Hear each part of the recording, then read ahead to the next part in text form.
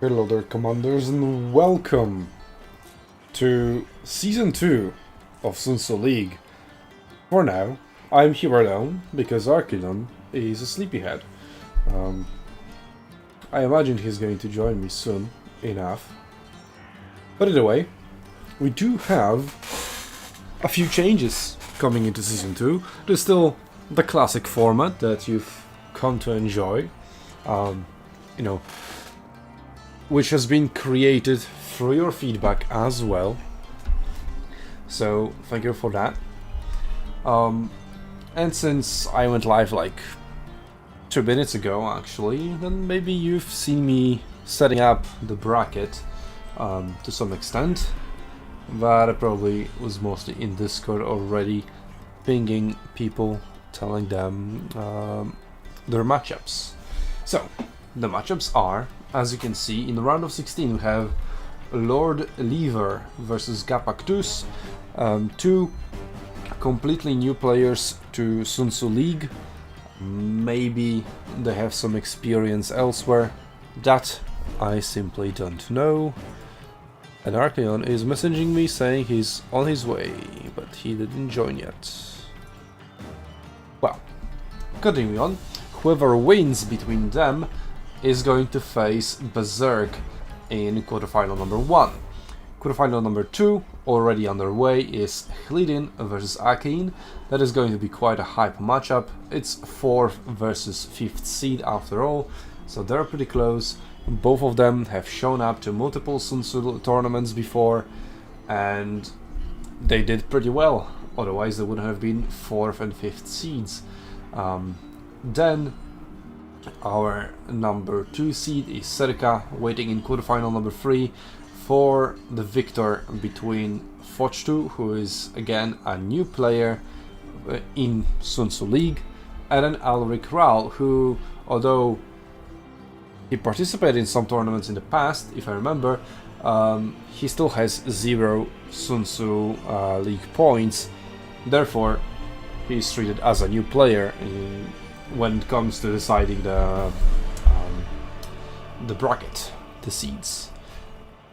And then finally, in quarterfinal number 4, we have Pigman versus Hardras Warrior. Now coming back into, or maybe let me scroll up a little bit so that you can see the map pools. We have, let me gather my thoughts, obviously not scripted. Anyway, you've seen this system before in season finals for season 1, but now it has been also extended, I guess, extended down to best of 3s, because season finals were all best of 5s, but it still works the same. We have +2 maps to choose from, so when it's a best of 3 it's 5 maps, when it's a best of 5 it's 7 maps.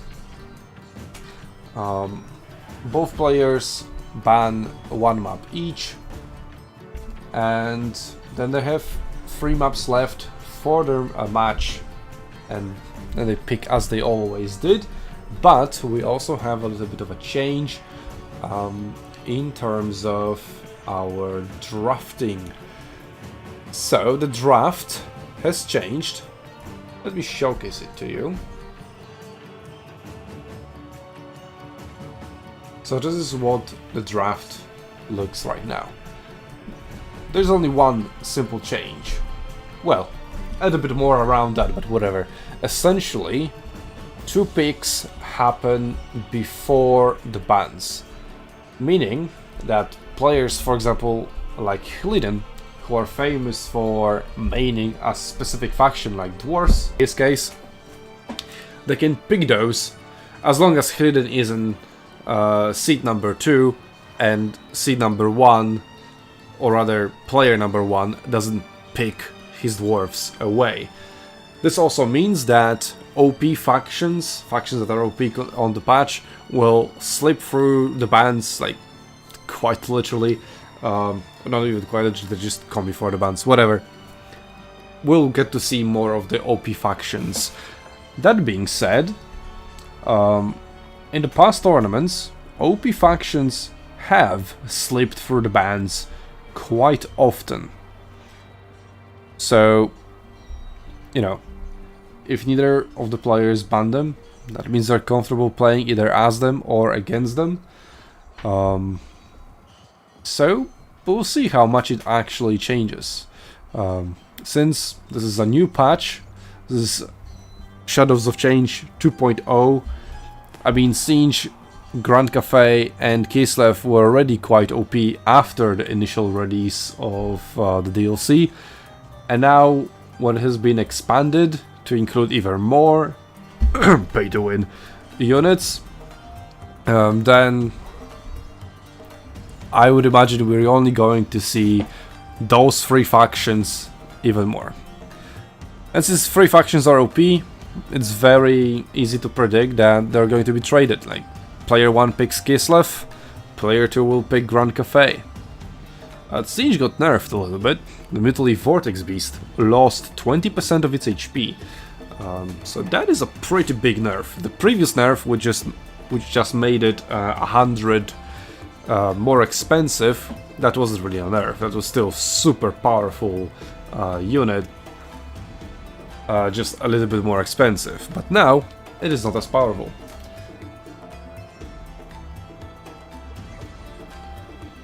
So now, the next change in our tournaments is that, as you can see, I'm not rushing into any battles. It is because we are going to be casting the battles through replays. The only difference, or the only exception, being the final. The final will be cast live as it happens. Everything else will be cast through replays. Obviously, we won't be able to go through all the replays, I imagine, as we'll have 4 battles or 4 matches simultaneously.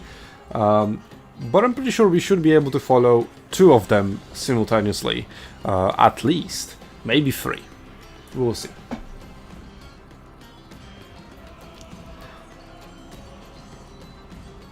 So, speaking of draft, maybe we are going to go into an example.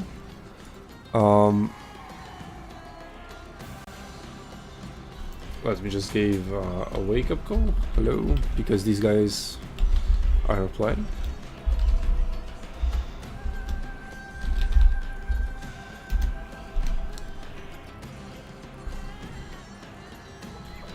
But here I have first draft.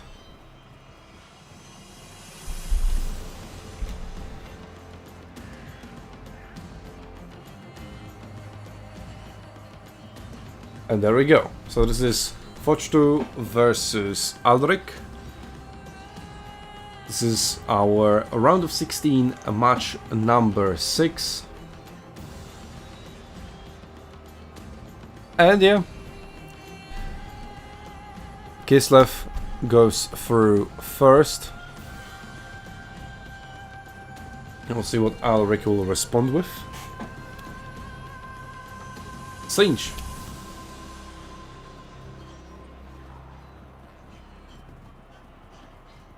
So, only now they'll start banning, and I'll excuse myself for a minute or 2, because I need to do something. Maybe Arklon will show up in the meantime. He said he's on his way like 10 minutes ago. And Grand Cafe, there we go. 3 DLC factions out of the way.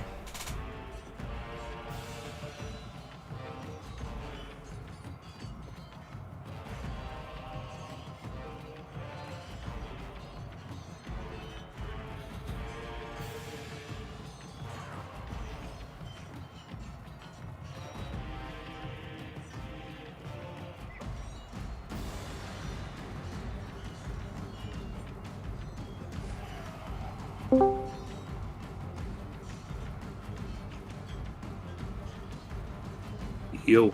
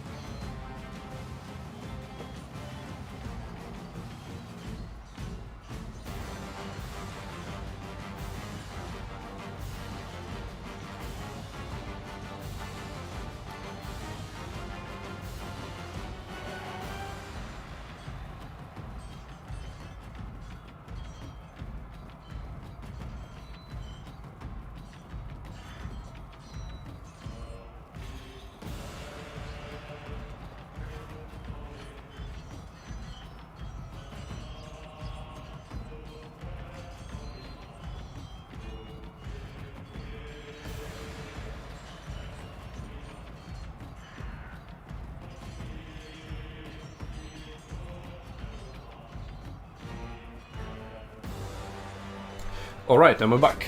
There's still plenty of things to say about this new draft system. Because it changes quite a lot of dynamics. Like, you can think it is a simple change, but it does change the game theory behind the draft quite a lot. So, for example, Fojtu picked Kislev first, right? And then let's say Tzeentch isn't a good counter against Kislev. I just don't know whether it is good or not, but it does beyond the point. Let's say something was picked that is OP, but not a counter against Kislev. So these are probably the most two OP factions in the draft, because then you would expect you ban... Well, you can ban either the super good factions, like all the A tier and S tier factions then, and then this here becomes like B tier, and this is still S tier, so there's quite a big difference between the first picks and the remaining two. You can also, after you've picked Kislev, and if this is not a counter to your Kislev, you can ban 3 most effective counters against Kislev, and then it's quite difficult, and Kislev kind of becomes a free win. And then maybe you're somewhat incentivized to pick, well, once Fojtu locks in Kislev, for example, then Alrik has to lock in Tzeentch, and then we see S tier versus S tier, and then the rest becomes B tier versus B tier. So there's plenty of dynamics here, and we'll for sure see more, and we'll dive into more of them as we go deeper into the tournament, as I'm still awaiting now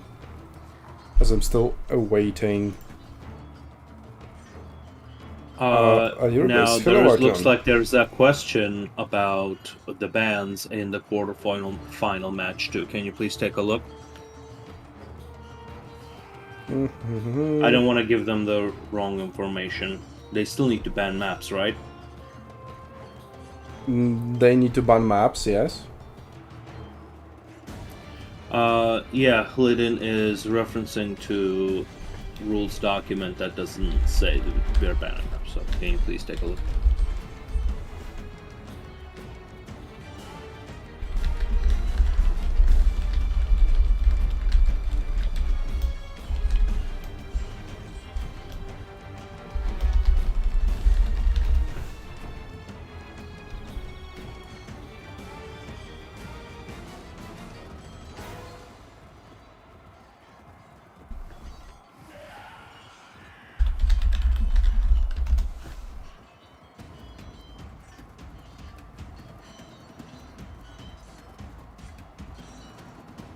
Well, there we go.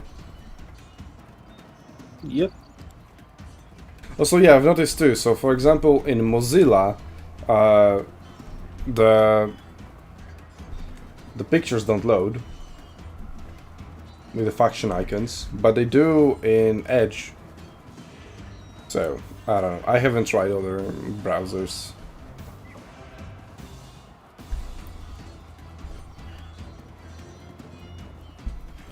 Okay, in the meantime, let's check out aforementioned quarterfinal number 2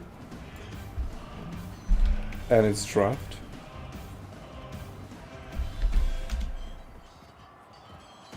Whoopsie, spoilers. I've clicked away for a second. Whatever. Oh, Kislev first pick, what a surprise. Man, you would think we are the friggin' Super Bowl or something. The spoilers. Ooh, Lizardmen, okay. Oh, I know. Okay, I want to see that.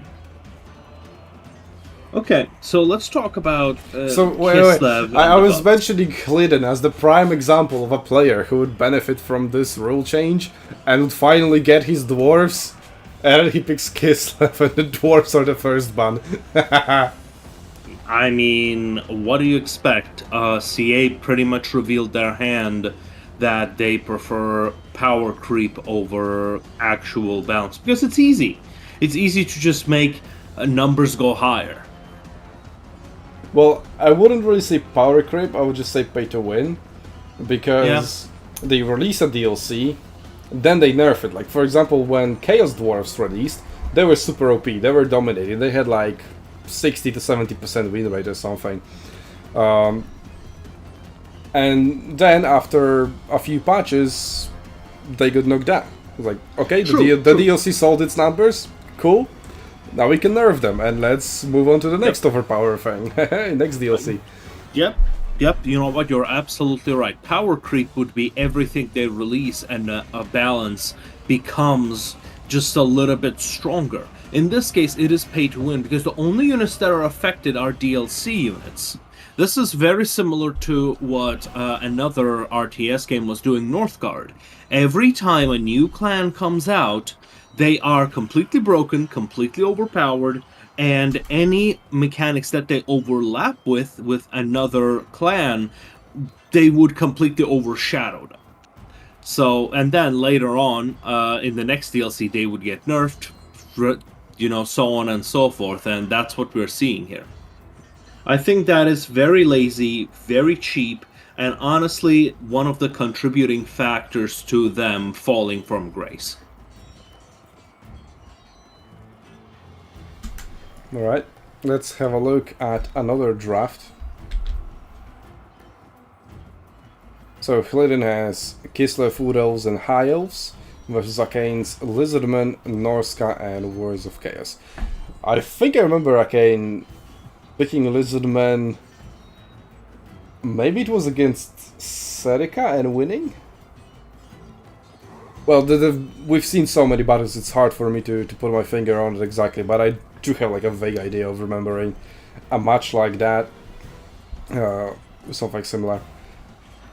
But, no, wait. In this match that I'm remembering, the sure Lizardmen lost. Well, either way.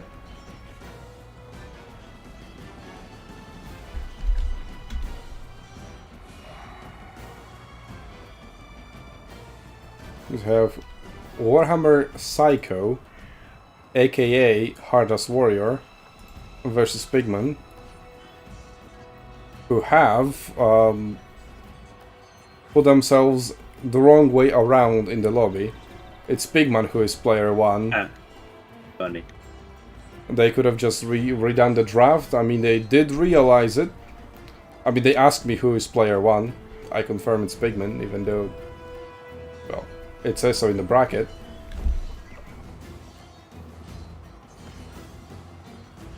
I mean, it doesn't really matter. Well, if they don't have, if the he still got Kislev, and the first pick was Greenskins, so I guess in this case, yeah. Here's why it doesn't matter. If the players are okay with it, and if they're not pointing out, then they're accepting it. Now, a few matches in, and they say, "Oh, we did this wrong. We got to redo it." The battle results would still stay. So, yeah, if you already told them that Pigmen is player 1, so they'll either have to redo the draft, or they'll have to continue as it is.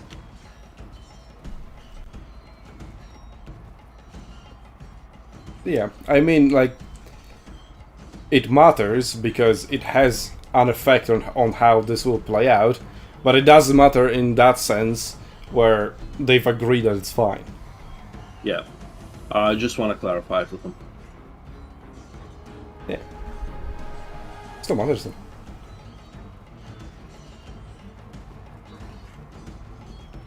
But well, we can look at it the other way around. For example, Pigman has only 35 points from domination, and what it was like 800 something. I think another 75 from land battles. And we are in a domination tournament. And Hardest Warrior has 5 points, so he still would be below. Like, fundamentally, if players agree to this situation, at the same time, if the difference in power was so significant, it is clearly a problem with our tournament system, and not really theirs. So, if the players agree, right, and they should probably be okay with it. Storm Kings didn't have many changes done to them in the patch. And we haven't seen much of them. But well, maybe we'll see them. Because it could still be at 2-0 with Kislev and Demons of Chaos, for example. Demons of Chaos are rising in popularity, even though they also are left largely untouched. Which I found incredibly strange. Do they have the Mutilated Beast or not? I don't think so. They don't have it. Pretty sure they don't. Which, mind you, has been nerfed again. It has. This time around, I mentioned that before you showed up. This time it is an actual nerf. It lost 20% HP, so that is pretty big. Yeah. And it is doubly big. Double is a word.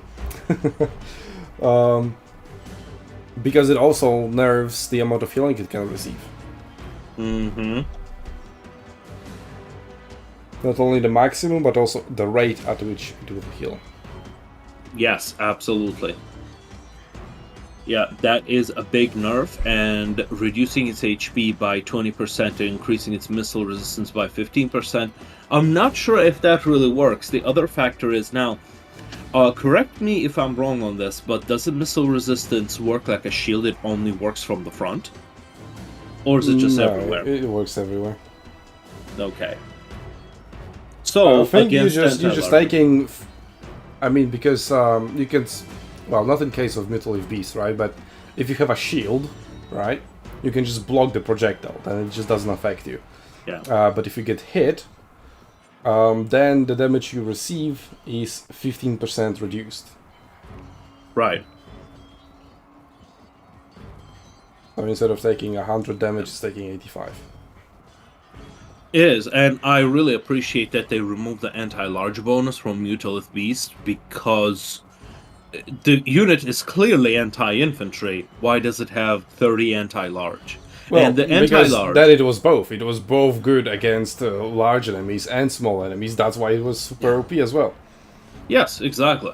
Like, there was no way of countering it besides, just bombard it with missiles, and even then it trades up very, very well. Yeah, you can punch through the lines and get into the archers, disrupt them, and make it harder for them to focus it down.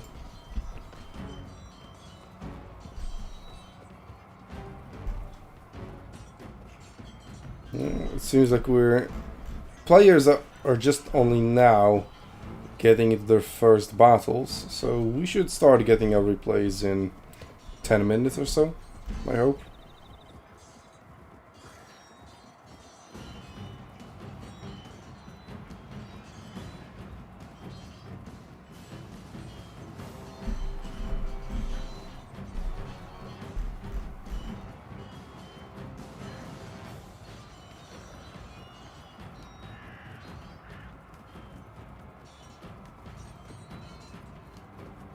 Yep, good thing I asked him to clarify, because Hard Rust Warrior wasn't sure what was going on.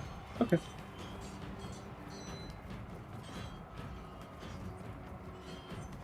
Okay, good. Would have been like after much, but after Okay, much so they are going to redo the draft after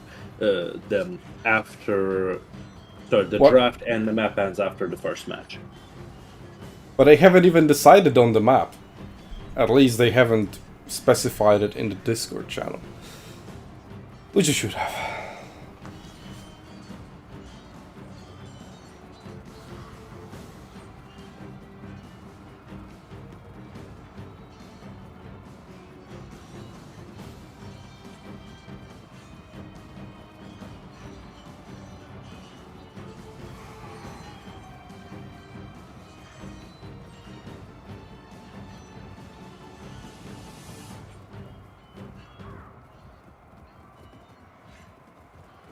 Then we're going to blast through the entire Rome 1 OST before we get into battles. That's alright.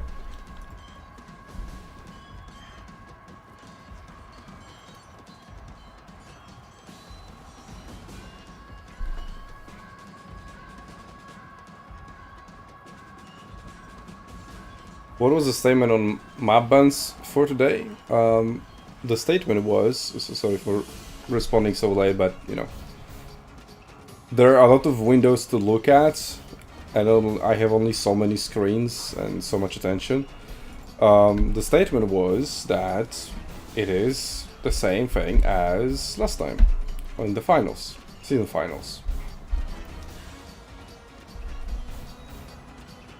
You run 2 maps, 1 player each, or 1 map for each player. And then you have the map pool of the remaining 3, or the remaining 5 when it's a best of 5.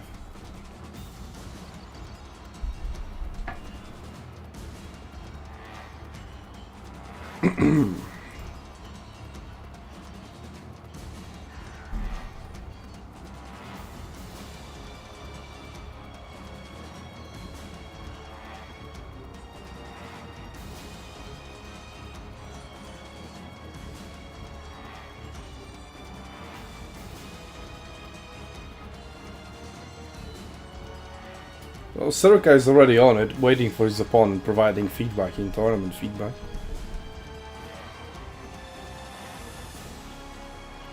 And what he's suggesting is somewhat valid, but I don't think it's more valid than what we have now. It's just different. Well, I am getting a little concerned about the complexity here. Yeah, that's why I think our system is better, because it's simpler. On the other hand, like, the website just guides you through, like, it tells you you're picking now, you're banning now, so it's... Complexity over here is that big of a deal. Unless you want to plan out your draft ahead.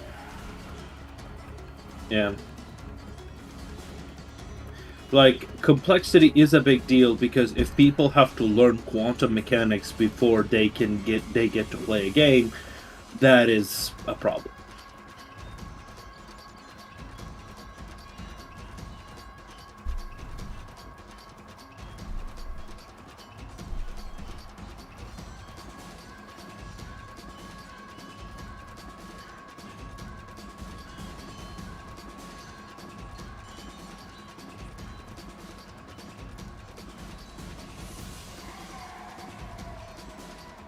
Also, I'm really hoping to see Grand Cafe, but I think Grand Cafe has been banned in all 3 drafts.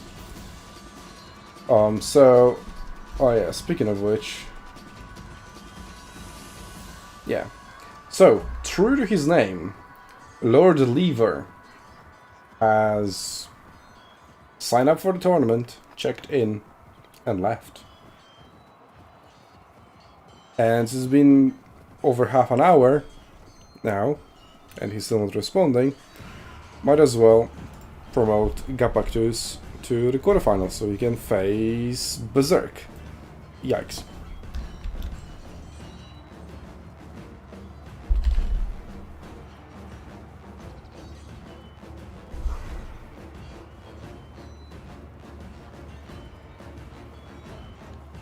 Okay. We should probably issue an official, like, a 10-minute warning to Lever. I gave them a warning after 10 minutes, and didn't react, so... Okay, and it's been half an hour. Gapa will move forward. Mm-hmm. Okay. Alright, he is playing Berrserk. Good luck.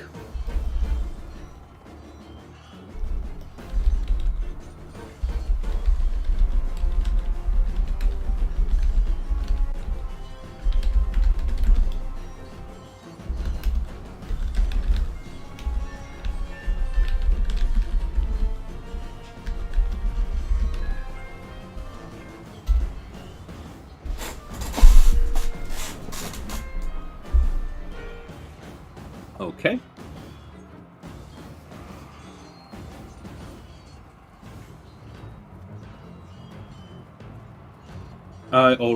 I pinged them in quarterfinal 1.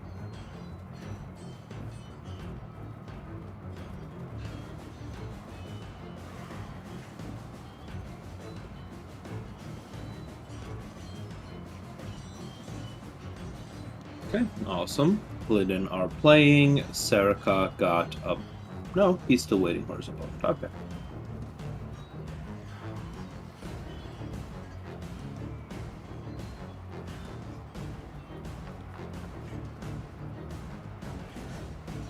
Alright. So.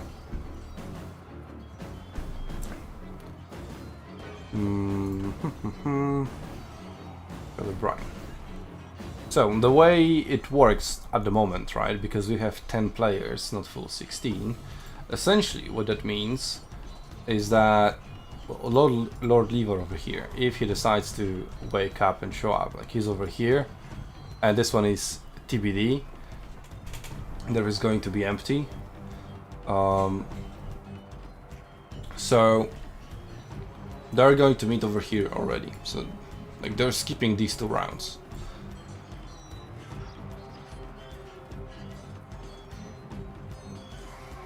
When I say over here, it's outside of the screen for you guys. So there we go.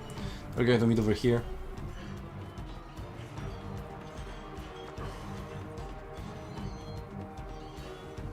So I guess Lord Lever has a little bit of time to show up, but then again, keeping his other opponent waiting. Whether it's going to be Fojtu or Alrik Ral is also not going to be nice. So we'll give him some time, but not too much. Alright. Yep, the games are being played.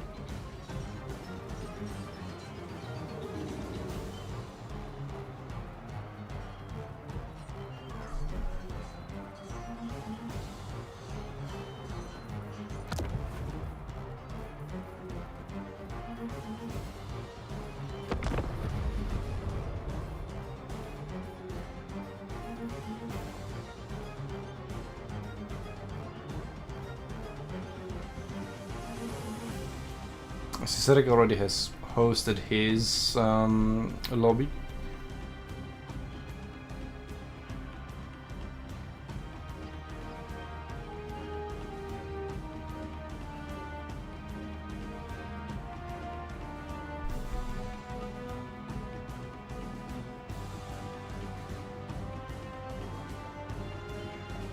So yeah, as I was saying earlier on, but could have started on a different thought. Looking back at the drafts, I think Grand Cafe got banned in all 3. Yep.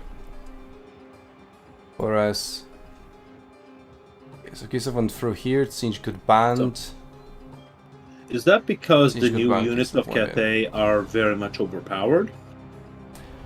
I just want to see.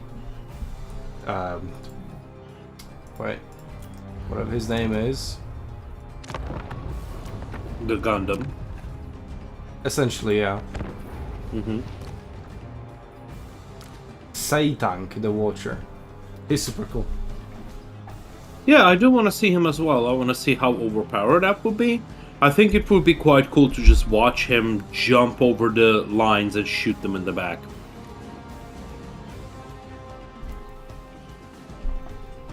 Imagine if he was flying as well. And has wings, but doesn't fly.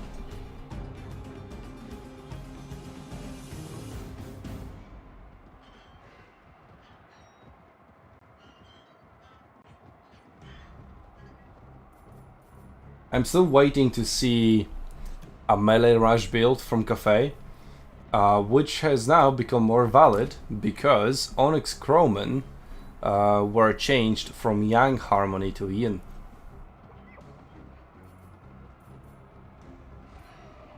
So they can support melee troops in melee, I mean, while providing harmony. okay, let me ask you this. What Cathay units are fast damage dealing units in melee? I mean, all their infantry is defensive. Or am I missing something? What do you mean defensive? Like you're both using offensive and defensive once you get into melee. Well, And the point is, if those Cafe units have the harmony bonus on, they're quite strong. Well, they're quite strong, but as a melee rush build, your goal is to break the front lines as quickly as possible. Nah. And even if you can't do that, you will need to flank the opponent and occupy his range units. So, which strategy could Cathay go What for? if the enemies also have mostly melee units? In Because that ranged case, units suck anyway. if that is the case, then that will not be a melee rush. That will just be a melee grind. After all, if you're rushing and the results are exactly the same, is that really a rush? Like you are both rushing one another here. Fine, just full melee build. Jeez, that's what I meant. That change. Okay, I can. That you know what? That I think we can discuss because now they've got more monster but with a options. full melee build, what else are you going to do other than rush? Like, you could stay in place and duff it. I mean, here's the thing with Warhammer 3, right? When you say full melee build, are we talking about, what is going to be your flavor?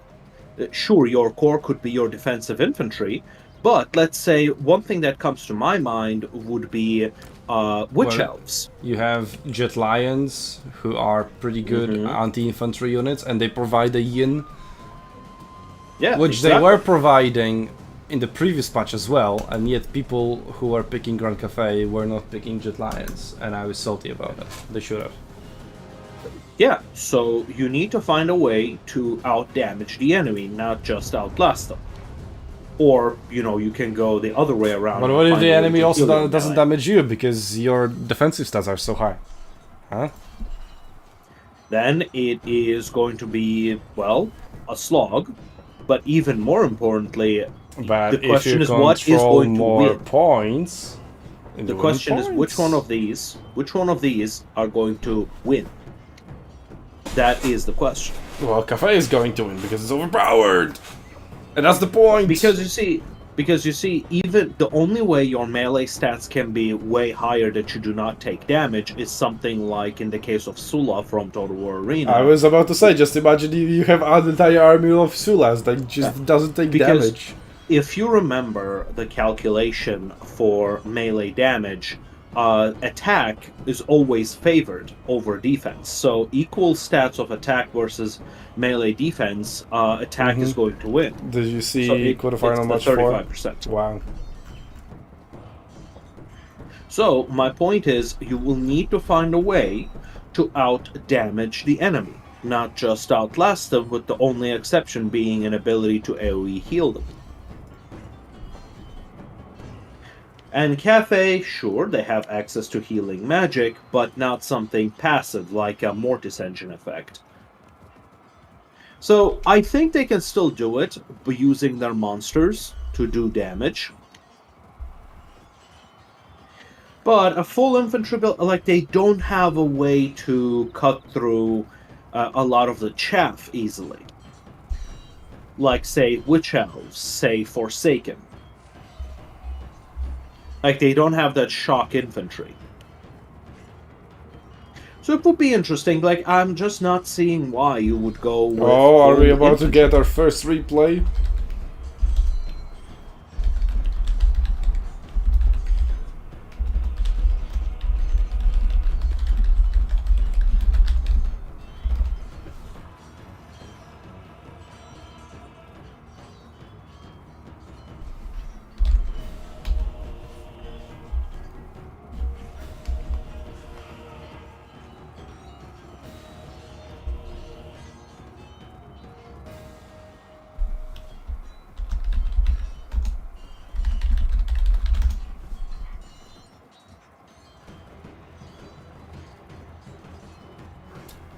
He failed the spoiler challenge.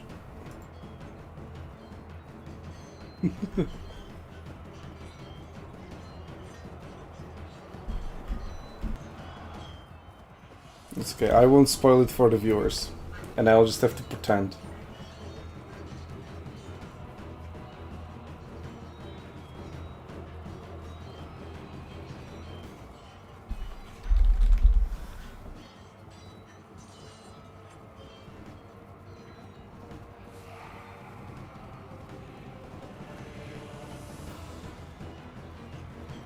Oopsie.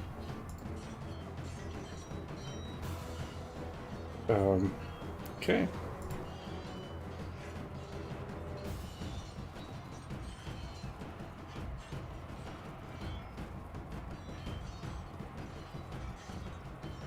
This is quarterfinal 2 match 2.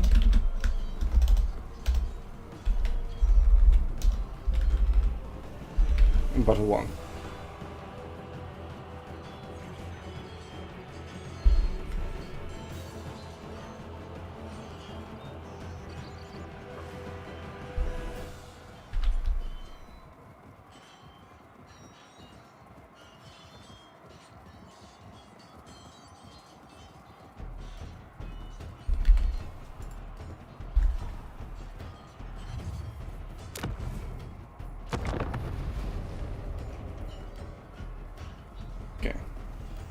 Let me stream to you.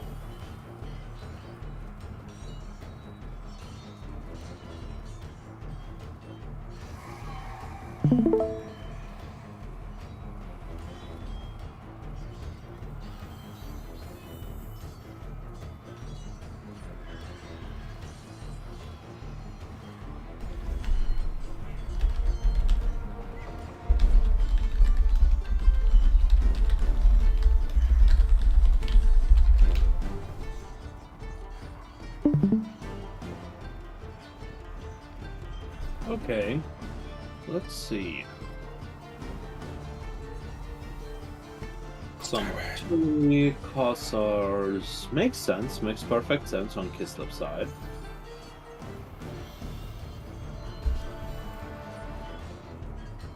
Alright, let's get into it. We've been waiting for far too long. Battles. Now hopefully they will start coming in from other matches as well, so now we should have finally a constant stream, pun intended, of battles.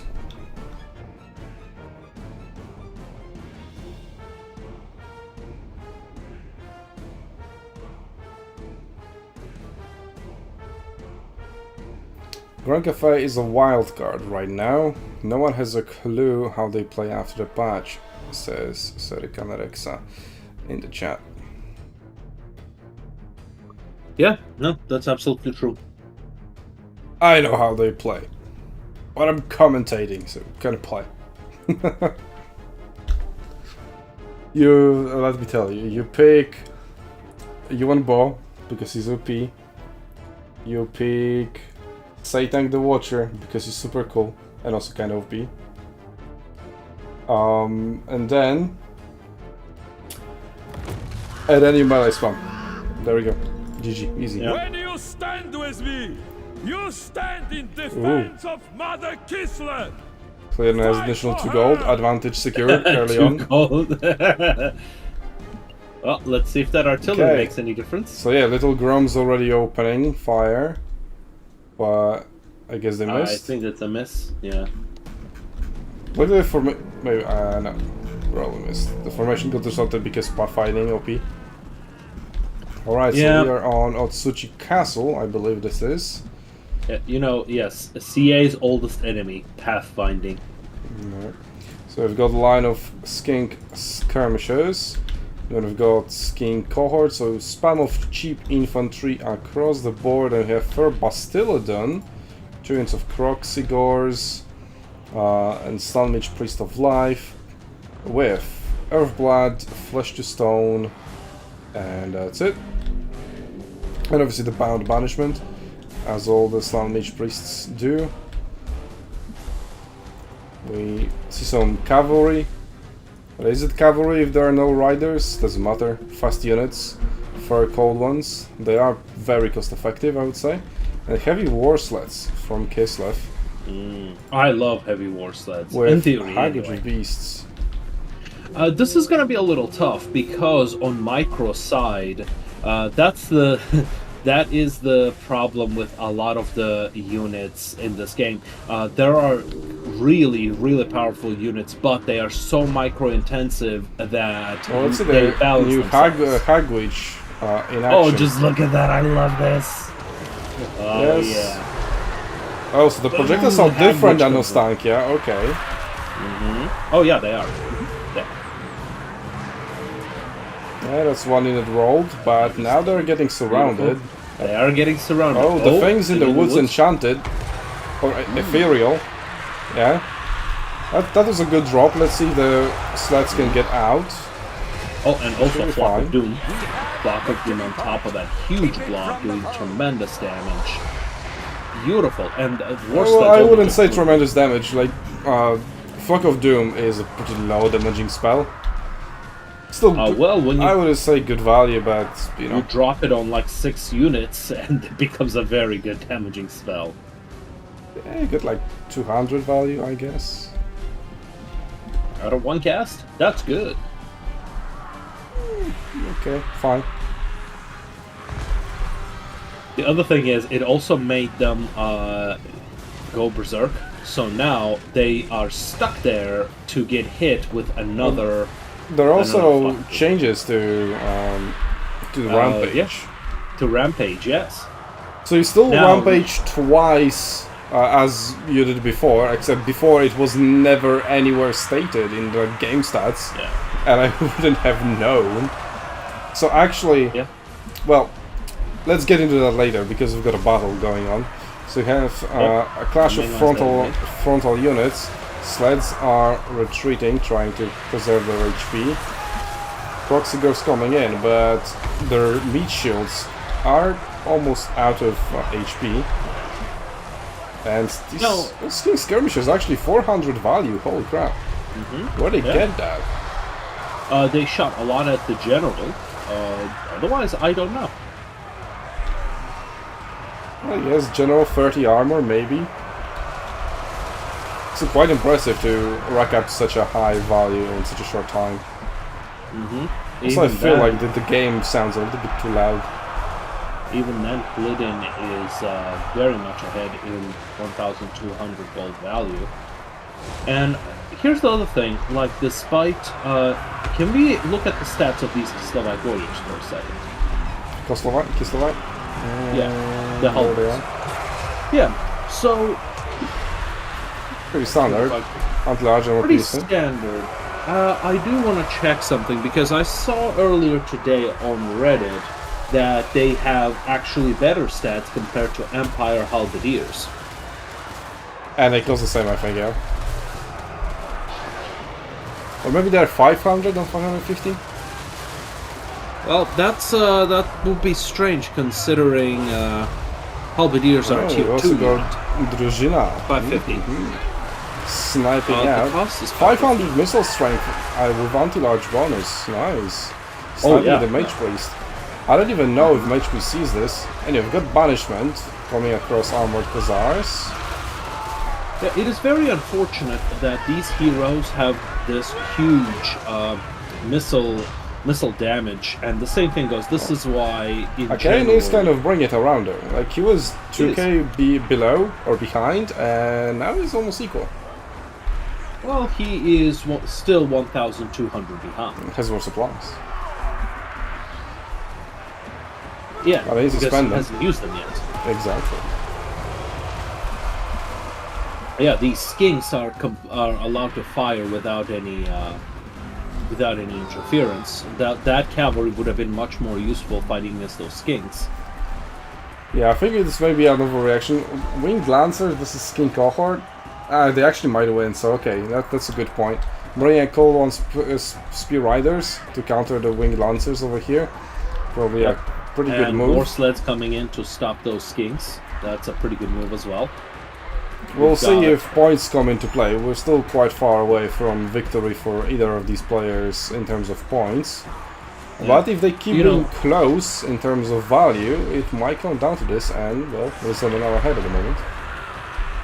Yeah, but let's go back to discussing the rampage changes. It used to be that if a unit rampaged, I honestly did not know there are 2 rampage flags that went out, and I thought it was a I didn't know percentage they're chance. like triggered at specific Health age. percentages. Yeah. I thought it did was know like about the once they 75%. get into melee and start taking damage, then they after some time would rampage. Not like Yeah. oh, you're below 75% HP, a single touch and you're rampaging. Yeah. Also, That's the... I wanted to use a tactic. I used Scarbrand. I charged into the middle of enemy formation and I used his ability AoE that causes all the enemies around him to rampage. I was like, nobody rampaged. What the hell happened? Like the ability says they're Yep. going to rampage. And the trick was, they need to be below 75% HP in order to rampage. Yes. But now, they changed it, and now they can rampage at 100%. So that tactic now actually works. And Kislev actually flipping point number 3. Cold Run Riders, despite being armor piercing and anti-large, I guess doesn't matter if you're outnumbered. Also, I'm still a little bit salty because Winged Lancers just charged into infantry head on and just won while staying in melee. No cycle charging or whatever. No hammer and anvil, nothing. That's Warhammer for you. Like, yeah. Like, for me, this is so unthinkable after, you know, arena experience or even Auditable War experience. That is true. I mean, cavalry always needs to be a high micro unit. But, well, when you're controlling 20 units, you cannot reasonably expect your players to be able to pull that off. Although I think it was a thing in Medieval 2, like super heavy cavalry only armies, and they would just obliterate infantry. Yep. But that was early Total War, which still a lot of people would argue was better. Last second heal. That was, last second heals on 3 units, pretty... Oh, 2 units. Yeah, he miscast it as well, but whatever the healing comes through, maybe it will make him come back. And now, point number 3 is being swung around after yet another 4 cold ones actually, so they're pretty cheap. Supported by Skin Cohort. But I guess some cavalry from Kislev disengaged because of our dervishes. These are as well. The Winged Lancers, maybe these are the units. So yeah, they just disengaged. If the battle was lost, that's fine. And now Lizardmen again controlling 2 points and probably controlling 3. And he's almost at halfway through to the victory. So, having a triple cap definitely helps. Especially when you're behind in gold value. Still, quite a lot to spend. So, it isn't as big of a difference. Can't bring Kroxigos, he just unsummoned one of them and the other ones are routed. So, he should be saving for Kroxigos, I imagine. At the moment, Cold One Spear Rider is coming out. And triple cap has come through. 4 minutes away for victory for Akkeinn.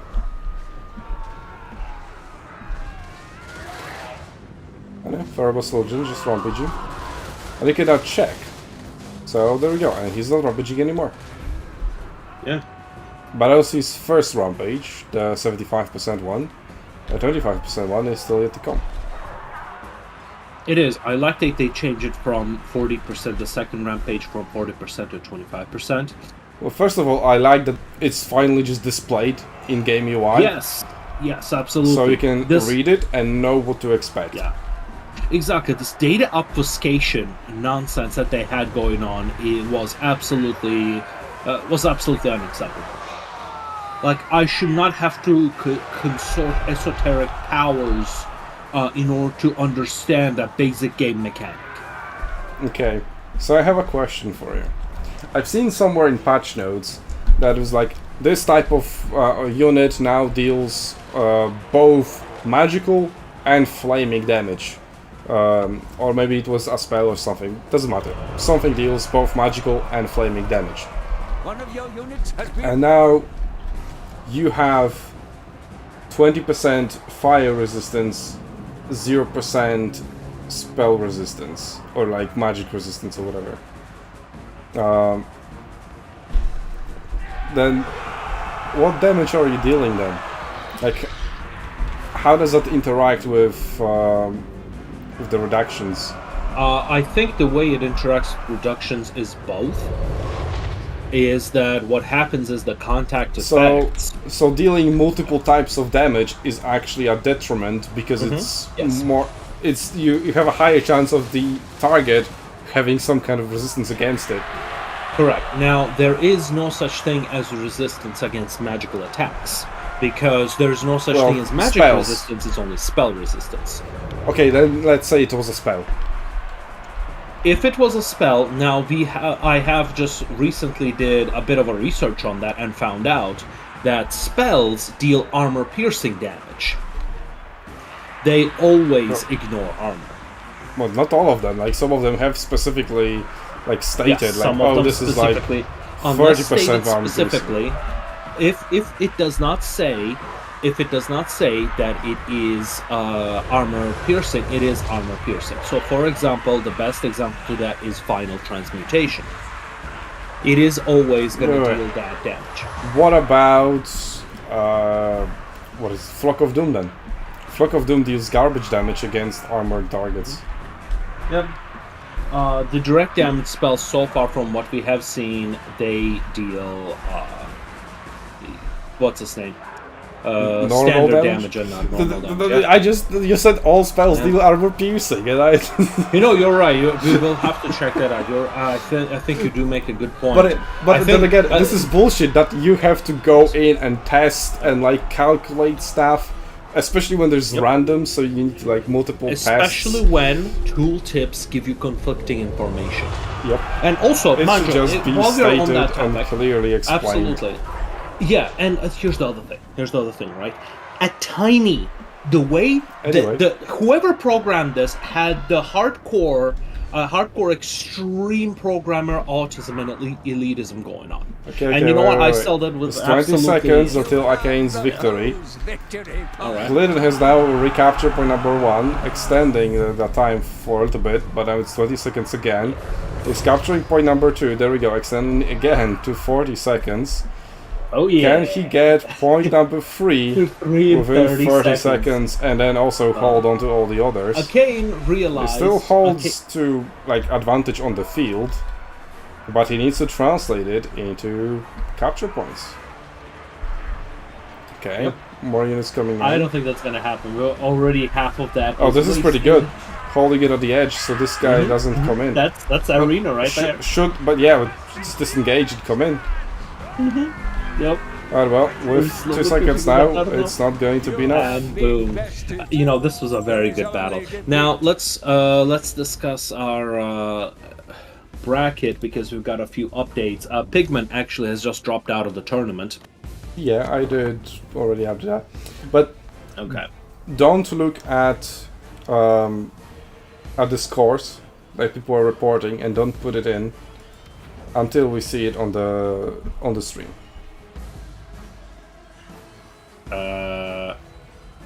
There's a problem with that. So you're telling people to wait until we watch their game? No.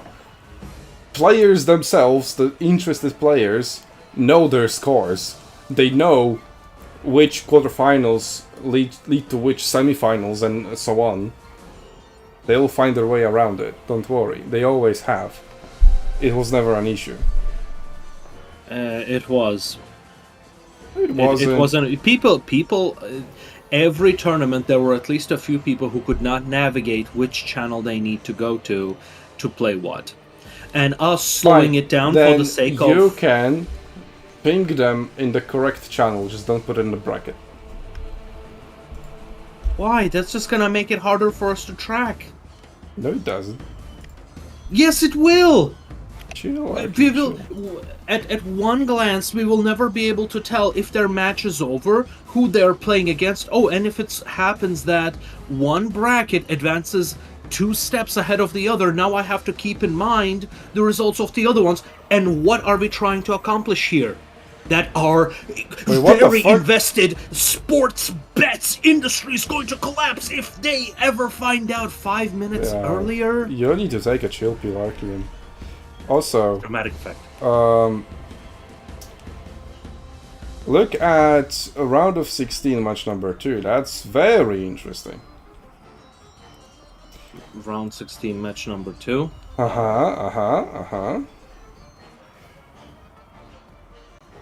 Haven't read the rules then. Yeah, let me guess. He was doing it in PMs, wasn't it? Yep. Oh my god. I haven't seen this in a while, though. I'll say that. I haven't seen that in a while.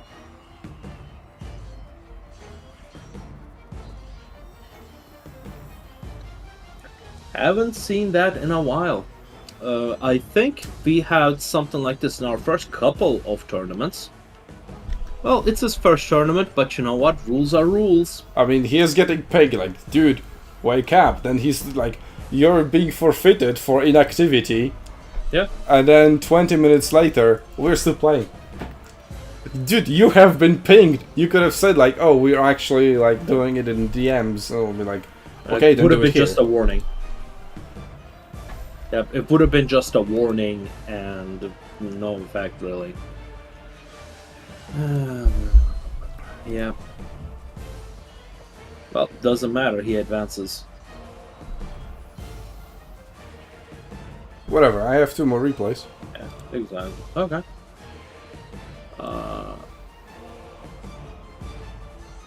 So this is round of 16, match 6, battle 1. And this is battle 2. How did they play 2 battles where others didn't play a single one?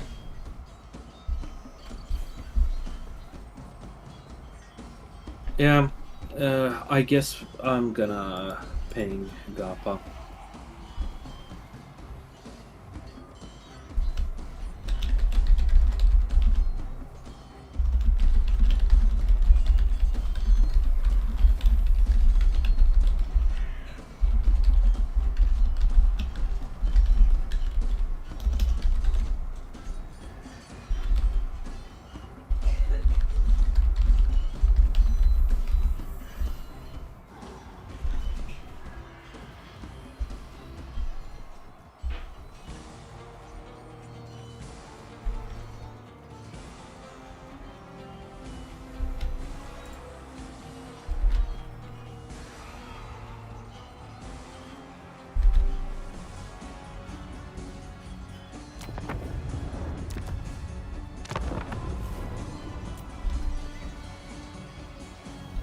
I know these types of things is sometimes why I really appreciate having 2 judges. Like, I think these types of games have proven time and time again they need, like, 2 is the ideal number, not only for looking at the brackets but also for making calls. When you have judges that are players at the same time, their calls might not be seen as legitimate. And just surprisingly, in the long war, we had something like this occur. Too soft. But on the other hand, like, we know at what stage we are. We're not at a stage where we can be too hard, I guess. Too hardness is one thing, but this is one of the rules that were very clearly stated out. And I think this is, like, some rules you can see, oh, they are just doing it for control because they're control freaks. But here, Nerexa there's very clear reason. Flock of Doom is not mitigated by armor, but I could fucking swear, like, I saw Flock of Doom doing shit damage against armor targets and decent damage against cheap non-armored units. Could it be because those units had higher health? Nah, the hell is similar. Maybe it was an older patch, and they've changed it since. That could be it. Yeah, I think that could be it. I do remember reading now. I have seen both. I have seen the Flock of Doom thing. I do remember it being mitigated by armor, and then I remember reading recently that the damage numbers there are all considered armor piercing, which again should always be stated. Yeah, still on CA for not disclosing all that. Anyway, I've got a battle going on. Kislev versus Beastmen. Was Beastmen the first pick? No, I don't think so. Anyway, we've got Sun and Catherine on foot, right? No, on a horse. Okay. And we have a Patriarch with a heal, but no beast incarnate elemental of beasts. There we go. To heal with that Patriarch.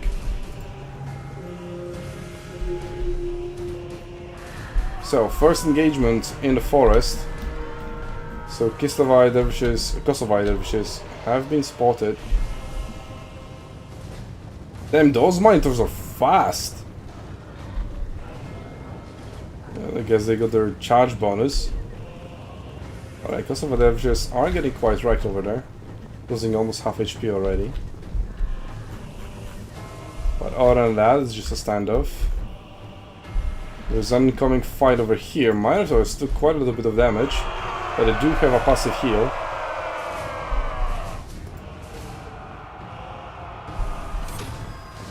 Now they're exposing their backs to a second volley. And that's like 20% gone. Pretty good. And that's just armored Khazars firing. And now they're being screened by Kislevite warriors, which is the new unit. Pretty good. Oh no, that wasn't so effective. With Morgur the Shadow Gave closing in on them as well. Are any reinforcements here? 3 units just summoned on the 3 spot. By number 2, oh, it's contested just in the nick of time. It hasn't been captured yet.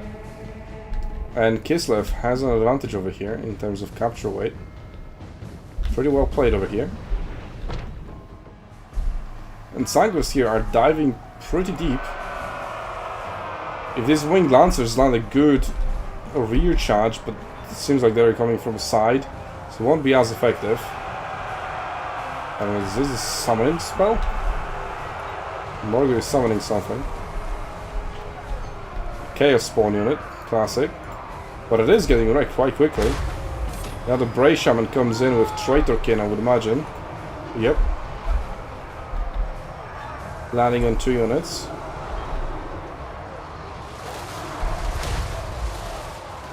The Wizards of Leningrad are lining up. Kosovo Dervishes have been strengthened on the flank. The Bray Shaman is also down to almost half HP. And now surrounded by cavalry, he might not be able to escape as easily. Yep, he is being bogged down, morale low, pretty well played. Sanguis are down. Chaos Spawn is not going to stay for much longer. Point number 3 obviously in control of Arley Kraal. Fojtu is holding quite well. And he has a complete control over points number 1 and 2. Where, well, it's a stalemate, so let's just focus on where the action is happening. Chaos Spawn stopped taking massive damage, but there we go. Oh, Bray Shaman. Routed. But not killed and not being attacked at the moment. Apart from some random stragglers. Really focused by these armored Khazars. Then again, I guess they do have some better targets. But getting rid of this Bray Shaman would be pretty big. And now it's Slaanesh Catherine coming in with her Ice Magic, whatever. Ice Maiden's Kiss, there we go. Such a logical name for that ability. Winged Lancers summoned as well. They could go after the Bray Shaman. Slaanesh Catherine could also go after it. Yep, she is going. And now she's in. We've got 2 units of Centigrades coming in, summoned as quick reinforcements. And yet another unit of Minotaurs with great weapons. And Alrik Kraal seems to be channeling all of his forces towards that big engagement. Whereas this quite large contingent of Kislevite forces is just not doing anything. Yeah, so, like, the percentage of the army that is involved in fighting is larger for Alrik Kraal. So even though he has like a 1000 disadvantage on the field at the moment, when you take into consideration what value is actually fighting, Alrik is ahead, and therefore should trade up in this engagement. Patriarch now coming in and joining the fighting against Centigors. But it doesn't really have any good targets to use his heal on. The question is, did he use it? He used it once already. Morgur is taking some damage.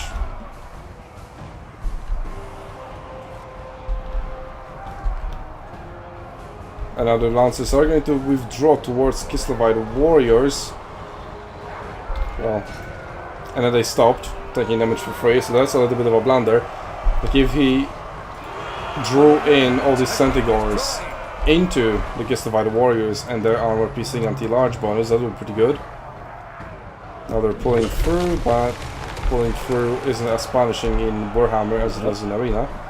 If anything, it's encouraged. Kind of, yeah. Well, with monsters. Well, there we go. Fojtu is now moving forward But well, his units are going to be far less effective in a forest, Yeah, and this forest, is the yeah. this is the preferred Beastmen. They are somewhat being able to support each other with missile fire, so it's not as bad.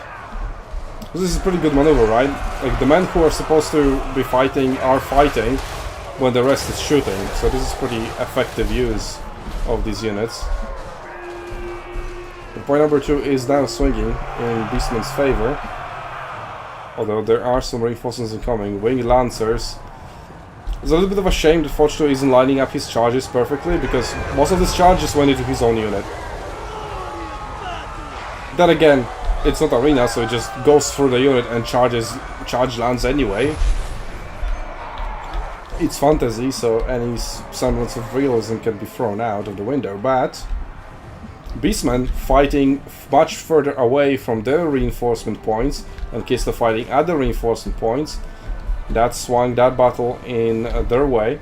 Now they're free to push on to point number 3, which they're doing with one unit of Kislevite warriors, whereas Tzeentch and the Patriarch are going forward. One heal has been used again, there's still one left. And they can heal together, and Bray Shaman has been re-summoned with Triton Key upgraded, once again being cast, and that should wipe out all 3 units. Although they're holding on because of Wire Blood.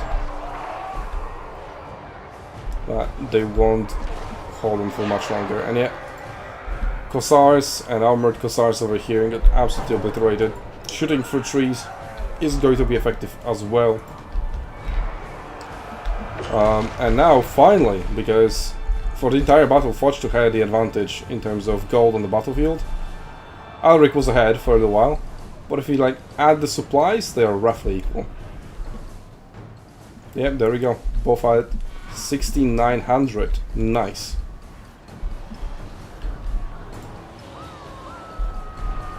So it's still anyone's game, but Fojtu has the advantage in terms of points, or victory points, or victory tickets. So as long as he doesn't get triple capped, he is chilling. I don't know, actually. He'll need to recap one of the points, which, well, he is winning at point number 3, or was until 2 seconds ago. Now the Centaurs come in. Morgur is finding the Wolf Hearts in melee. What the hell happened here? I mean, they were summoned from here, but he just summoned a ranged unit. No way. They couldn't have been summoned because they're almost out of ammunition.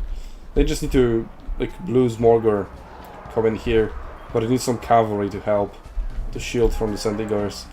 But point number 3 for now will stay under Beastman control. Point number 2 doesn't seem much under threat. And it's point number 1 that is going to be flipped as well soon-ish by the Beastmen, if it continues like that. There are some reinforcements coming in, the armored Kossars and Kislevite warriors into point number 1. That should help. Although the curvature of the terrain makes it a little bit hard for units such as armored Kossars to effectively fire with their pistols as they come into engagements. But it could handle the Sangers. So in Catherine going quite strong. Let's see, the Patriarch probably used all of his healings. Yep.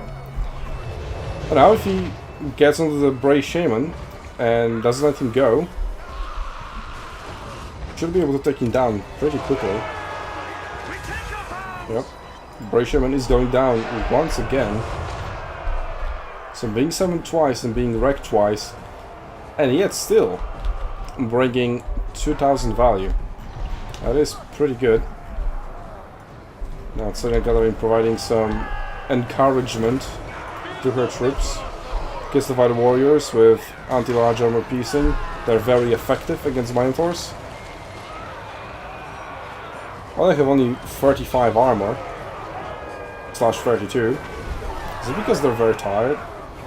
Yeah, being very tired lowers your armor. I guess you're tired and you exposed more gaps in the armor? Is that it? Is that the logic behind it? Centaurs are coming in, okay. Armored Kossars turning around to fire a volley into them. Let's see if they'll manage. They did last second, but not everybody fired, and that charge was quite powerful. Despite going into heavily armored infantry. And now, when Nazis will chase them away, that's a very powerful charge. Very nice. Yet another change that they've added in this patch is the Glorious Charge, which charge bonus duration is double. Well, duration doesn't change much. The thing is that the enemy takes leadership penalty as if it was flanked, even if they are getting charged from the front. But if you don't break a unit with that, then it doesn't matter really at all.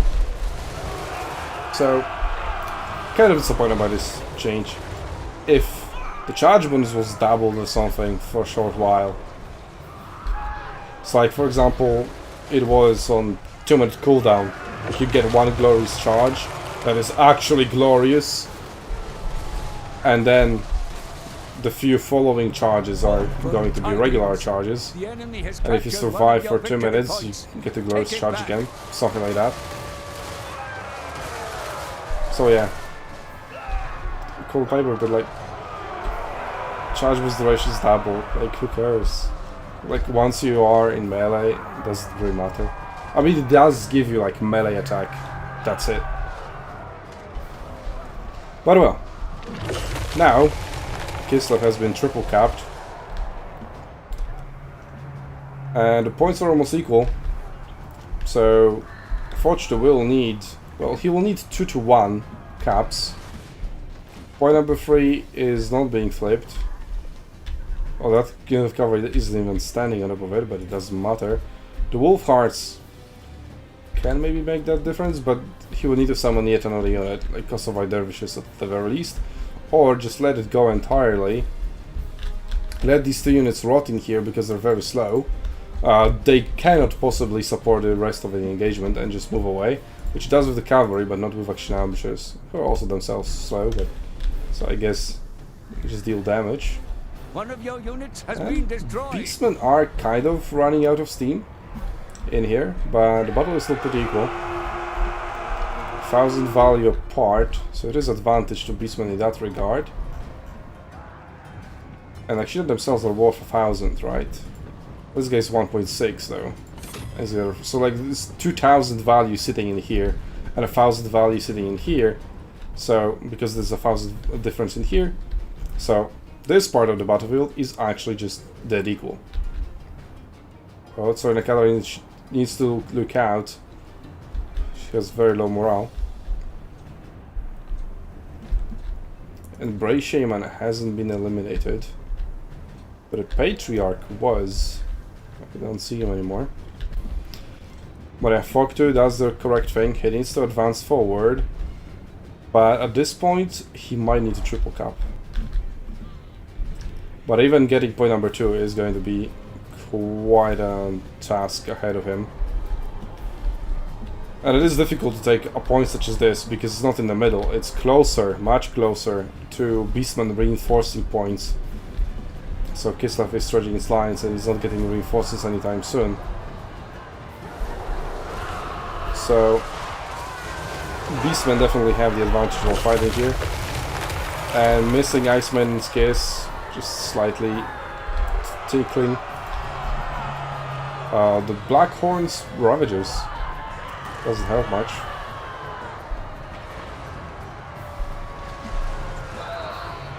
But still, pretty well fought for both sides. It was a very, very equal battle for a very long time.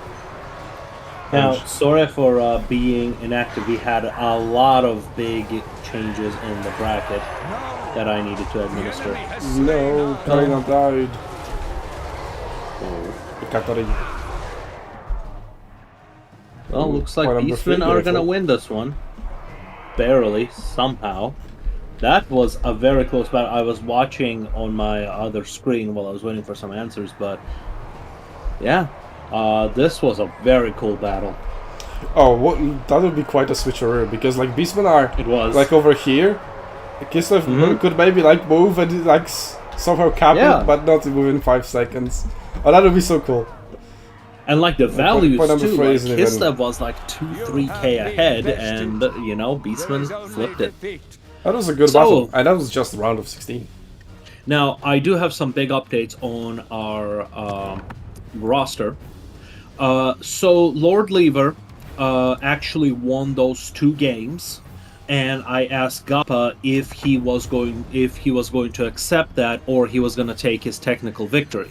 He, this absolute Chad, accepted the game results. So I think that is a huge sportsman-like behavior. Lord Lever has proceeded to forward to play against Berrserk. They're drafting right, taking the results at their clear detriment. So that was very nice of them. We had Hlidin and akkeinn. So right now we have our semi-finalists coming up. Hard Rust Warrior proceeded to semi-finals. Well, yeah, because Pigman forfeited. Okay, do we have... We do have another replay That is from where we're at right now. Hlidin. Yeah. Mm-hmm. So, I'm gonna get that. All right.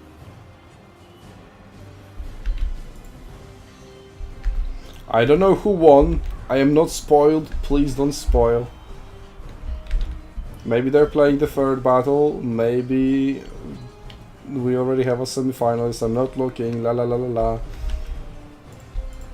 la. Yeah, they have not announced it, so no.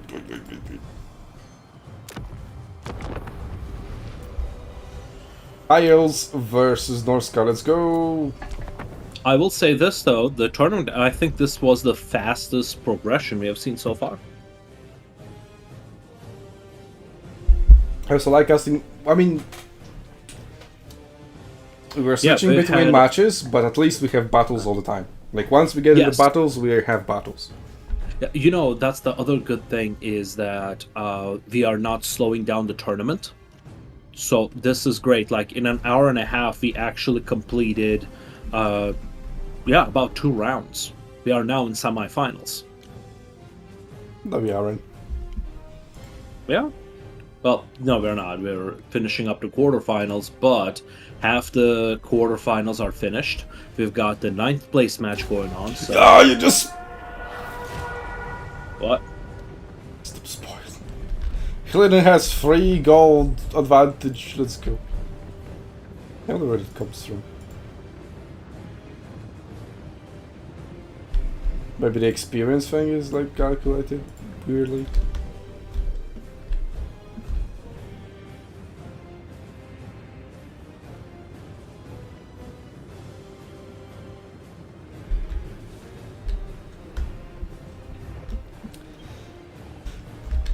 Well, akkeinn is just kind of being AFK. There we go, he woke up. Has Yep. murder hunters with javelins, and then murder hunters with just regular axes, I guess. Well, javelins are anti-large, so they're going to be very effective against Imrik. But they aren't armor piercing. So there is that. But these guys are armor piercing. Nice breath onto murder champions as a high value target, and there we go. 261 value. That is a pretty good breath.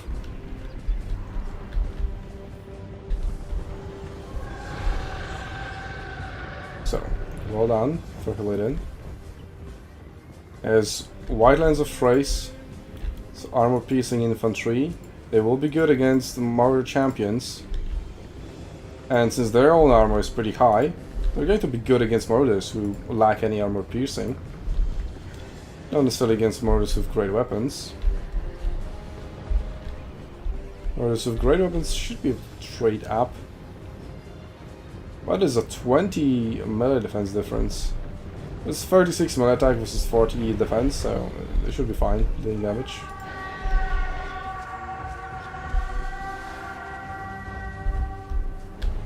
Anyway, my lions, sure pretty fine. Spearmen are defending 2 units of regular archers. And now breath from the Sun Dragon. Not as effective as the previous one, but still pretty good. So we have a Skin Wolf working. Armor piercing anti-large melee combatant. Or melee hero. Number 1 about to be captured. Oh, we've got the Flaming Archers.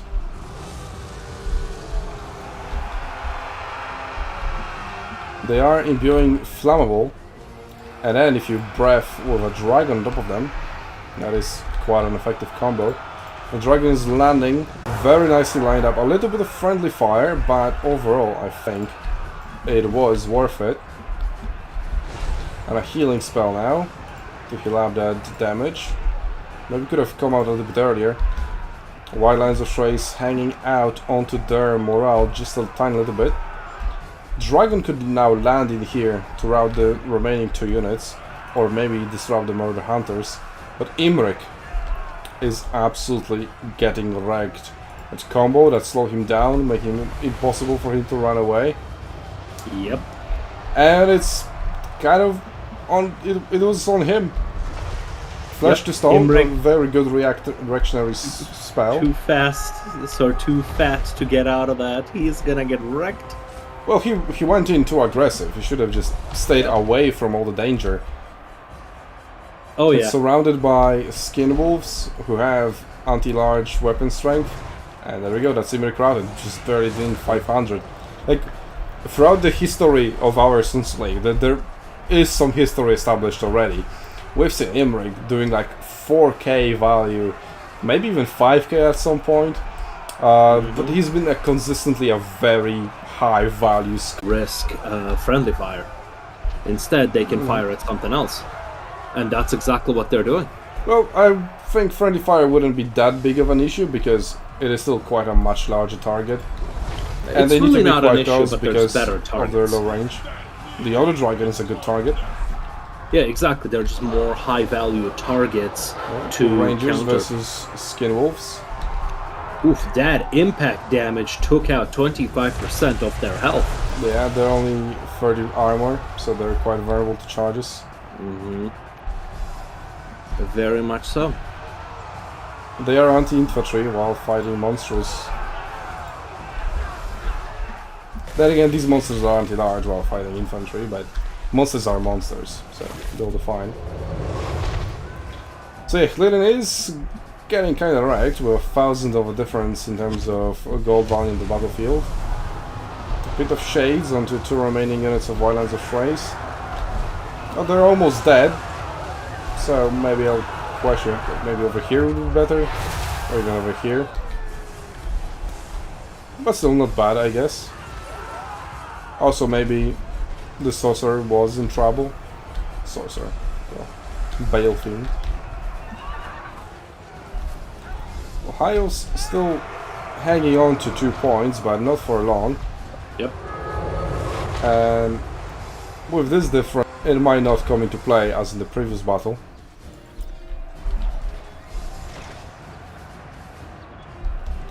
You can both like summoning artillery while you're so much behind. I don't think I'm a fan. Also, on this map where there's so many trees and it's so easy for the projectiles to just get stuck somewhere. Well, good on the rangers to get on the hunters. That's pretty big.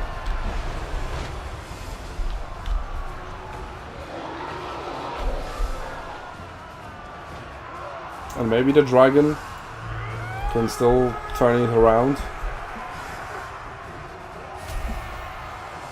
Because Norsca doesn't seem too healthy itself. I will definitely not try summoning Imrik again. It's way too expensive and there's still plenty of counters present on the battlefield. So I just need to rely on the good old infantry. Maybe some archers would make sense, but Norsca has so many fast and quite armored units as well in these Skin Wolves. That summoning archers would just mean that they'll very quickly get overwhelmed.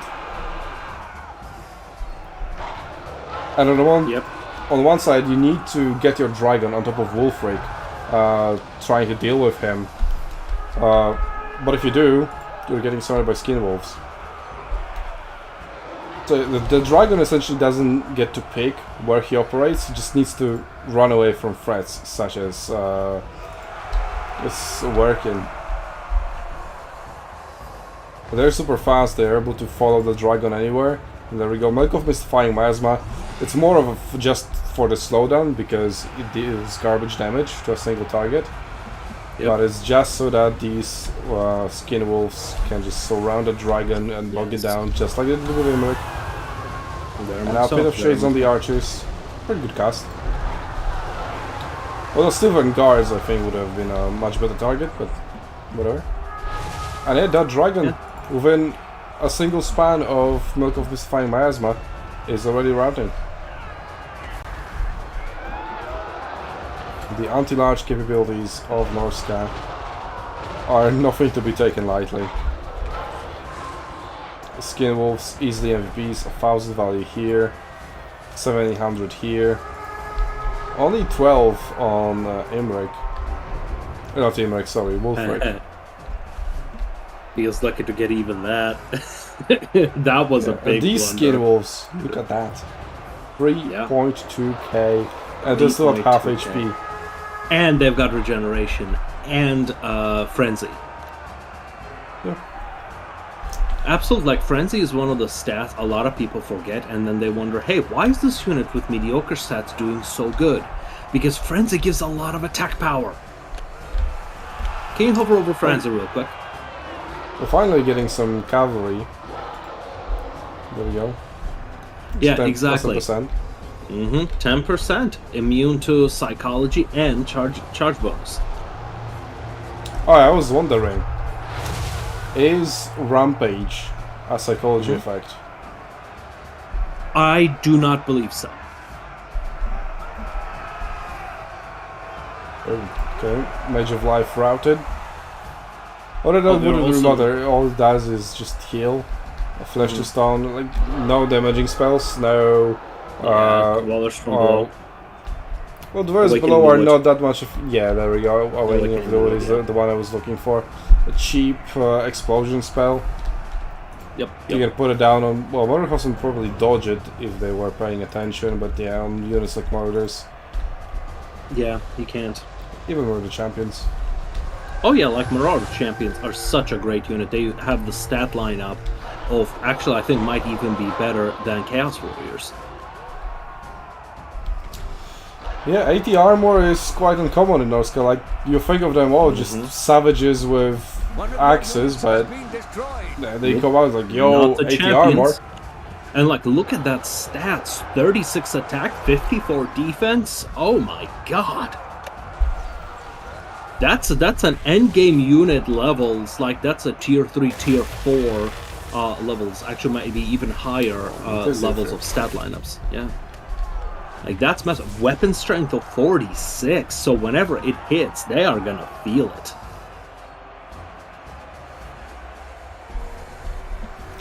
And like, that was not enough. They have their own Berserk ability too.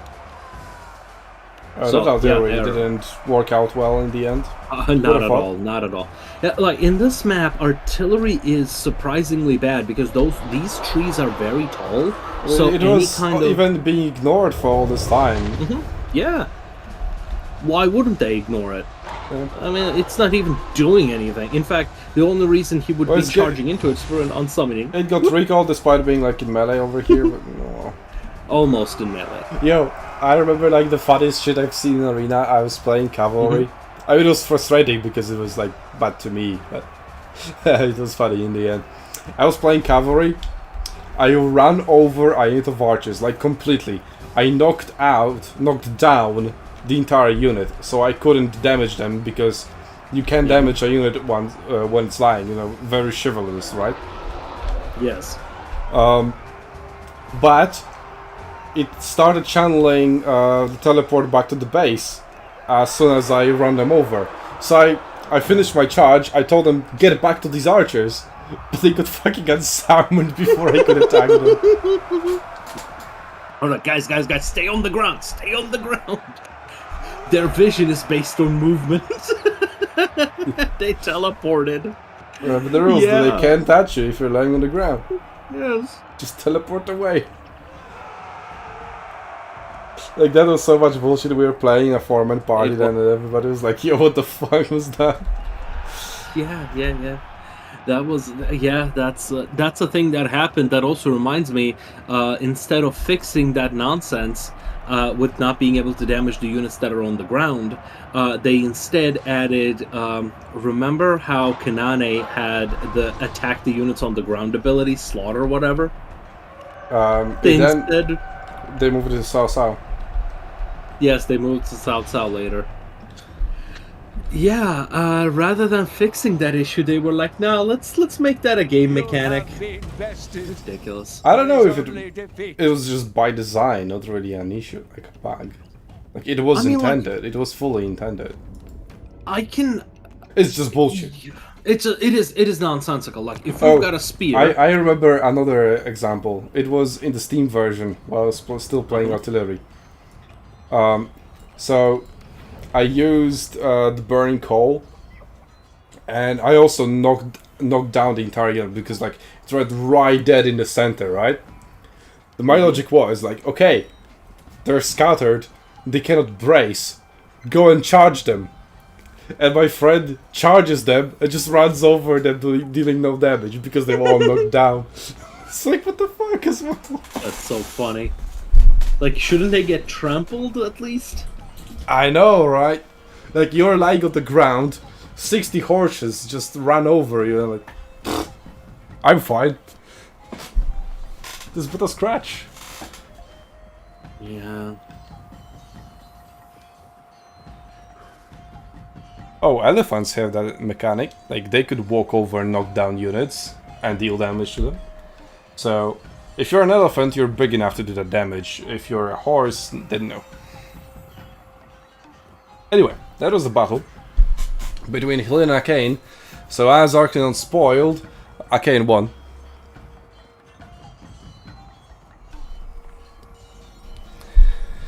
So, now. So now, yeah, let's see. There hasn't been any updates. Well, I still have one more battle, so let's just go into that. Yeah. It is Alrik versus Fojtu. Yep, all the battles are still being played. Vampire Coast versus Tzeentch.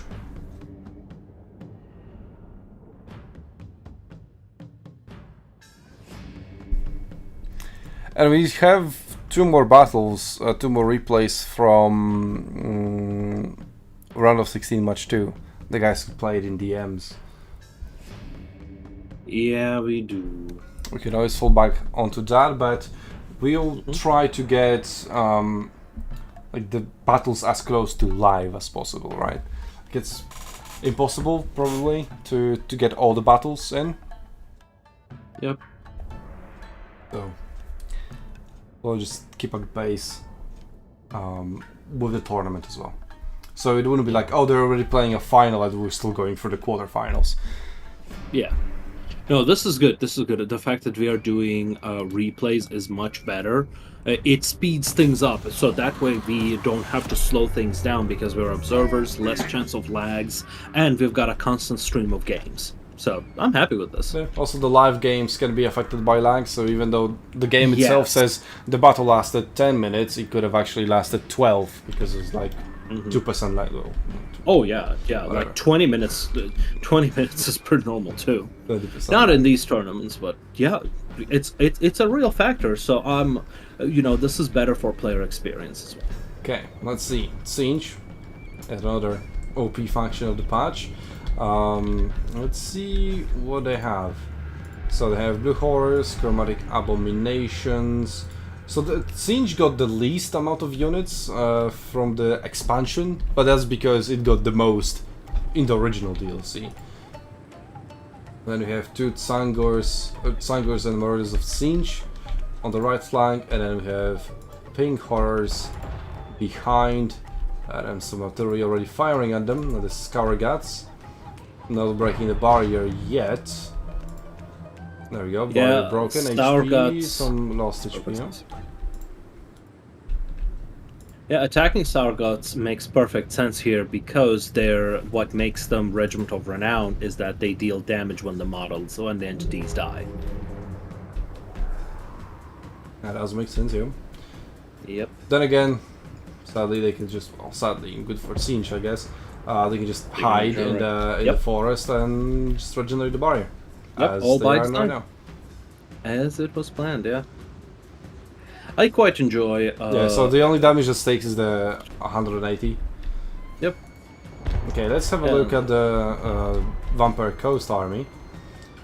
Just a bunch of zombies. That's why I don't really like Vampire Coast, because most of the builds are just zombies.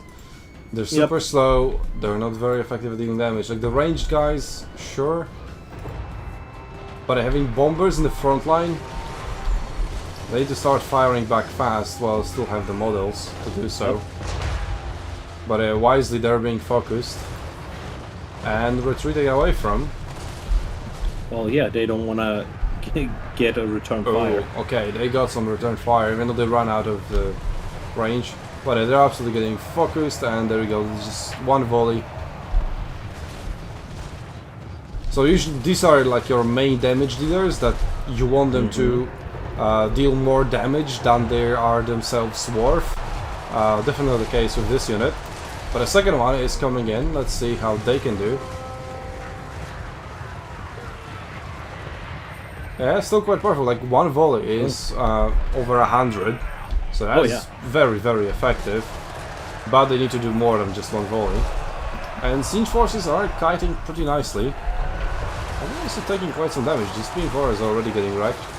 But yet another unit of zombie bombers, whatever. They are in melee. Yep. Like, they should have never been caught in melee. Then again, they have 23 speed, and everything else has 23 speed. That's why I'm not a fan of zombie armies. Lamprey's Bite coming out as well, doing some decent damage. They're very much all about positioning, and they are very unforgiving to the player, but these also guys the are super enemy. slow. Like, they have 45 speed, but they don't look like 45 speed. They really don't. I think it's like large models. Now the Tzeentch Also, sending them general over is to being point number shot one at. just doesn't make sense. Like, just let them stay over there, and you have over here, like, you need to support your bombers, making sure they do their damage, which they clearly haven't. 6 over here, nothing. They've just been wrecked. Yep, absolutely. And I don't think Tzeentch bombers. have 3 points. Go on. I think picking bombers in this case was a very bad idea, just because Tzeentch has the range advantage. They have this high arc units that can shoot over the enemy and have greater range. So, Well, the first question thing is, that would do you bombs. expect the pink plus blue horror spam? Because is it the most common Tzeentch build? I think so. I would think so. They're great value. They are, they're standard units. I like them as I well, would but say. like you would usually just expect them to leave Beast, and again it has been nerfed. Not So maybe against not Vampire Coast. Yeah. I mean, they've got so much range and armor piercing. So it does become like rock paper scissors, like trying to predict what your enemy will bring, and well, if you bring but one thing scissor you can to always rely enemy rock, then you're not going to have a fun time. Exactly. Just like the bombers. This used to be a much bigger problem than Warhammer 1, but now with all the roster expansions, These units are full. They are. I mean, that's the problem against zombie armies. Like everything is low value target. So slow. Yeah, everything's a slow value. Exactly. This battle is quite much more one-sided. I mean, vampire pirates are not very popular and have low win rate for a reason. It's because it is so tempting to bring those zombie armies, because you look at them like, oh, 29 armor strength, melee weapon strength, oh, and these guys have armor piercing, oh, these guys have bombs. So on paper they look very good, but because of their slow speed, it's so difficult to execute all of that properly, and you can just be toyed around with, just like here. Exactly, and with Tzeentch having at least mediocre speed, that's all they need. They just need to be a little bit faster than you. They And don't you need to just outrun everything. keep they just need to regenerating outrun, their barriers as well. Yes, exactly.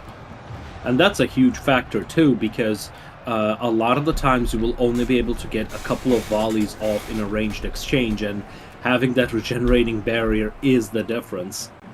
Not to mention, this allows Tzeentch to cast their spells with Overcast with impunity, because all the miscast is going to be eaten by the barrier. You have the foe's victory point.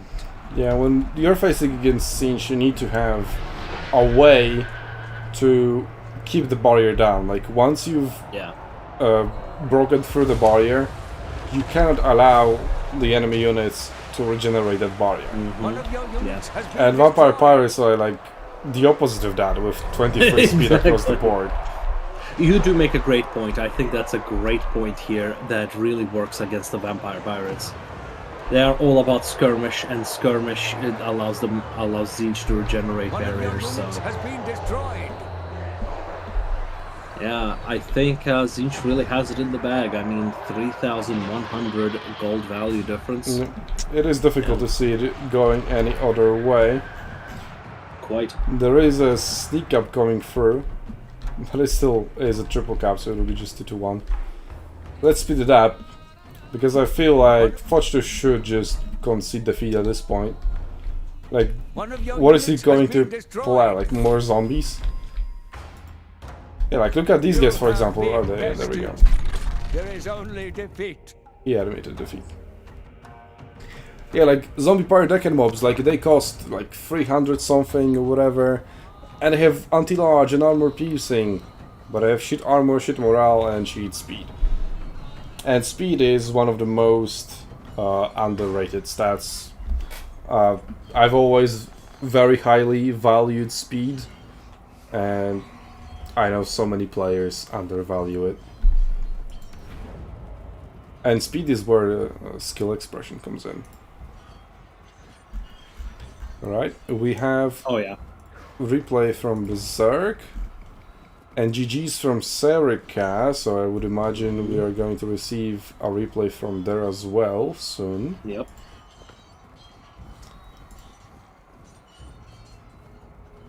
I'm just gonna do this one. So this is the Berrserk replay, so this is quarterfinal number 1 and battle number 1.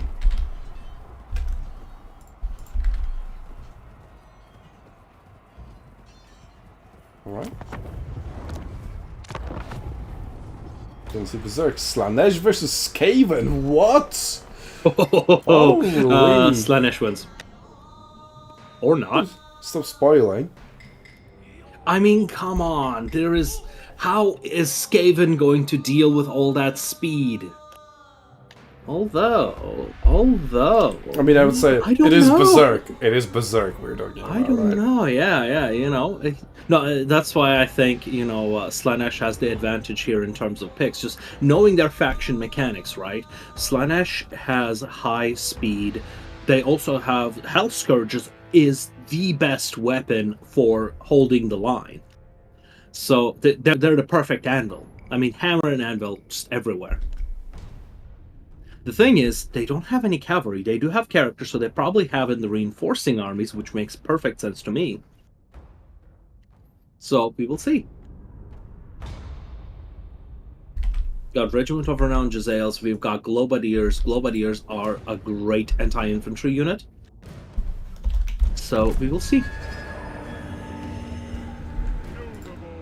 Alright, so Berserk has went for Marauders spam across the board. In a checkerboard formation. Hell Scourges, devoted the regular ones, and then some spears. We do have the Mirror Guard, so Chaos Warriors. I mean, the Mirror Guard would make sense if they reflected damage. That would be cool. There are spells that reflect damage, Yeah, what is their gimmick anyway? but they're good around a hero or a lord. Ah, yeah. Yeah, it's essentially like Zigvold is looking at his own reflection in their mirror shields, and that boosts his ego, which gives him +10 melee defense. If they were reflecting damage, that would be so cool. That would be cool. But Because then, they're super hard to take down because they're super tanky and very defensive. So you need to spend quite a lot of time fighting them, and they reflect quite a lot of damage. also, with that said, that would beg the question, then why don't we just polish all of our shields if it can help reflect damage? Well, so... Concealment bombs, I think they used it. I don't think they have. But Yeah. now they're visible. No, they did use it, and they're not. I mean, they're invisible just because they're in a forest, so get off premature, I guess. Oh, what is this?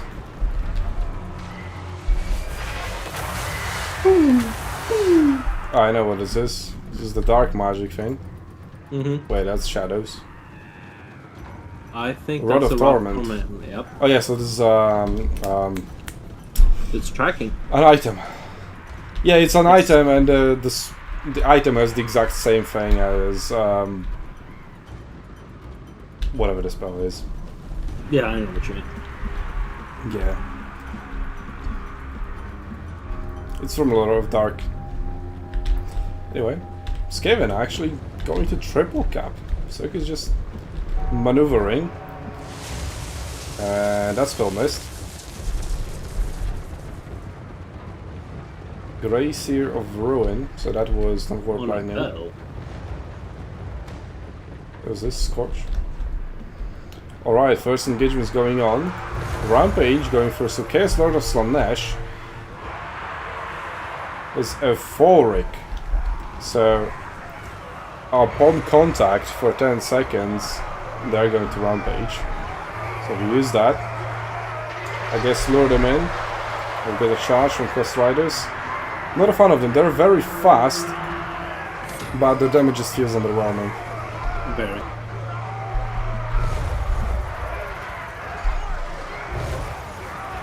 Night Runners, though, they are not going to do much at all. Yep. Agreed, but Eshin Triads are doing a lot of damage on that cavalry, so I think that charge was a big mistake. Instead, they should have been hunting those Night Runners. And they are. They pulled through. They are doing great against that cavalry. But why is this rat over here? He's gonna get wrecked. Well, he's fighting two sorcerers, so the sorcerers don't have that much damage output. That was a big boom. It was. Whatever that was. No. Nope. Oh, this yeah, Dread 13th spell. Oh, Dread 13 spell. Alright, so Slaanesh gaining control of point number 3. Point number 1 being fought over. We have Rat Ogres over here and Pit of Shades coming in on Warlock Jezzail's Regiment of Renown. Very good target. But, okay, dealing alright damage. Half of the unit should be wiped out. I don't know. So, Nope. 32 out of 32 is still alive. Not enough damage. Yep. So, he needs some follow-up damage. And he doesn't have any ranged units. Hell's Yeah, I Riders, that's their job now. To get out of Yeah, these I don't Warlock think Pit of Jezzails. Shades is a good answer to range units at all. Yeah, Flaming would probably be best, but I don't think Slaanesh has access to it, but there we go. With Murders of Slaanesh with 40 speed are punching through. Although Skaven are very fast themselves, Night Runners with 49 speed. Are intercepting. But the Hellstriders now, they can just start picking up these vulnerable units. They have Poisoning the Bodies over here to pick up. Yep, Slaanesh is beautifully controlling the battlefield with superior speed. And Forsaken, yeah, Forsaken Slaanesh is super cool. 51 speed, Yeah. super high damage as well. And very good armor. A little bit of mice micromanagement. Skaven slaves and the Wood Martyrs just chilling in the backline against each other. So in terms of value, it is still very equal. but Yep. I think Skaven rely much more on their formation being kept than Slaanesh does. Slaanesh literally thrives in such an environment because he's so fast and he just quickly reinforce each engagement and just peak those engagements in the first place. And yeah, a lot of rats are routing, contrary to Slaanesh forces. And his Warplug Elves, yep, 300 damage, not very good. Well, they cost 1300. Gracie are doing alright. These sorcerers also doing quite alright. They're just being used in melee. Against Death Runners, sure. They don't seem to pose much of a threat against them.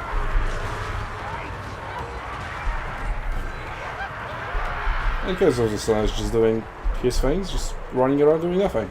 Because why not? Yeah. We have Spawn of Slaanesh, again, super fast, monstrous infantry. Oh yeah. 47, yet on a bit of shades. Oh, there we go, now that is a good cast. One. That's a very good cast. Rat Ogres are not going to suffer that much, but the Ashen Triads, Regiment of Renown, got taken down to half. That's pretty good. There you go. Well, that will do it. Yeah, that's a 900 gold unit. Also, I really like the improvements to the mod. Now they just tell you how much the unit actually costs, like in here, and how much value is left. Like the improvements to the mod are great. Oh, massive. And it also should stop crashing our tournaments. Yes. So in the final, it is possible that we should be able to cast the battles live with the mod on. We'll see. We'll see. I'm really liking this format. Okay, so Slaanesh in control of point number 1 and point number 2. Point 3 has been flipped back in skill favor. Yet another. I think that was pretty much dodged. If there was any damage, then there was barely any. Pretty good scorch across the bottom orders, but. There we go. Warp lightning.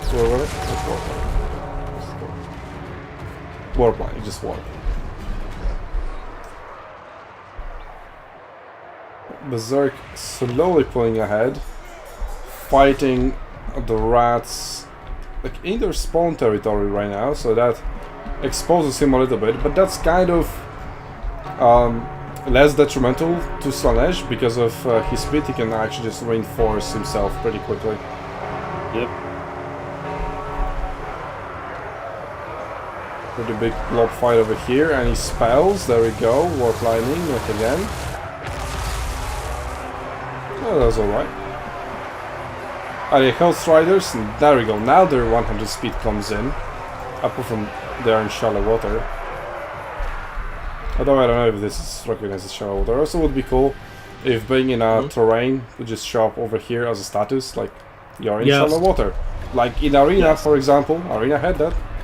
Yeah, and you know what? It was great. Nobody complained about it. It was an absolutely great addition.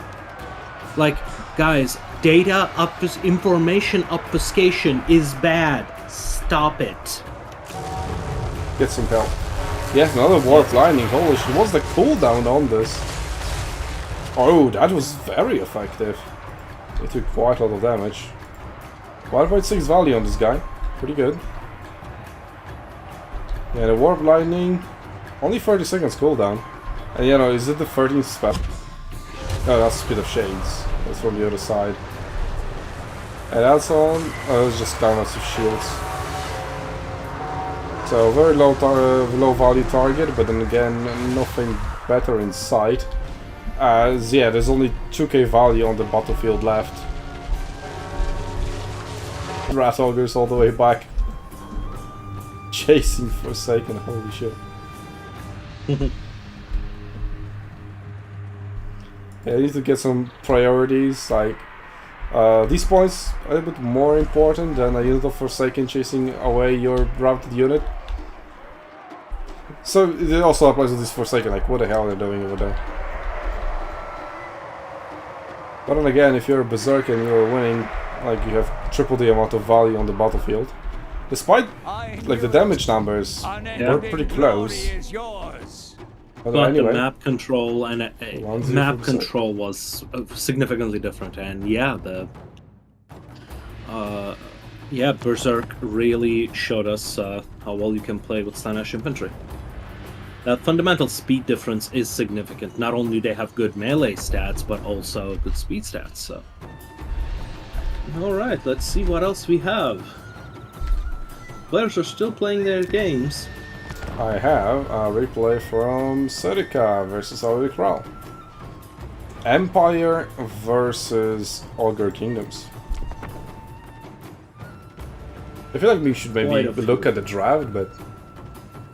Okay. Just battles, right?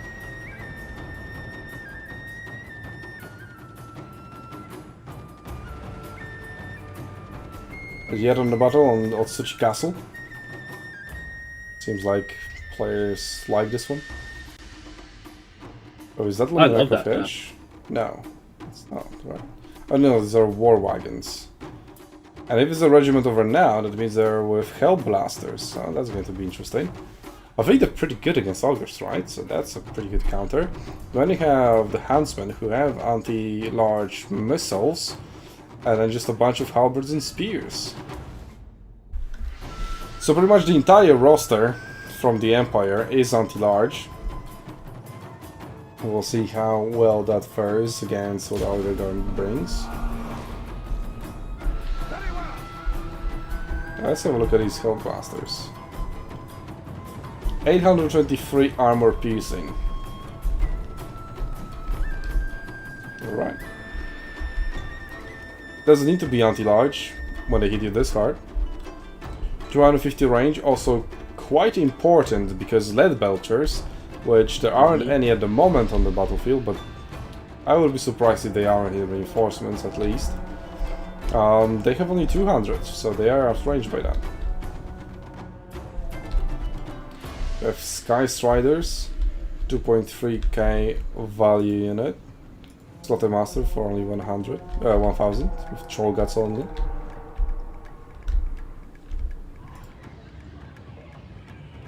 More Ogres being summoned. Empire slowly moving ahead. Well, slowly. They are running, so I guess as fast as they can. Huntsmen are also hidden. They do have stock. Only 18 missile strength, but how big is the bonus against large? 8.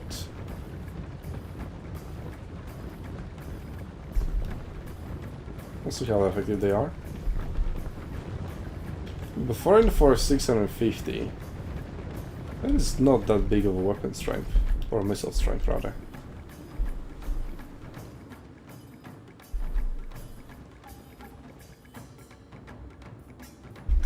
So I'm gonna lower the volume of the game a little bit.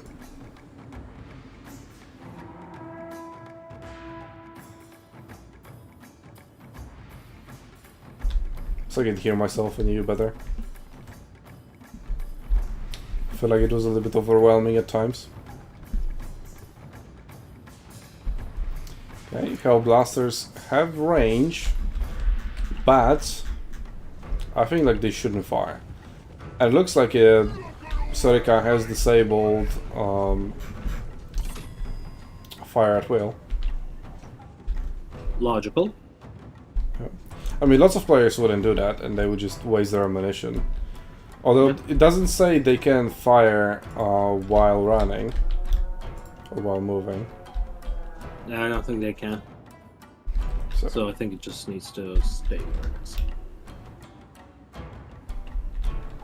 I think they could just walk forward, no problem. Start firing, for example, on these Ogre Wolves or whatever. There are Iron Guts over here. Oh, there's Iron Fists. Oh, there we go. First volleys. Into Iron Fists. That's alright. 25%, yeah. 25% damage. Let's see what the reload is. Just one ammunition. 8.2 seconds. That's pretty long. Well, that's pretty fast. Like, usually it's around 10 seconds. And for artillery, even more. Alright, we've got some flanking maneuvers going on here. Noblars just as a meat shield. And I imagine Ogre Bulls coming in from behind. Sky Striders also looking for their opportunity. Let's see how effective the Huntsmen will be. We also have the Outdoor Griffites, anti-large armor piercing Demigryph Knights. 100 value already, that's pretty good. This guy's 87. So they're just firing at will, but I guess this is still their main target. They might find a gap. Sorika needs to plug it very quickly. Otherwise his Huntsmen are going to get engaged, and they did. Come on, Sorika, don't sleep. You have halberdies right over here. Iron Guts also finding themselves, well, it's Free Company Militia Regiment over now, so I guess it's fine. That is kind of garbage anyway. With that said, we've got some more replays, and one that I really want to see. This is from Berrserk and Lever. We're in this replay now. Just focus on this. What is there to focus? It's a pretty standard... Sky Striders coming across and into the Outdoor Griffites. So 1.8k value versus 2.3. And Outdoor Griffites are kind of getting wrecked. They're poisoned as well and frostbitten. That's a lot of speed loss. Barely intercepting the charge before they got into Huntsman, but yeah, Sorika, yeah, he lost unit of Huntsman over here due to just not seeing the unit of infantry coming through the gaps in his formation. So really well played on Alrik Ralph's part to just, well, see the opportunity and use it. Could have been a trap, but a trap needs to be sprung. If it isn't, it's just a blunder. And the other unit of Huntsmen getting routed. Yet both of them are not being utilized at all at the moment. That's the power of Ogre Kingdoms, right? That you just punch through your front line and go into your back line, like whether you like it or not. Yeah, when your main line is made of monsters, of course you're gonna pull through. But the downside of ogres is that's the only trick they've got. Oh yeah. And now those ogres are getting shot at. Could have been like fallout by a spell or something. Otherwise they just could have moved for a while and that's it. Hellblasters, 1000 value. They need to work Captain in here. Otherwise this isn't going to go well. So really well executed rush strategy by Alrik Ralph. There. Nerexa a little bit blunder here and there. Not watching out for his Huntsman, but then again, little he could do. And some more spearmen coming out from reinforcements. These are the ones without the shields. Not like these shields are going to be useful anyway. I wouldn't say it's over yet, but Ogre Kingdoms definitely have the advantage. While the Griffites not doing that well. That's another unit that absolutely needed to do well. What is Sky Striders? Oh, there come the Lead Belchers. Coming in late game. There we go. Yeah, those Sky Striders. Yeah, they're doing much better. 1.4k value and haven't lost any health pretty much. Troll Guts, they're getting healed. Yeah. I mean, Outdoor Griffiths were also being healed by Earthblood, but Earthblood isn't anywhere near as potent as Troll Guts. Yeah, I think there's like a 4 to 8 time difference. Yeah, even more. Yeah, Troll Guts like 0.8%. 1.4 on these guys, they might just pay for themselves. Huntsmen have also managed to come back. So like their initial volleys were very good, like one volley and already over 100 value. But how many volleys you gotta follow that up. Yes, exactly. Are you gonna be able to keep shooting that? Oh, fear coming in from the Griffites. That was pretty nice and pretty clutch. Otherwise the Huntsmen would have been engaged in melee over there. And now they can focus on the Lead Belchers. They can. Should be fine. Yeah, they will be fine. All they need to do is just turn around and fire at those Demigryphs and they will be annihilated. They've got how many? 6 Point number models 3 left? kinda up for grabs, but I don't think Empire really has resources to send anything there. No, they Then really again, not. they They're do very have strange advantage on the battlefield at the moment, and then there goes. Still very, very close over here, right? So could still go either way. The points are also pretty close. And Knights got wiped out. Yeah, so it looked very good at the beginning for Ogre Kingdoms, but Ogre Kingdoms also ran out of steam at a certain point. And it seems like that point has come. And yet only a lot of demi-aggressive halberds, just not the regiment of renown. And this is also a very kind of lore-accurate Empire thing, is that they don't really run out of steam. They keep throwing bodies at the problem. And Sounds you like know what? Romans. As long as your lines don't break, and they can recover, they can still push back, and that's what we're seeing. Like, the tide has turned simply because Empire was more stubborn. Spamming cheap spearmen who have anti-large, so they should trade pretty well against anything, because the only thing that isn't large are noblars, and noblars are shit anyway. So spearmen for 300 are going to have a roughly equal matchup against them as well. Has been getting some more value, 700 on these guys, despite having lost half their models. And then trading into lead belchers, who themselves aren't doing too well. Yeah, these guys aren't either. What is Demigraph Knights now? They should be coming around here, going after the Sky Striders, going after the lead belchers. Here they are, in the center, standing still and within the range of lead belchers and being actually targeted by them. So yeah, not a good outlook. Gotta move them. At least out of the range. Out of the range it is. And yeah, Empire re-established control over points number 1 and 2. Point number 3 also possibilities, like wide open, just send a good unit of infantry over there. Like from here, and it should be yours as well. But I think they're comfortable with just holding these 2 points, not stretch themselves too thin, just hold those points and they win. And now those are those gunners or free company militia? Could be more. It's free company militia. It could be an insurance policy to just go grab point number 3. Yeah, it could be. As the old saying goes, if it's free, it's for me. Oh, there we go. That is a good net. It's preventing these Sky Striders from having an impact at the moment. Are a massive problem. Now they're going to countercharge, and they now walked those guys into are going to. Well, they just walked into it, and then Demigraph Knights got a charge because of that. And now you can also focus your range fire over there. The Hell Blasters are here, as well as the other war wagons. So the Hell Blasters are literally 1 ammunition left. But 2.6 value. 2.6k. Yeah, they after the initial. Good. Yeah, there we go. No, not out of ammunition, still 1 more left, but I'm summoned and he's gonna get like 600 over that. I think Alrik knows that, and he's like, nope, you're not getting any more value out of these guys. I am charging you in at my detriment. Oh well, Spearmen with shields are literally going to shield the war wagons, and they should be able to retreat sooner or later, as long as Sorika gives order to retreat, because in melee they are definitely not doing anything. And there we go, that's the order to retreat.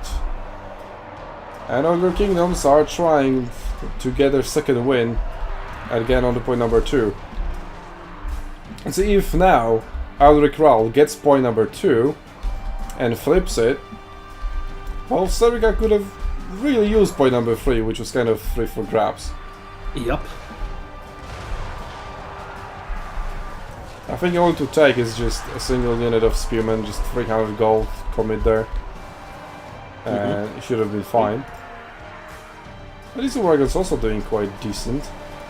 Oh, Marcus Wolfcard, okay, and does he have any nets left? No, that was his last net over there. There's also almost out of ammunition as well.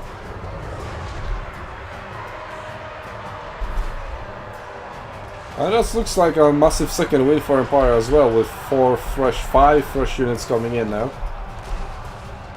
Still really anyone's game. Oh yeah, very much so. Alrik Stral, a little... Who's gonna win. Well, he's about triple cap again. Point number 1 still holding for Empire, but not for long. Mm-hmm. They need to regain it. Point number 2, quite a lot of Ogre units over here, all on low health, but quite a lot of them, so put together there's still like 2-3 units worth of health. Oh yeah, that's triple cap, 2 units away from victory for Alrik. And Huntsmen are being summoned to go on to point number 3, as well as some retreating spearmen getting the opportunity to walk over there. I mean, Huntsman is a sneaky idea, right? Because they're stock, so you can walk up all the way to the point and just get it. And then you would need some cavalry ideally to deal with them. Which are being tied down, but it's more than cavalry now. Oh, Marcus Wolfgar actually survived, and I think he got a heal from the wizard. Let me raise the stakes on this match. Hardress Warrior just announced that he's dropping out. Okay. So whoever wins this is going to go to the grand final. There we go, that's kind of an announcement that I am accepting. Okay, Serica is capturing 2 points, both 2 and 3. 3 is uncontested, though Iron Gods have been summoned. That is quite a powerful unit. But isn't going to make it there in time. Spearmen being set ahead, very good. And then Huntsmen already targeting them. That's also correct. But they need to punch through the Spearmen and just go immediately onto the Huntsmen. It's a fresh unit of Huntsmen as well. No damage dealt by them at all. Unless the mod somewhat resets it. And yeah, now forces are kind of all over the place, so I would say Ogres have the advantage when the battlefield looks like this. Empire needs their battle lines drawn so they can properly protect their Huntsmen. So there's a double line of Huntsmen, one protecting the other, but the other is also being charged by Saber tasks.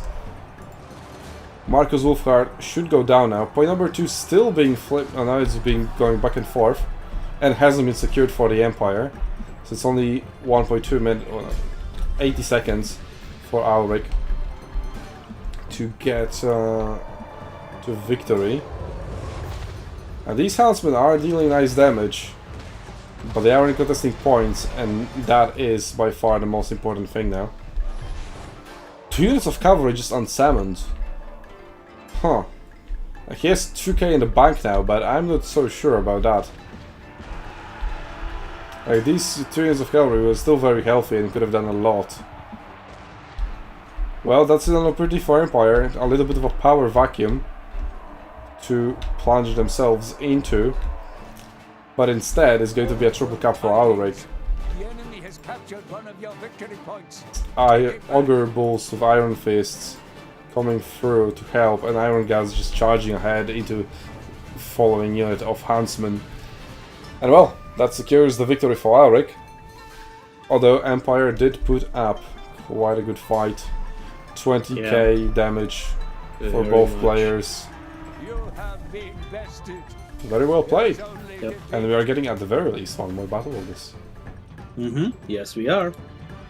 Next, I would recommend to get one from quarterfinal match 1, the second game. They have just completed it, and I'm really curious to see how did that turn out.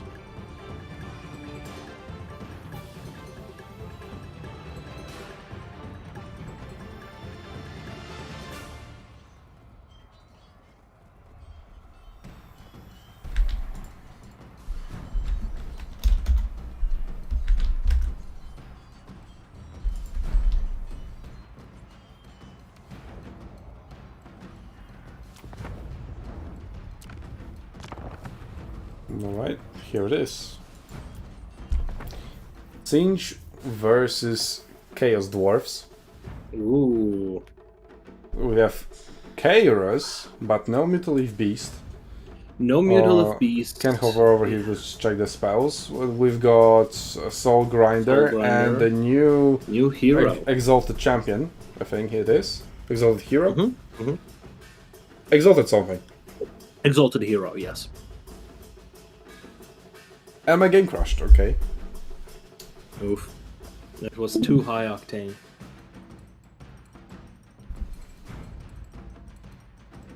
Okay, while you do that, I'm gonna heat up some food, and we'll wait on the results reported from our players.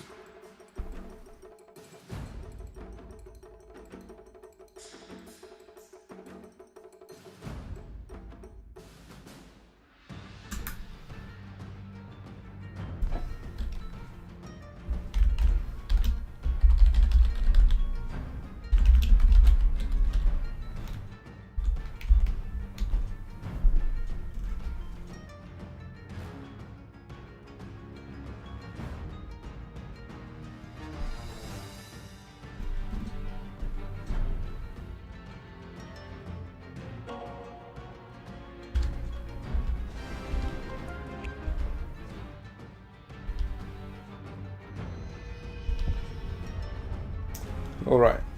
I would like to take this opportunity though to have a look at the drafts.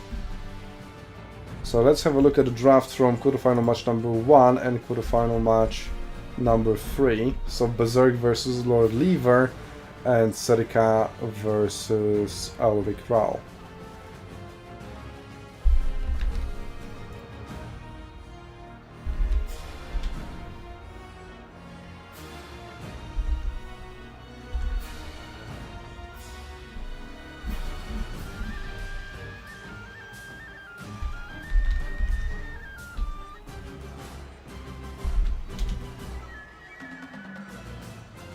Alright.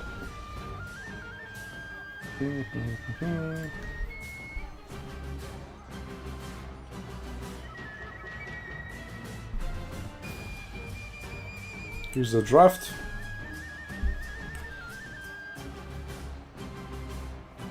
Let's take a look how it played out. Was the first pick. You didn't just pre-plan. Tzeentch was the first pick.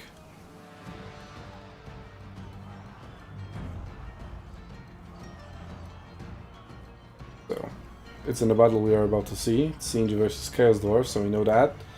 We also know Skaven and Slaanesh. Well, we could do this, since they're taking so much. Kislev being picked, okay, so Kislev is going to be potentially in game number 3. Greenskins Band, Lizardmen, Dwarfs, Empire, Warriors of Chaos. Now we'll leave our picks. Let's see. It's the Skaven. There's Kislev versus Tzeentch. Elves Band immediately. We'll see if Greenskins Band follows. There it is. Britannia Beastmen Band, Tomb Kings, Empire, Dark Elves, and Ogre Kingdoms. Serika picked first, so he picked Empire. And got countered by Ogre Kingdoms. I will say countered because Empire is an alright matchup in the Ogre Kingdoms, as we've seen. It was very close. And well, now they can miss them. Well, we could see what the battle is, what they've picked, but let's just focus on the battle we already have from Berrserk and Lord Lever.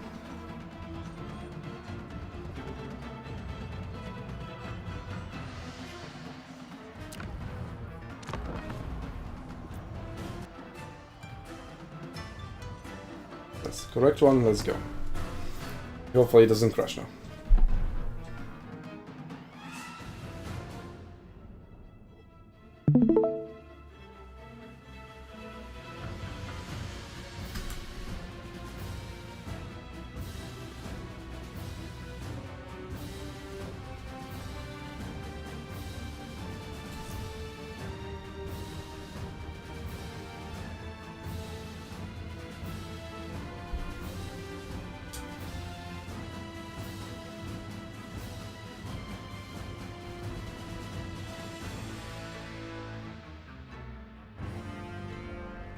Alright, let's have a look at the Chaos Dwarf roster. We've got Sorcerer Prophet of something. I think, I don't know. It's difficult to say. It's not the fire one, because he looks a little bit different and he's the most popular one. And then we have Infernal Ironsworn, I think those are. Then we have the Flaming Regiment of Renown.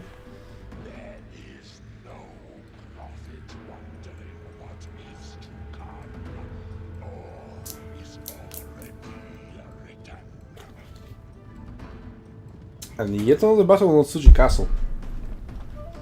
Have map pool of 5 maps. And yet I think that SUNTZU Castle has somehow ended up being played in all quarterfinals. Okay, Saucer Prophet of Metal. We have the Blazing Beards of Basharak. Infernal Ironsworn, the guys with Blasting Chargers.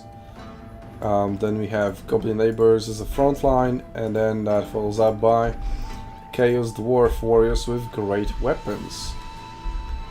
So I guess he's expecting Chaos Warriors, and well, he is right. There are 2 units of that. We have Friends of Blue Horrors, and the Sour Gods, the Pink Horrors, and a Soul Grinder. Let's see what he'll focus on. We also got the Blue Fire of Tzeentch, doing only 20 gold value as damage, so not that well. Soul Grinder is focusing on the Sorcerer Prophet. Well, it sure did hit for 400 value. What? Is that Sliver of Hell for 400, or did he hit something else as well? What is happening?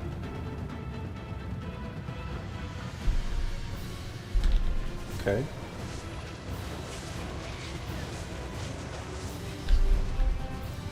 Blue Horrors. I can punch the Goblin Laborers, nobody cares really.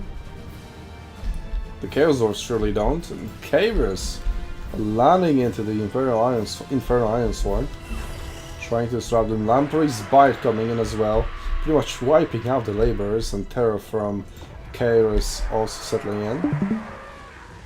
Welcome back, Artyom.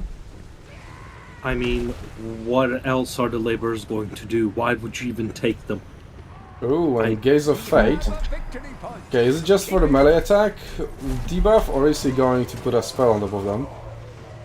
That is a spell that I forgot the name of.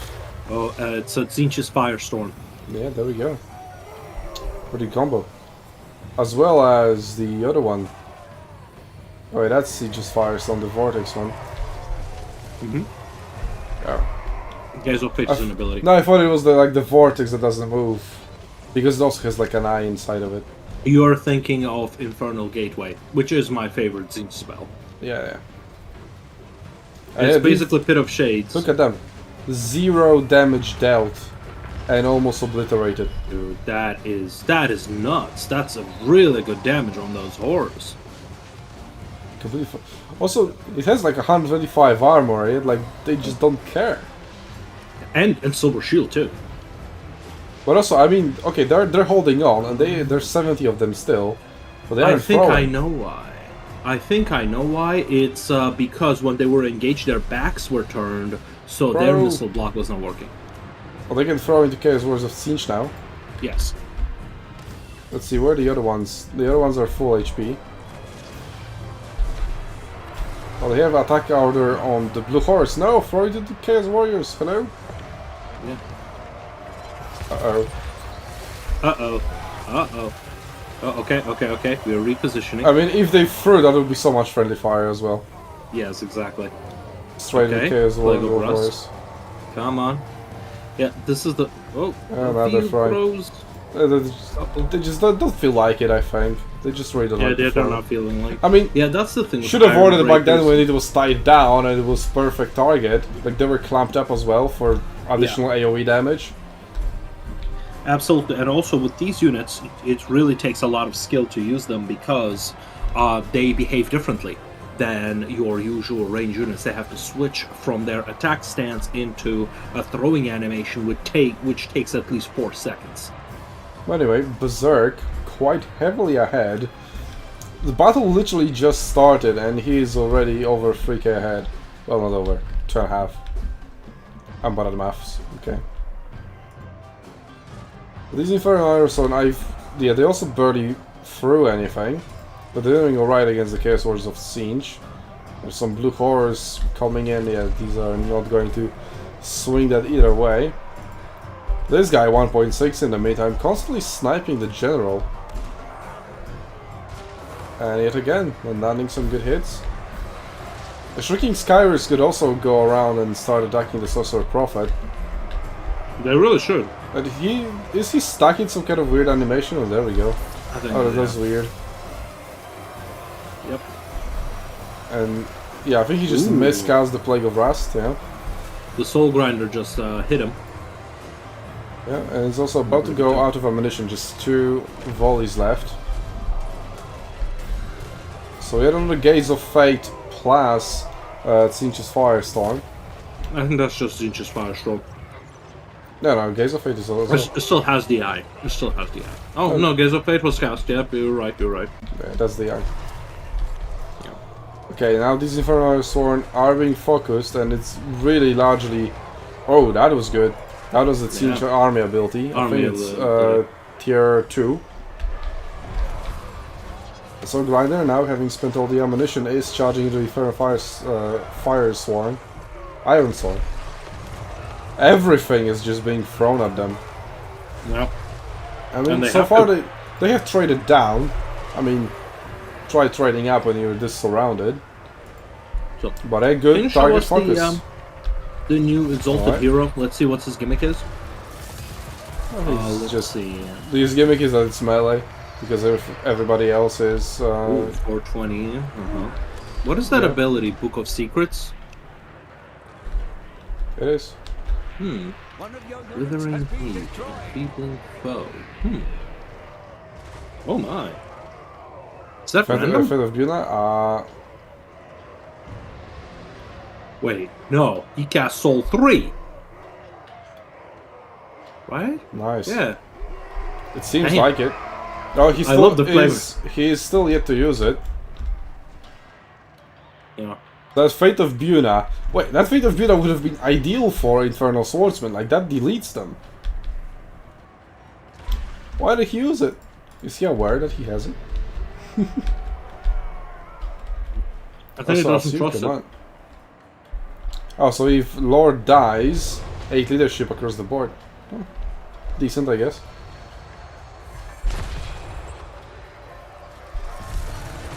Okay, good. He got 1.1k value and barely took any damage. That's pretty good.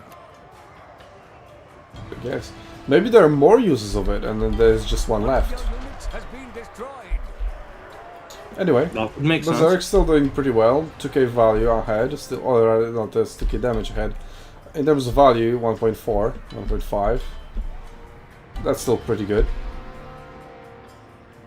But Chaos Dwarves are somewhat bringing it back, which is weird, considering the huge initial Tzeentchian advantage.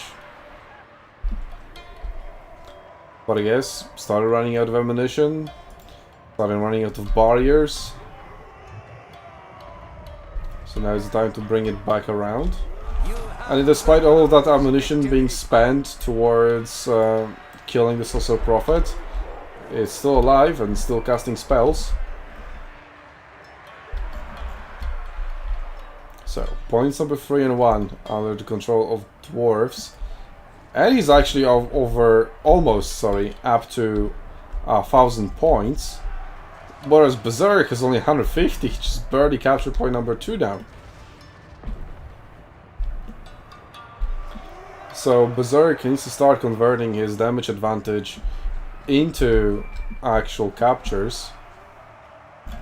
Doesn't look like he will be able to capture point number 1 anytime soon, he just doesn't have solid infantry numbers over there.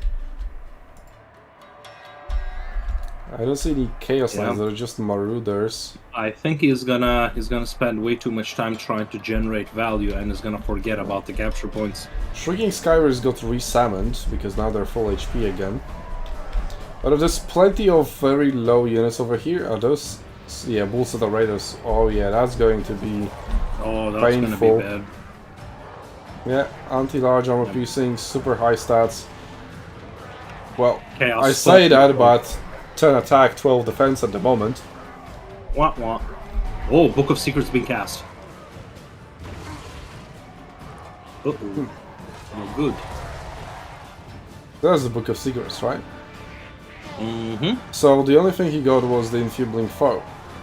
Because it's all 20 seconds, so it should be also must be random then. Yeah, I think it was random. So if it was Fate of Buna, then holy shit, that would have been great. Yep. Against boosting the renders, but well, it wasn't. But then again, they're already down to half HP, so that's pretty good. But now they have their stats back. So not as good anymore. Okay, let's have a look across the bottom of Berrserk. Down to only 600 advantage. Yeah, Karis is on top of him.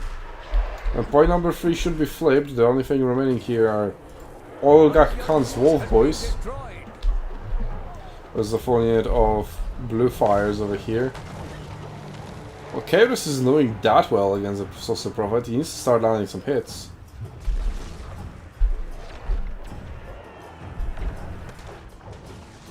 What was that? Was this just his attack? Like weird animation? Yep, just weird But animation. it just doesn't seem like he's taking any damage. Oh, there we go. Yeah, apparently. Well, luckily for Berrserk, he doesn't need to take damage in order for, you know, point 3 to be captured. But I've got enough time for Hobgoblins to show up. It looks like they're just going to give up. And the focus is going to be point number 2 instead, which is being held by Horsemen, who could be just charged away by boosting the renders, but Lord Diver is just not micromanaging them. Exalted Hero, yeah, he's on arm piercing and anti-large as well, while being small. Well, doesn't matter, he routed. He did route. 100 armor is also pretty decent, 75 when exhausted. Yeah.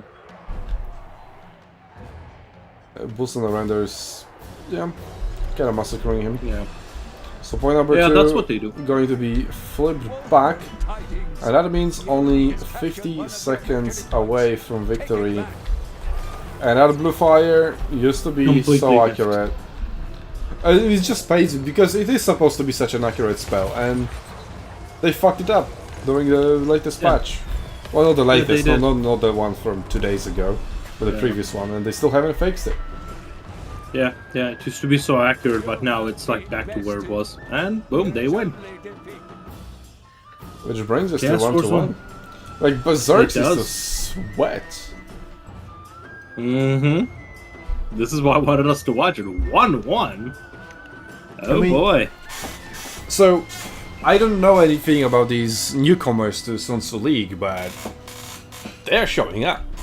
Like, if you're know- beating Berrserk, who is like one of our 3 champions, then that's pretty big. That is big. I do know they're Russian. They know each other.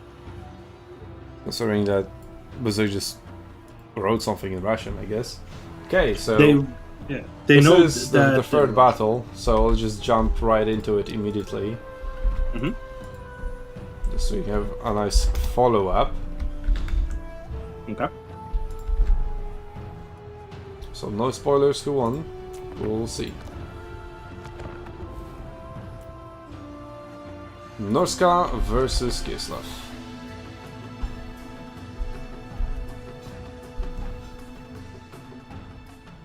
Lost Temple of Sotek. Okay, so we've got the Elf Brothers of Thor with Patriarch to heal them.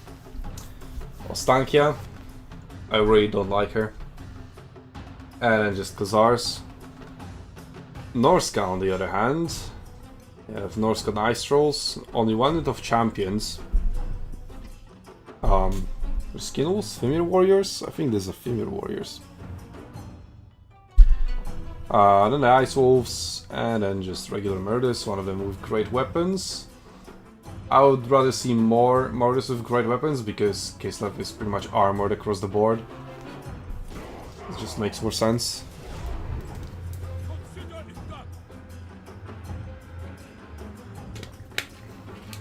Okay, let's have a look at that. Oh, those are Norsca Astrals. Who are the other guys? Yeah, female warriors with great weapons. 95, Armor piercing, anti-large. Norsca Ice Wolves charging forward.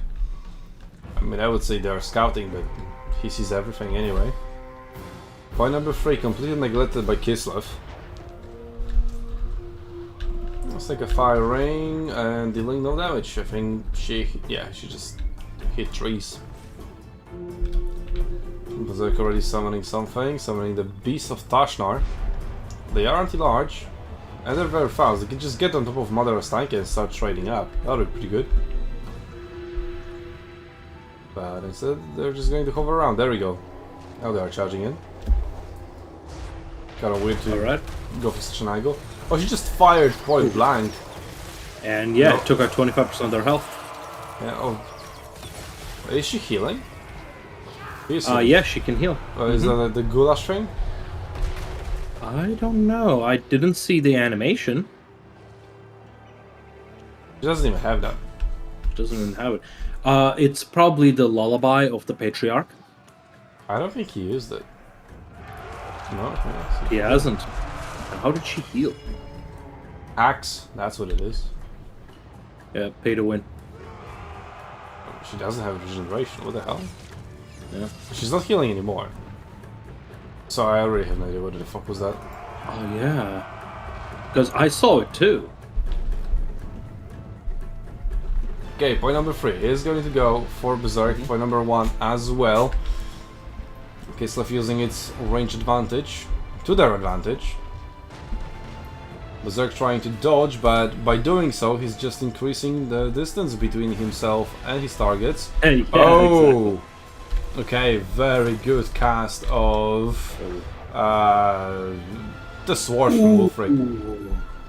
There we go, C5. That was, yep, C5. That was good. But did you just see Ostanka shooting those javelins and taking out about 30% of their health in a single hit? More like half. Yeah. Alright, first major engagement of Brothers of Thor are in it. Got a It's strength like a spell being spamming, casted. whatever it is. Is this it? Vengeance Yeah, of Spirit. I think it is. Yeah. Ooh. That is pretty strong. Silenced. Yeah, that's a new thing. Wait a minute. That thing does that direct area of attack damage? Because I think that's like better than direct damage area. Yeah. Trader Kid? That's better. Oh, better than good final luck. transmutation. No, that's final transmutation. Final upgraded transmutation. Speak across of the devil. 5 units. Yep. Ah, that's a big comeback as well from Berserk. Huge value. Let's have a look. 378. I would expect more, to be honest, from that. Yeah. So what it is? Ooh, that's, nice damage on Wolfric. Final transmutation actually wasn't very good there because final transmutation is a lot like an area of effect Spirit Leech. It's great against single entities. It will do look some at damage Spirit, against the though, big ones. doing so much damage. Like those bars are literally melting in our eyes. Oh, it's actually both single entities and infantry. What the hell? 2.5k value on Ostanka already. What the hell? Yeah. She's got massive range attacks, beautiful spells. Oh, the Patriarch is almost dead though. I hope he used this heal. Just saying, but Berserk could have first picked it. Yeah, for that lore of hags, I think that's a better than Everett, like, a better version of Final Transmutation. Yeah, it's just good against everything. While Final Transmutation is just good against single entities. And also it silences everything around it. And can you take a look at the Final Transmutation? I want to see what's the Winds of Magic cost. Final Transmutation? Yes. I think 16 upgraded 20. 17. Yeah. Okay. So hers is a little bit more. Wolfric is out. He Wolfric dealt is out, 1.6 yeah. himself, so that's alright. But That's alright, with but his like- counter our champions, and he's like directly in melee with Ostanka, he should be And the wrecking bears. that. And the He bird. should have been, but you know, with all those spells, it just couldn't stand his ground. He's doing quite alright at the moment. Where's the Patriarch though? Oh, over here. Patriarch got wrecked. But doesn't matter, as long as he can heal. Just get in here, heal Ostanka, heal the Bear Riders. And this damage is still going on. The armored Khazars is just really good at holding the line. And we've got Griffin Legion charging in. And if they charge from the front, it's as if they're flanking you. They're good at new bullshit ability.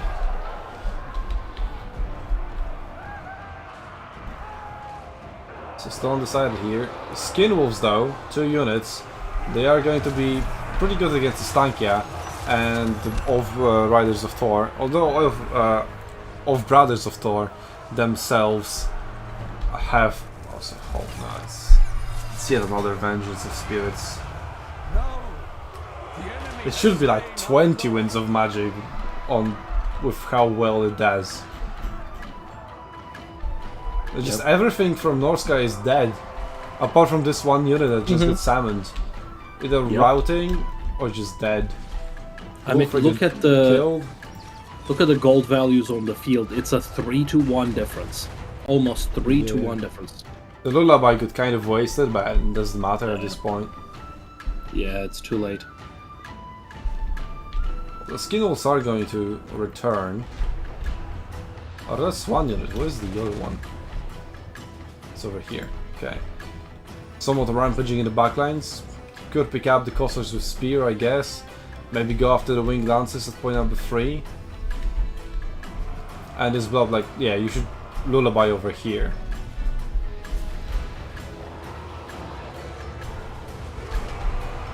Yep. I'm just in sheer disbelief just how OP your Stankia is. Yep. 4.5.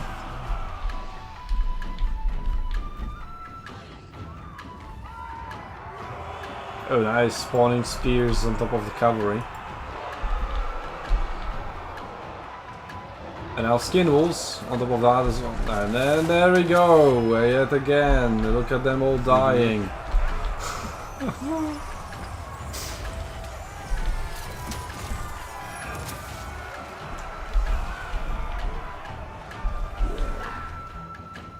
I mean, Berrserk kind of has himself to blame for not first picking the Kislev. Yep, there's a reason why they're always picked.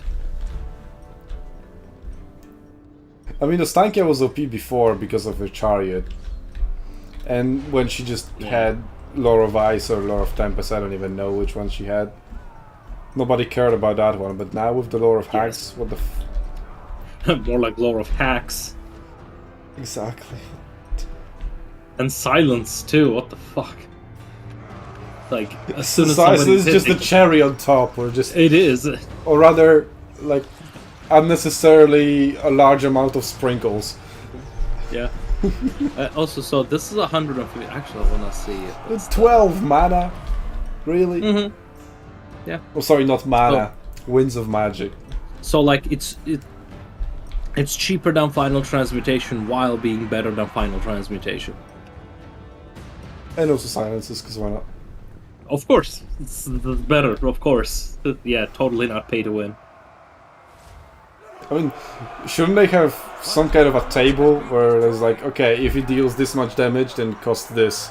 If it has this effect, then it's additional cost. I don't think they have like a table like that. Or they do and just purposely choose to ignore it. Wolfrek has been resummoned. Wait, he's on foot? Mm-hmm. That's nothing new. And it makes him small, so invulnerable to anti-large bonuses. Yeah. But also it's more difficult to engage. For him to engage, I mean. Okay. Hunter of Champions on the Stankia. Looks like she doesn't care.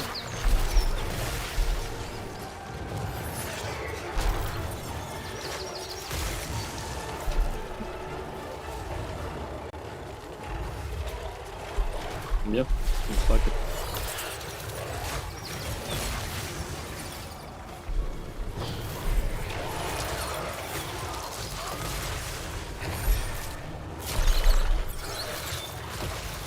$5.3. I wonder if it's like a record. Have you ever seen a unit in our tournament deal more than 5.4? This might be the most we've seen yet. Like, I'm not sure if Imric got over 5,000. 4,000 for sure. I'm not sure if it was above 5,000, but, well, she's 5.5 and still going. A unit of Skin Wolves, a unit of Norsca Ice Rolls, and then more the Horsemen. If she casts yet another spell, well, at least she doesn't have Winds of Magic. Okay. I really don't think they tested any of this. So the Spirit Bar.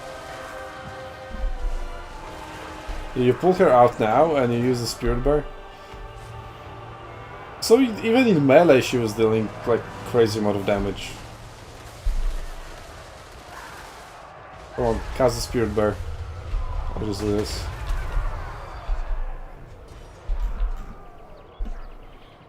You have been bested. Berrserk. There is only defeat. Well, Yeah. is that the first time ever when Berserk doesn't get into the finals? I don't know. But yeah, looks like it. Maybe. That's definitely something. Alright. Let's have a look at our other quarterfinal. Number 3. We do have another replay.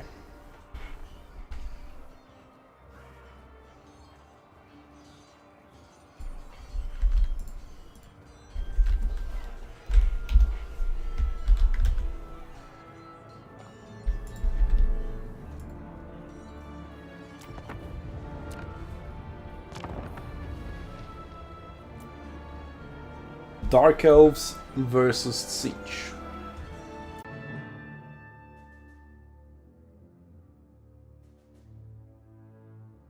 You see, so Berserk just really wanted to meet with Hlidin.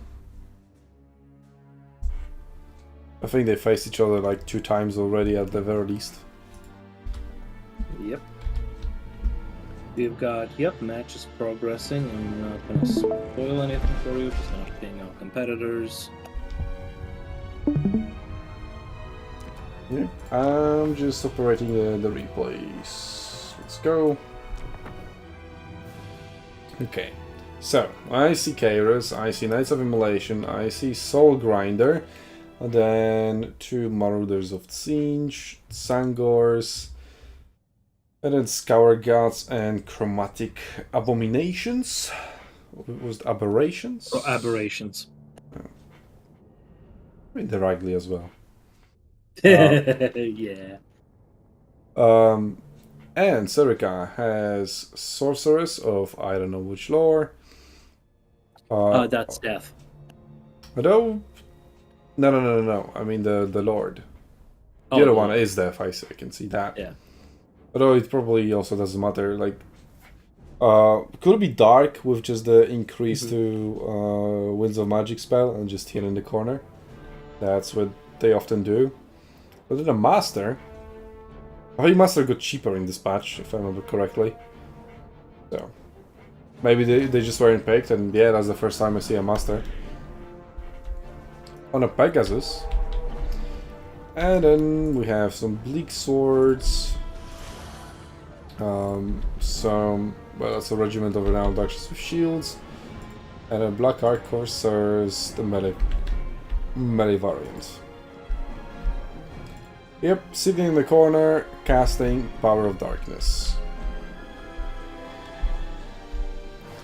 It's not that good of a spell because I think it just gives like +4 or something. Like it takes 4, generates 8.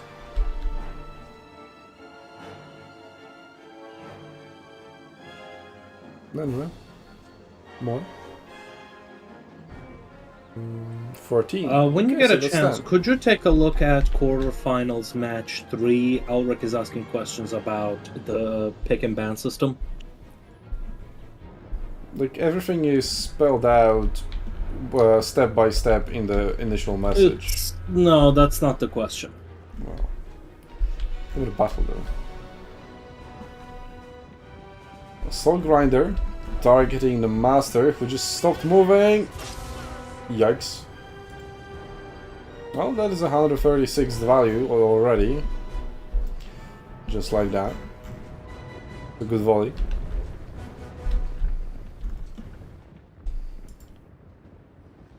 We have Change Bringers. Okay, that's a new unit. So they're essentially flamers of Tzeentch, but on discs of Tzeentch. But they're not Change Bringers of Tzeentch, they're just Change Bringers. And what's this? Okay, the one is, I thought it might be like different types of ammunition or something. They're very glass cannony, so they need to be careful. Although there's only one range unit, well, two now. This one got summoned. They need to be careful. They have only 90 range, and there we go. That's a Barry gone, but that's alright. They can take it on the Barry and then just scatter. That's fine. In terms of actual damage, they took 200.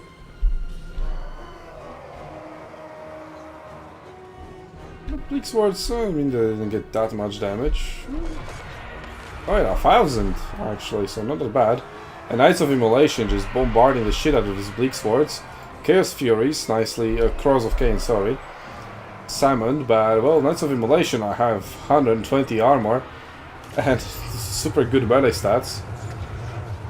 And that's why Fate of Buna is super effective against them. Pretty good cast. Soul Grinder has lost most of its barriers. There's another volley from the Changebringers, very effective as well.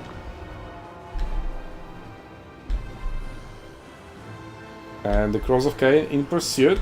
Now targeting the Changebringers, that's the correct target.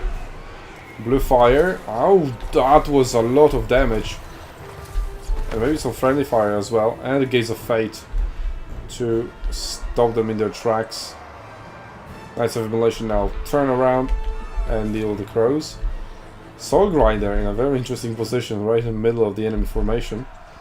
Some Shades coming out as well. And another unit. Yeah, that's another unit. Ooh. Nice volley there by the Changebringers. Now they're being supported by the Screws of Tzeentch, using the Lamprey's Bite into Bleak Swords. But I'm still flipping in favor of Dark Elves.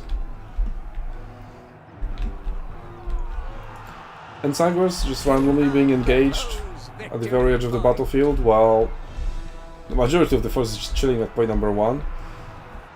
So I guess the tactic from Alrik is just kite around using Lamprey's Bite, using Changebringers and Knights of Immolation. But if Knights of Immolation get close, they just get another Fate of Buna cast on them and that's over.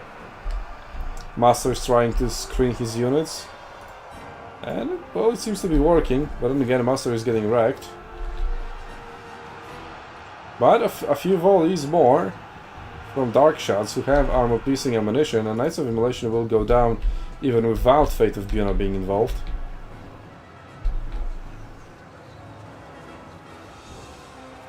See, now they're lining up above Bleak Swords. No. Well, Bleak Swords in an attempt to dodge, but Knights of Immolation, instead of dropping the bombs, they just engaged. Yeah, they're almost dead. 600 HP left. Will go down anytime soon. Now Crows of Cain going after the Changebringers. Volley into them. That should largely stop them. Now tier 3 Tzeentch and army ability, wiping out most of the Black Ark Corsairs and Shades with dual weapons. That's pretty big value. Brings the value on the battlefield to equal. I call them Dread Knights into the Chromatic Abominations. See, it's Abominations, not Aberrations. I was right.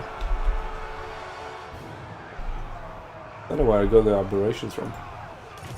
And more like Riders of Shields, this time into Marauders of Tzeentch.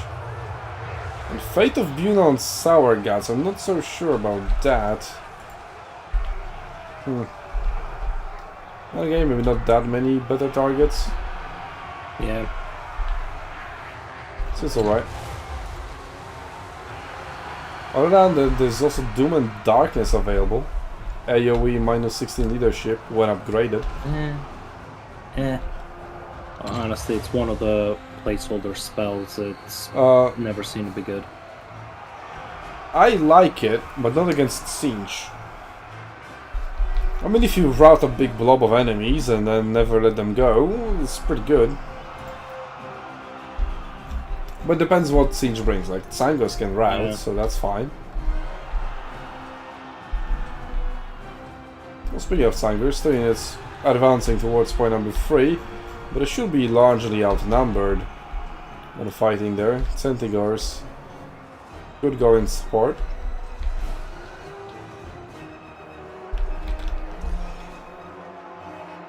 Changebringers still 12 out of 12 alive, managing pretty well. Master is engaged with them. Changebringers still have some shields, but if Shades start shooting them, which they aren't, and now Changebringers are going to shoot the Shades. And there they go. Well, they're still alive, but one more volley should spell their doom. Kind of all over the place, but point number 1 is going to be flipped in favor of Dark Elves. Point number 3 already flipped, but it is Tzeentch that is slowly regaining it. Victory point. Shrieking Skyrays out of barrier, but still full HP. Yet another unit of... oh, it's actually Crows of Cain re-summoned. In the previous life, only dealing 5 damage as gold value. And again, go against toe against Shrieking Skyrays. Actually wrecking them. Shrieking Skyrays are anti-large, but Harpies are small. Another Lamprey's Bite, probably on Dark Riders of Ripping Crossbows. And Gaze of Fate, like this unit wasn't moving anyway? Why? What? Yeah, that was pointless. Oh, okay. Now that makes a little bit more sense. Oh, that makes sense. I'm still catching a little bit of Dark Riders over here. And he really wanted that unit dead, wow. Damn, he did wipe it out. Maybe he... it's probably because he wanted Shrieking Skyrays to be alive. You know, I just realized the Well, they just run away. Exalted Hero is currently on a disc. And they're getting bearded. So now that it's over for Shrieking Skyrays. Oh yeah. Those are goners.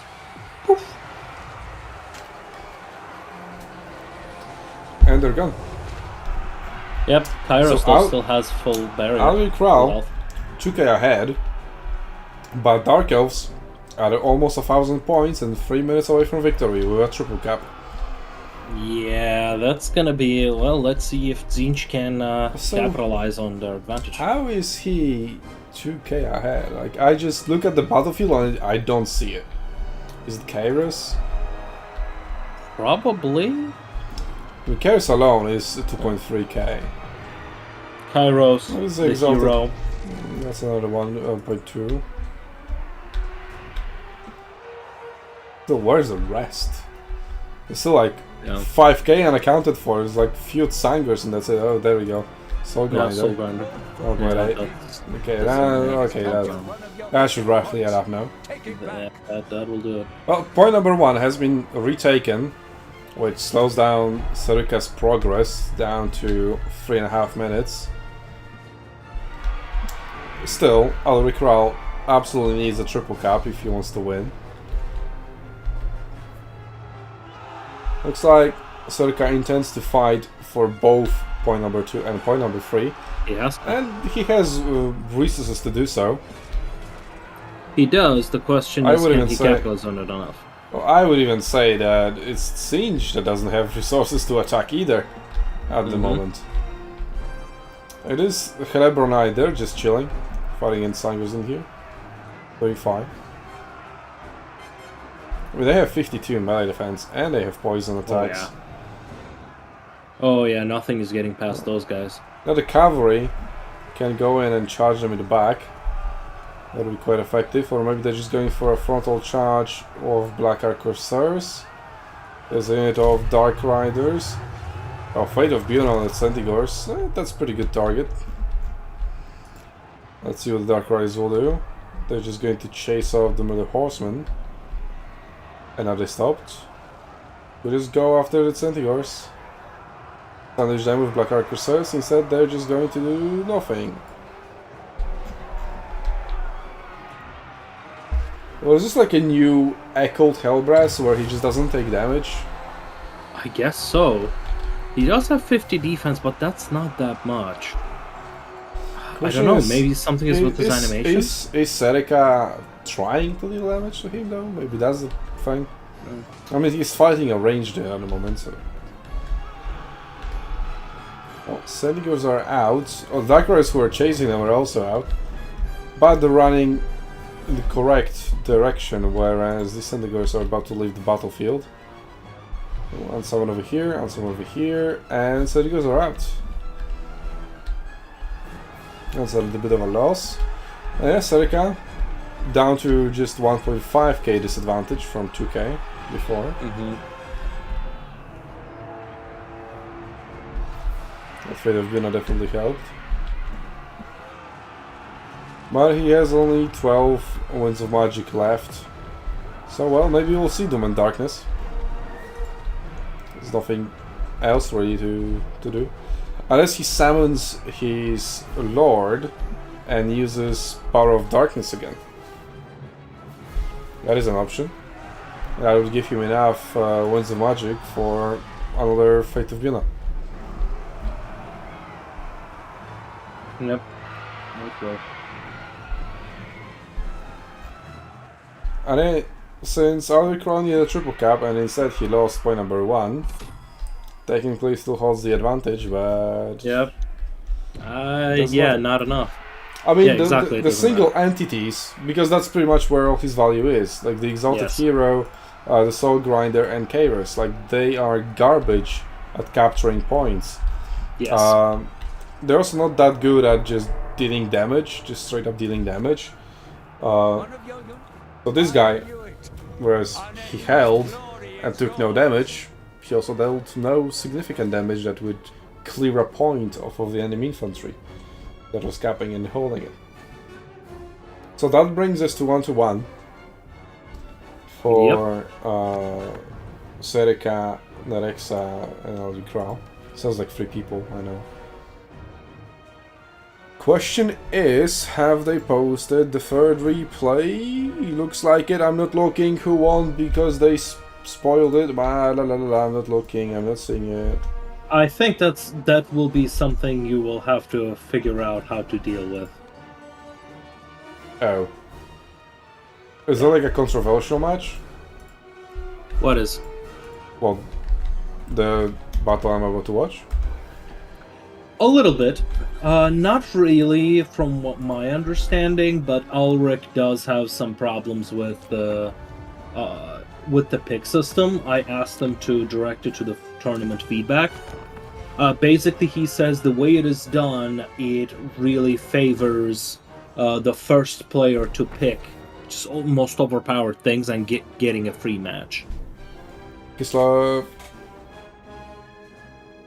take it up to CA for making one faction much more powerful than any other. Yeah, but we're supposed to be mitigating it with the pick and ban system. That's why it exists. Yeah. So I think I think the feedback is very fair, but like, yeah, we'll have to figure out a way. But why are we? Why do we need our rules to mitigate CA's bad designs? Incompetence. That's exactly why those rules exist. Otherwise, we could have just said, you guys pick whatever the hell you want and just go for it. Like, yeah, because like, if you think about it, like in Magic the Gathering, designed by mathematicians. Let's say Warhammer is perfectly balanced, right? But there still exists matchups that you want to go for and you want to avoid. And that's where the pick and ban system comes in. And Stankia, shut the fuck up. Same thing with Magic. There are, multiple matchups, multiple cards that will not do well against specific cards that are currently. But in that overall, rotation. everything is well balanced, right? Not really. Well, anyway, it's the way it should be, but when it isn't. Yes. Oh, that's ideally. That's a catapult already cool. destroyed. What is it? That's a catapult gone. Damn. Says 81 value, but that was much more. Well, he already abandoned it. Is he going to unsummon? Interesting.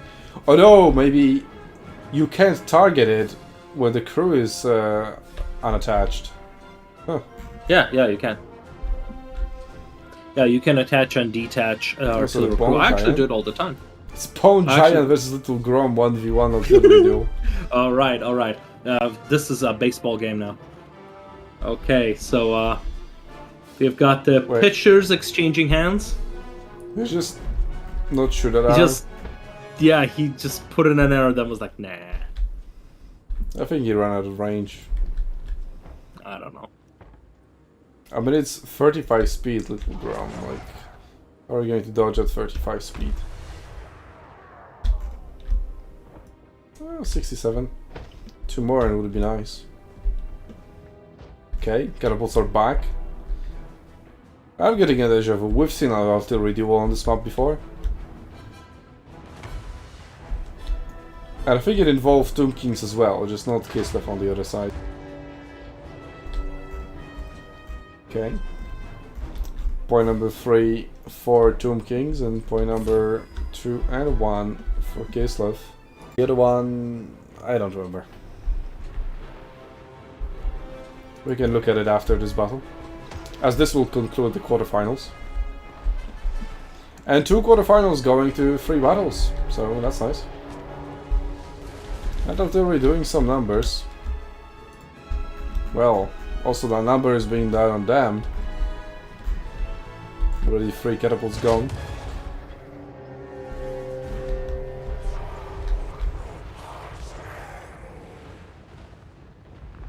They are saying Mother's Tank OP, little Grom OP. It's like almost as if it says homing missiles, like what the hell? It's 1 shot, 1 catapult destroyed. Is 1 cat... What? Did they just repair it? 2 catapults done. No. I swore I saw 3 being destroyed before, what the hell? I think it was only 2. Maybe just maybe he unattached or something. Oh, he could have healed it. Can heal the crew, but not the catapult, right? I don't know. Axe. It's not arena, you can't repair catapults. I mean, that's definitely an unexpected arena reference if I've ever seen one. Come on, start fighting, start doing something. Patriarch is almost down without having done anything. Down below half. There we go, Armored Hussars versus Stunguard with Halberds. With Nere's Incantation of Protection. Nice. Except not nice, because they're almost dead. I mean, almost dead. I mean, they are dead, just under. Well, the end of Tomb Guard against Armored Hussars, and Armored Hussars is just going to try to run away. Oh, and Winged Lancers down the mountainside! Oh, that's beautiful. That's a beautiful charge. And now they're knocked down, and you can't do anything. At least they get up pretty fast. What, that Tomb Guard? Yeah, it was full health just a second ago. And it's not because of the Vengeance of Spirits.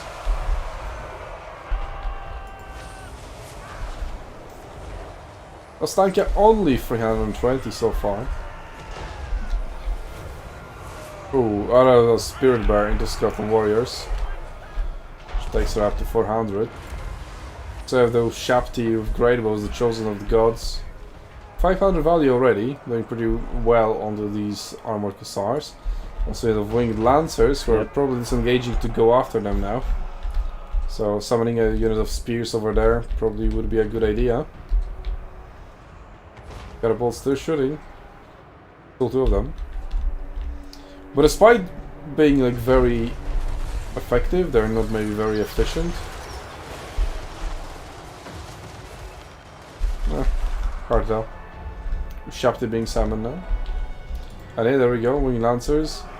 Actually, they took quite a lot of damage, but they will find the charge. Did the Fire Blood activate? Yeah, it did activate, making them unbreakable.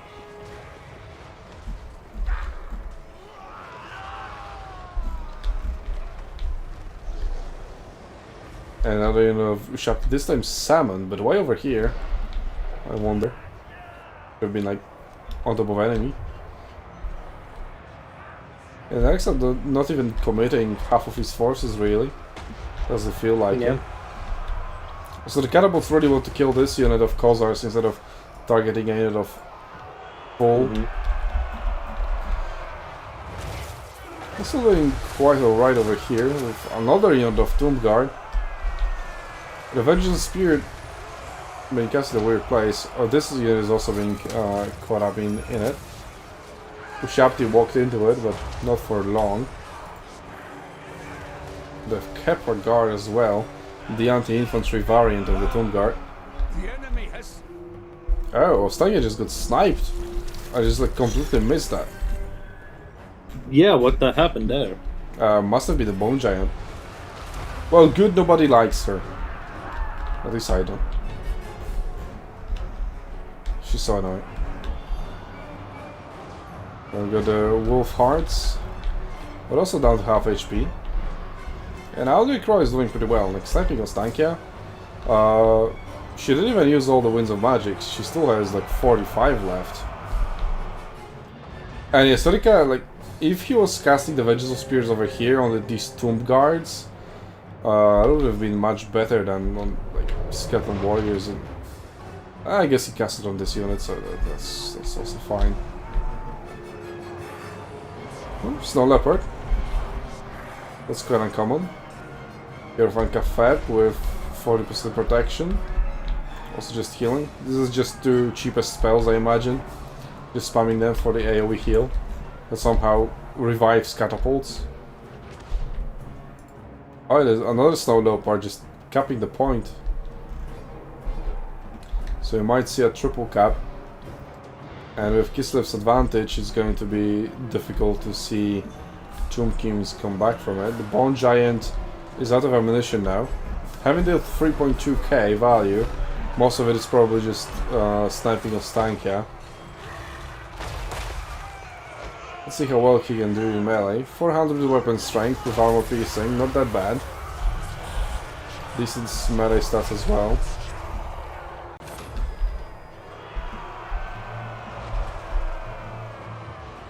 Point number 2 could possibly go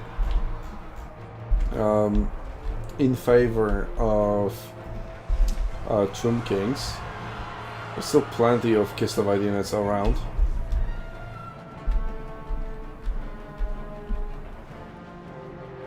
The Necrotect, which is buffing the constructs. Yeah, but is Bone Giant a construct?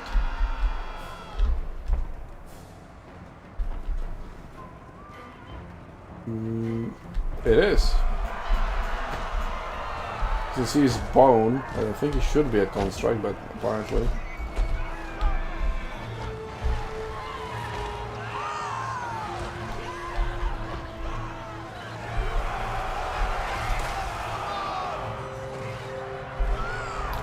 The Hero Gafeb still has 21 Winds of Magic to cast, so I'll try to take him out of there.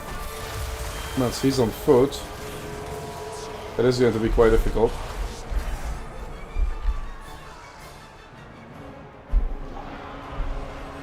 Okay, Tomb Kings, not that many melee units to fight back for the points. So the aid of Tomb Guards and then Skeleton Spearman Regiment of Renown.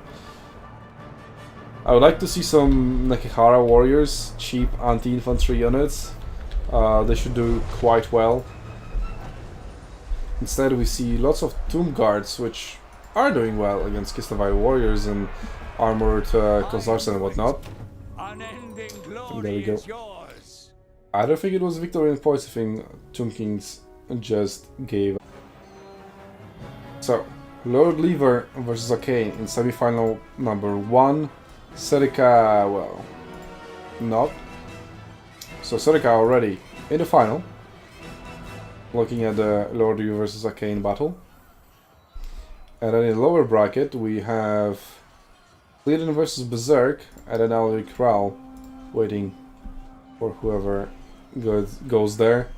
And then I guess the loser of Lord Lever versus Akkeinn just gets third place because Heartless Warrior isn't there.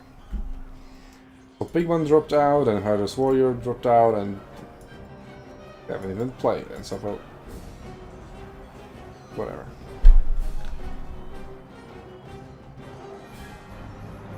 Alright, let's see.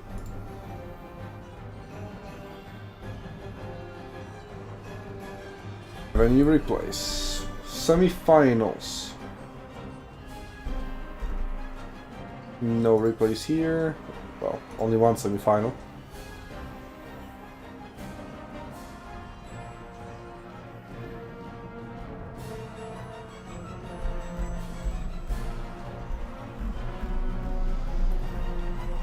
I see we do have the entire 9th place match.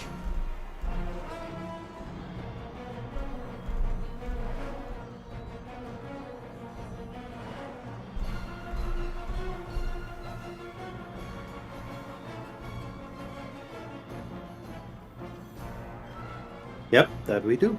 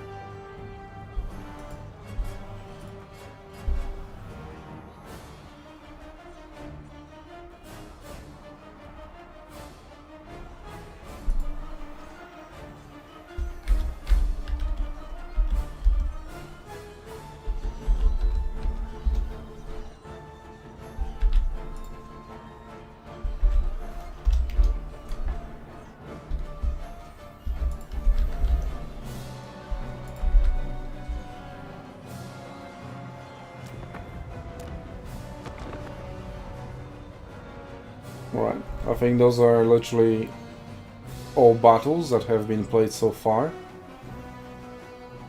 I haven't missed any. How's this? So yeah.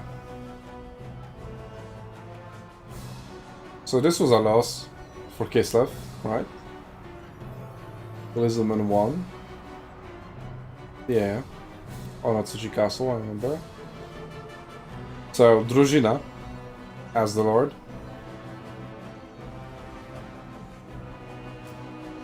Then we've got Catherine as the Lord, another loss for Kislev.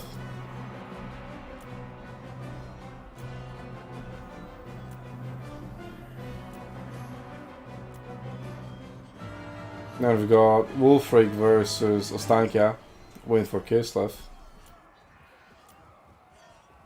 And then we've got Ostankia versus Kateb, win for Kislev.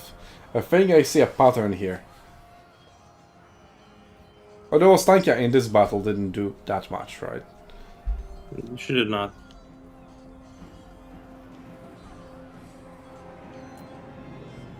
Oh. Speaking of, well, that's just the exact same matchup. It's a different map. Well, I guess we'll see how that went.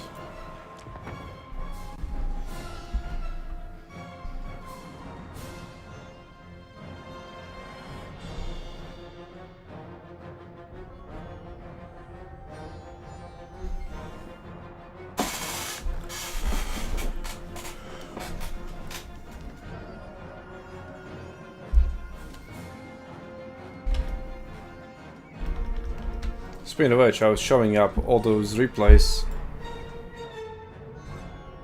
while I had the bracket up. There we go.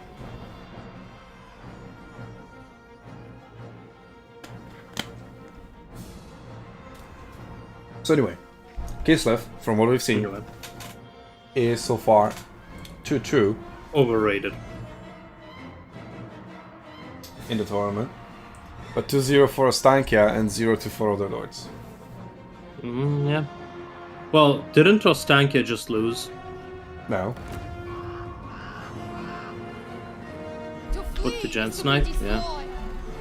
Well, Oh, yes, Ostankia Ostankia. died, but Kislev won. Yeah, Kislev won, yeah. You must win. So what is Kislev's overall score now? 2-2? Yeah. 2-2. One loss with Katarine, one loss with Družina, and 2 wins with Ostankia. Alright, both teams on Rotivol's Anvil deciding to deploy almost entirely on top of the hill. I mean, it is quite a logical thing to do. We've got Ushapti, Chosen of the Gods, which is an obvious choice, but the regular Ushapti with Great Bow, they're more of a single entity snipers. A little Grom already firing, at least targeting something, but missing this time around. Aiming at the Bone Giant. So we're going to see yet another artillery duel. Bone Giant versus Little Grom. Well, Little Grom can shoot up, whereas Bone Giant is more of a flat trajectory. Missed the... Wait. I guess he didn't miss, but it looked like it flew past him. And yet it hit him. Might have hit him and still went past him. Yeah, he took damage despite the projectile crashing afterwards, but behind. Bone Giant responding in kind. So this is like, yeah, both 10% HP loss, whereas Bone Giant, yeah, he's chilling. Lost. Damn, that's a less lot of than damage. less than 10%. Yeah, Bone Giant is definitely winning this. Yep, he is instead going And behind the... the cost of these units is actually quite similar. Bone Giant is 1.6, whereas Little Grom is 1.4. But that's also really what makes these units good. In Domination, it's all about how well they trade. Yep. Okay, we have to Great Bows, focusing on Armored Khazars. Like, the visual effects on them are so cool. Oh, Bone Giant. Okay, I guess Little Grom got hidden behind trees now. And again, two key forces are just taking damage from Kislev instead of just rushing in. Not really get what the thought process is there. They'll just take damage for free, I guess. Well, maybe not for free. The Ushapti with Great Bows are responding, but is it really worth it? Very good ice maintenance case. Let's have a look what's happening over there. So 2 points captured by Kislev down here. So all 3 points belonging to Kislev. And our horsemen are running away. But they're not going to run away from Kosovo dervishes as they are much faster. And then there are winged lancers following close by, which are also faster than horsemen. And Tomb Guard with halberds coming up against Armored Khazars on number 3, but it will be completely isolated unless more Tomb Guards are summoned. And that's an interesting extension. Yeah, that scares off the Kosovo dervishes as well. Yep. In the meantime, Lich Priest of Death. He was hidden behind here, and then he just decided to YOLO and... die. Yeah, and he has Fate of Buna and Spirit Leech, or had. Yeah, with lots of Winds of Magic still to spare. And like Fate of Buna on even Armored Khazars, that would be pretty good.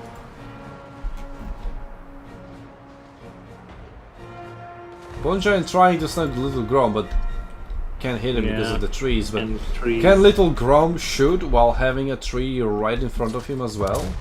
The answer is no. No. So why? That was stupid. Like, Little Grom can shoot anything. Bone Giant can shoot anything except the Little Grom. There we go. In theory, Little Grom could target those spears that could still be able to fire if he just rotates a little bit. Or just moves. Well, if he moves, the Giant snipes him. Yeah, so I think he just needs to change his angle. Ooh, Catapult Summon as well. Harder commitment to artillery. Very strange, I think. Nice made its case. Oh, that's nice. Well, that roused the unit, so at least there's that. And the Shapti with great bows, almost out of ammunition, but having fired all of their ammunition, they still haven't paid for themselves. Yeah. That's quite sad. Like, That is a ranged unit that lives long enough to use all of its ammunition should at the very least paid for itself. Yeah. But it Point isn't. number 3 was being flipped for a moment there, but now Griffin Legion in the backs to the Tomb Guard. Actually, despite it being pretty much perfect recharge, the Tomb Guard didn't really care. They didn't. They are the hard counter to it. And boom. Well, now they did, now that they're fully surrounded.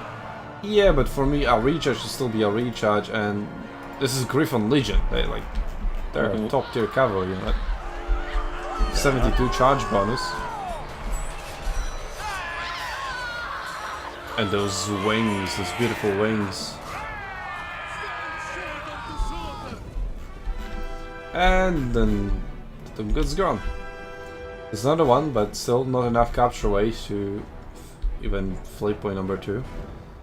And Kozak can just be parked over there. Although Wolf Cards got cut out entirely. And Kislev is somewhat losing. Wait. Zushapti just went into melee. Okay. Could have just unsummoned them. And there's another of Shapti with still some ammunition, also going into melee, possibly. Maybe just repositioning. Maybe aiming at Katarine. Would make sense. That is very accurate, otherwise that would be a lot of friendly fire. Good job there. Okay, point number 1. Secured by Tomb Kings. Finally, they are getting their first points in the battle. And they have the high ground. But they need to go to the low ground to capture all 3 of the points. Which is rather not happening.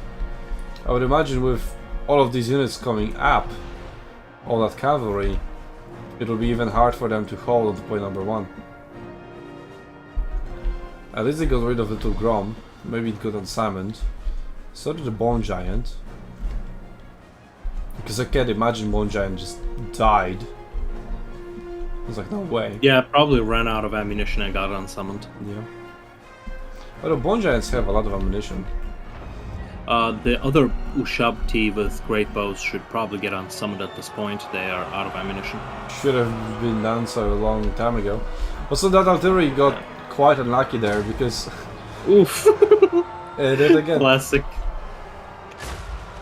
Yeah. Not again. I mean, there are far more enemies than allies in this blob, but somehow you managed to hit our allies.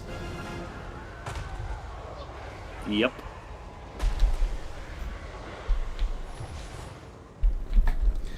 Well, the Spelur Call Stalkers, Eye of the Desert, are quite strong.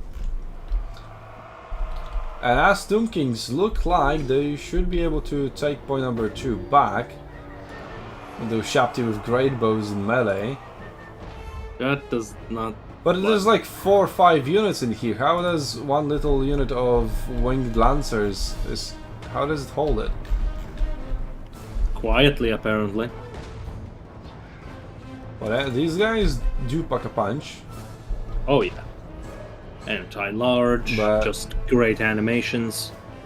Well, anti-large is their weapon strength. Yeah. So far they have only been shooting. But every volley is Well- doing quite a lot of damage. It does, And because Kislev what just it is taking it. yeah, they have very high accuracy, so their Yes. range effectively becomes anti-large. Aha. Anyway, I wonder if GapaKtus is aware that he can unsummon. Good question. I think we'll have to let him know that. I think it's late because the match concluded. Yes. In fact, theirs was the first one to conclude. I mean, well, they got 2 buys. Yeah. Alright. Catapults being fired on top of point number 1, which has been retaken by Kislev. Point number 2, obviously, finally taken by Tomb Kings. But yeah, As I said earlier, Tomb Kings need all 3 points. Not happening at the moment at all. Queen Khalida, finally seeing some action. Doesn't have a single spell. Is she just melee? I think she's just melee, right? She doesn't cast spells. Yep, she's just melee. Oh yeah, he had the Wizard of Death and then just... Yeah. Lost it. Speaking of him, he should just get resummoned. Like, he even has enough supplies. Well, is there any good targets for a Wizard of Death at this point? I would say Where's Winged Lancers are a good one. There was Griffin Legion.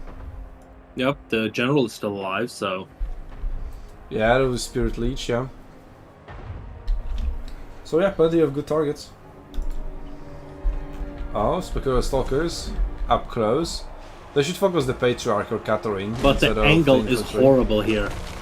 The angle for them is horrible. Like... They're still hitting. Not that bad.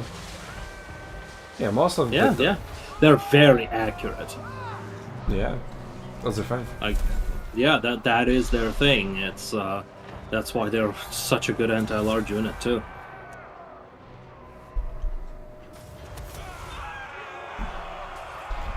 Well, you can just put a end of Winged Lances in front of your Catherine, so then Catherine cannot be targeted. And you can just charge them, and then they very quickly die. But Griffin Legion could also come in and hit them from behind. That would just immediately end them. Instead, he's going to charge Khalida and do nothing.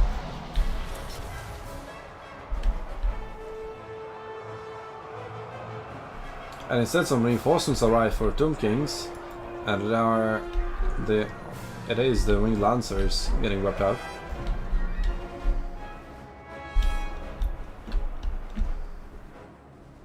Shoved with Great Bow with one experience from earlier.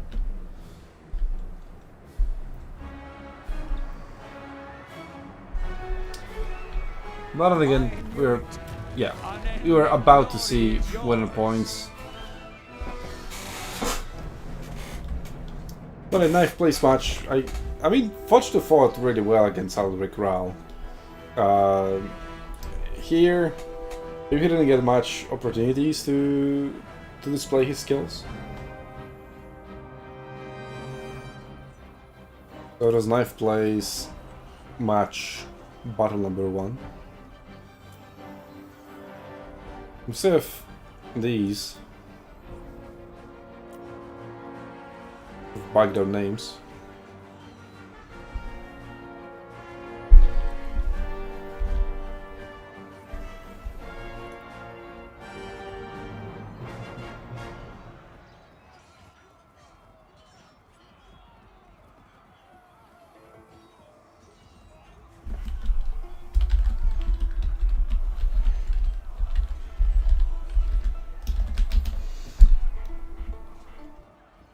There's the way the Lord and Summoning rule is still there, right? In the rules. Yep. Yeah, Lords can be unsummoned.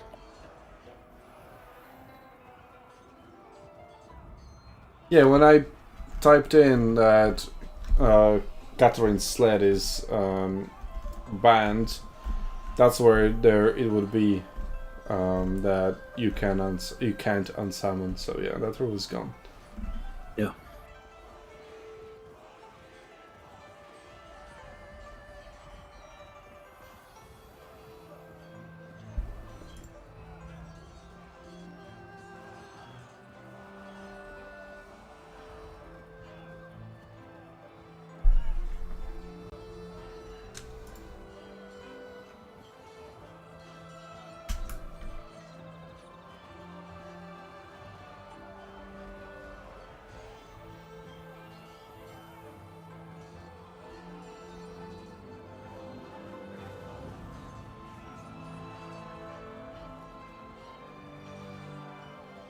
Here we've got our first semi-final battle, sorry.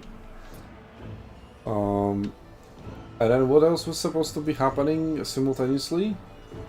Hlidin versus Berrserk. 5th place, There we go. So I've got that as well.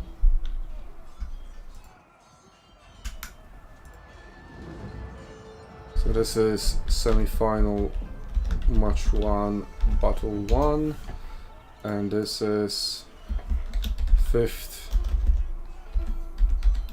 place match, no, 5th place bracket, round 1, match 1, battle 1.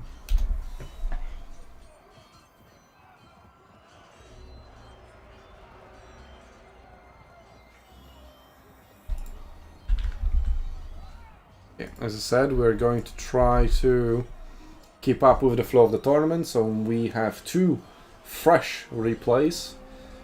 So, gonna watch those. First, obviously, let's go with the semi-final. That's Akkeinn versus Lord Lever. Maybe before we go into this battle, actually, let's take a look at their draft. How it went and what we can expect.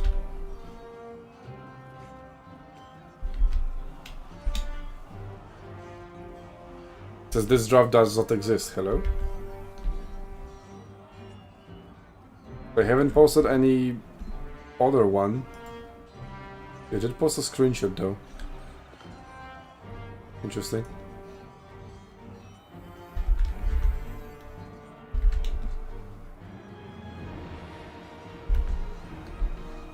Okay, so I'm just going to read the picks.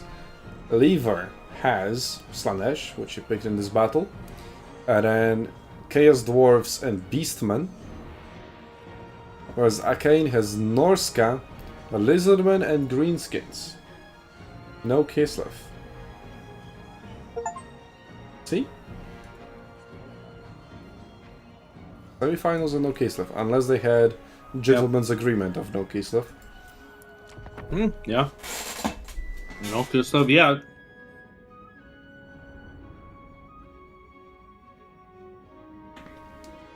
It is Grove of Slaughter. Really like this map. Has always produced good battles. Mm-hmm.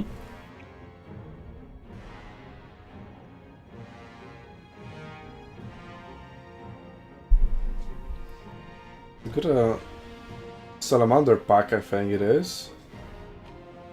And then the Regiment of Renowned Croxigors. I'm not really good at recognizing these units, splash arts or whatever. Icons.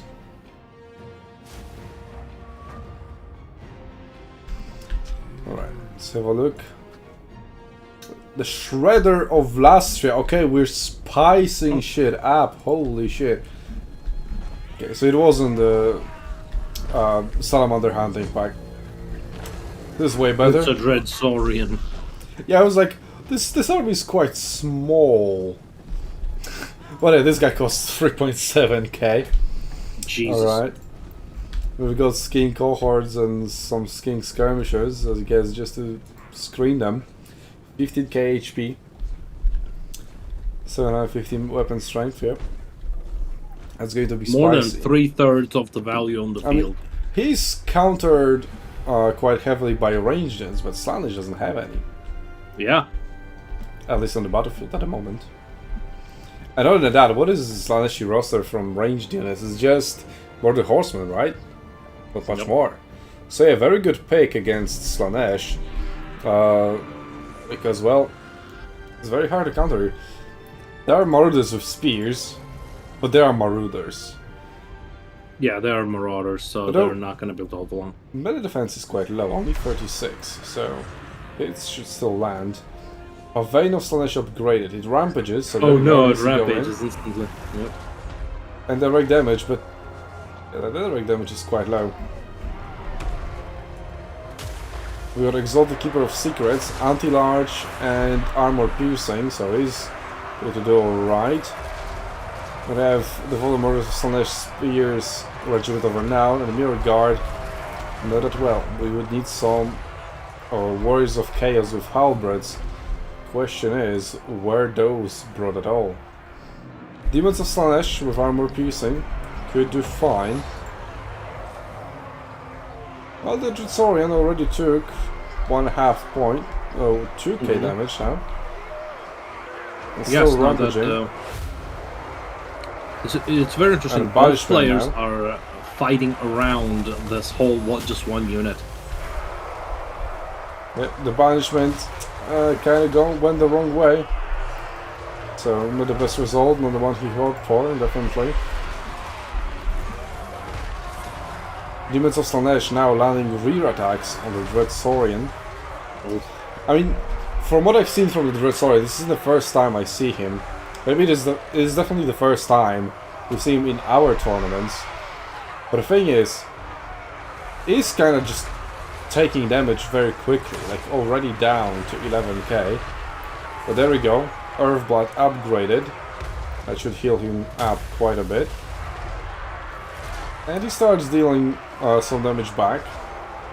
But he lost 400, well he lost more but he's doing a heal now. But dealt 600 in return, so far trading pretty well. Point number 3 for Lizardmen. Point number 2 at the moment for Slaanesh. And it is going more because these are percentages. Yep.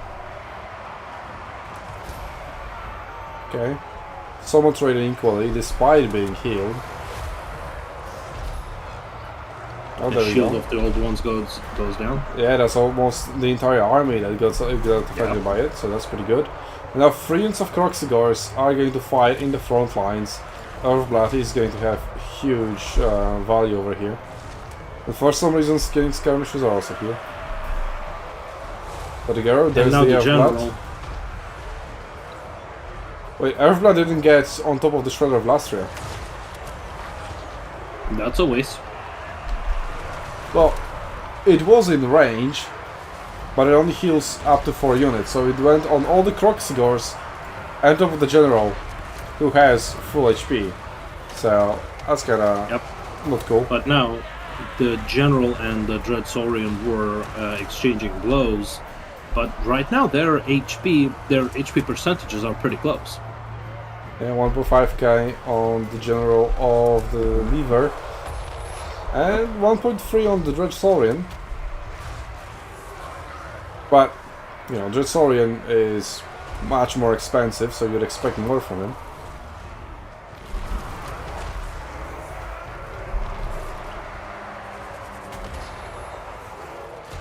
These Kroxigors are really not performing well at all.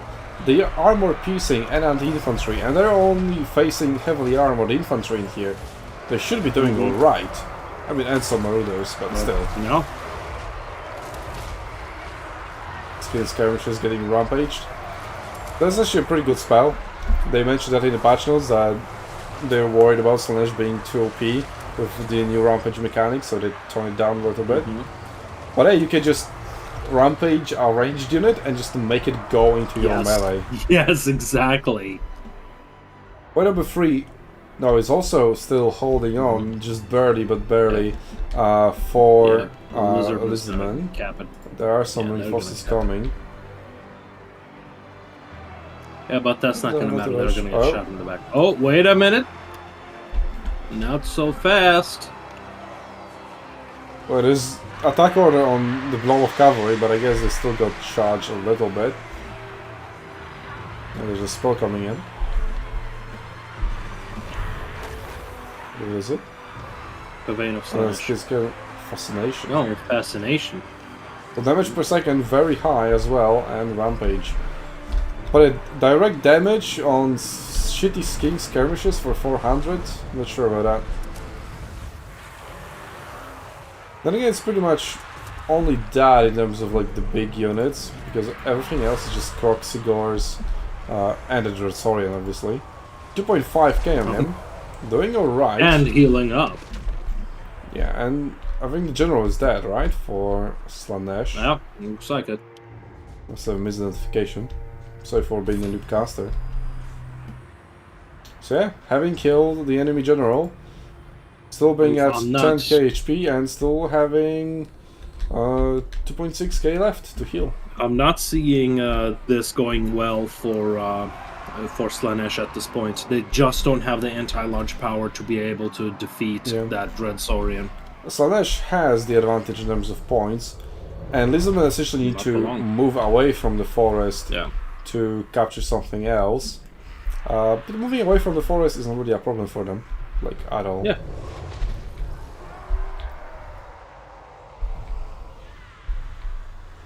I mean, Dread Saurian also has some missile units on top of himself, so...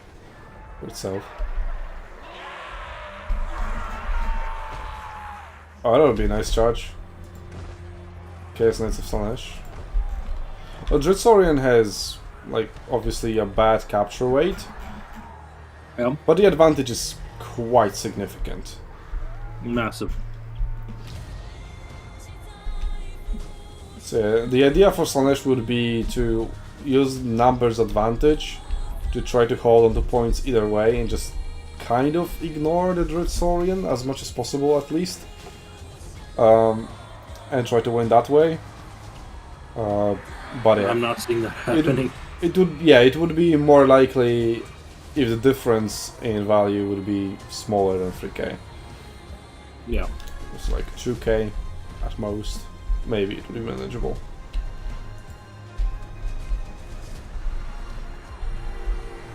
Because take out the Shredder of Lastria, and then it's still advantage to Lizardmen at the moment. With the advantage extending to 4k now.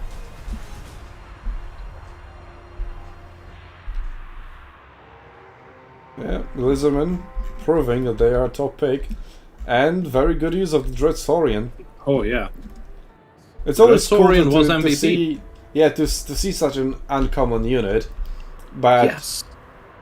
understanding the matchup and picking picking the unpopular unit, unpopular but cool unit at the right time. It is, and I think it was like greatly strategized because Slaanesh just does not have a clear answer to it without risking their own general, and so Dread Saurian, allowing to run rampant is exactly what this was going to cause, and that's what we're seeing right now. Even if Slaanesh spammed Murder Horseman to try to counter the Shredder of Lastria, then there's still this big forest in which he was hidden.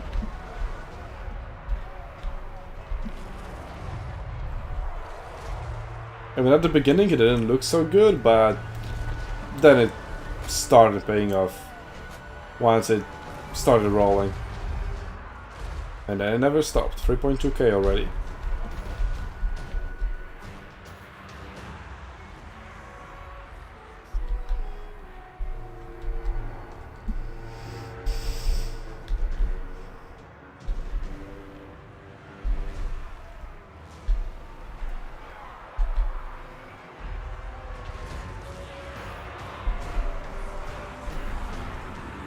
I mean, yeah, at this point,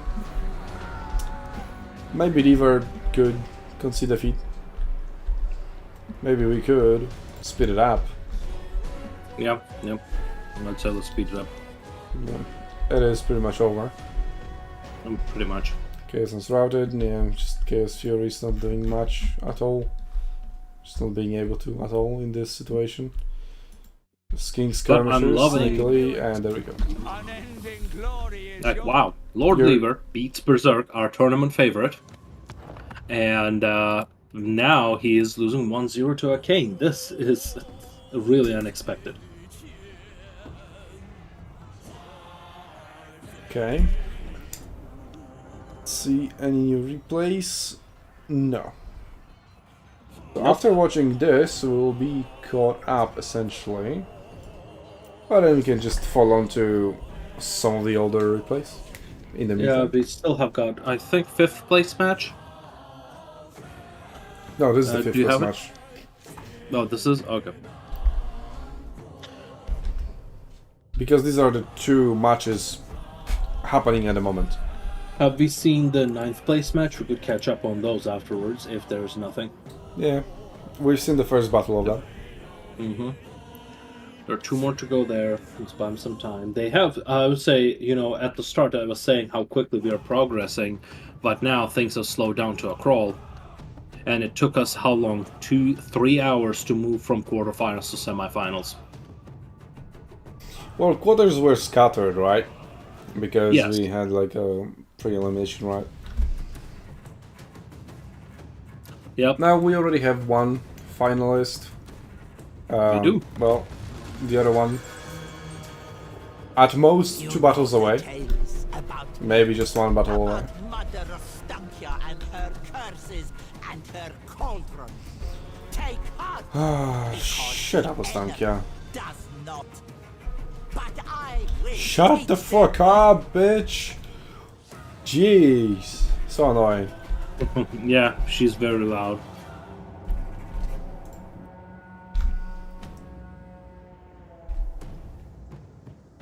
Yeah, so there's the Kislev army. Incarnate Elemental of Beast, together with Patriarch and some Kislev warriors for good measure, trolling through the forest. It also got some changes. So Howl of the Great Beast, that's a new ability he has. So just AoE, a nerf to leadership and speed. And now it has elemental instability.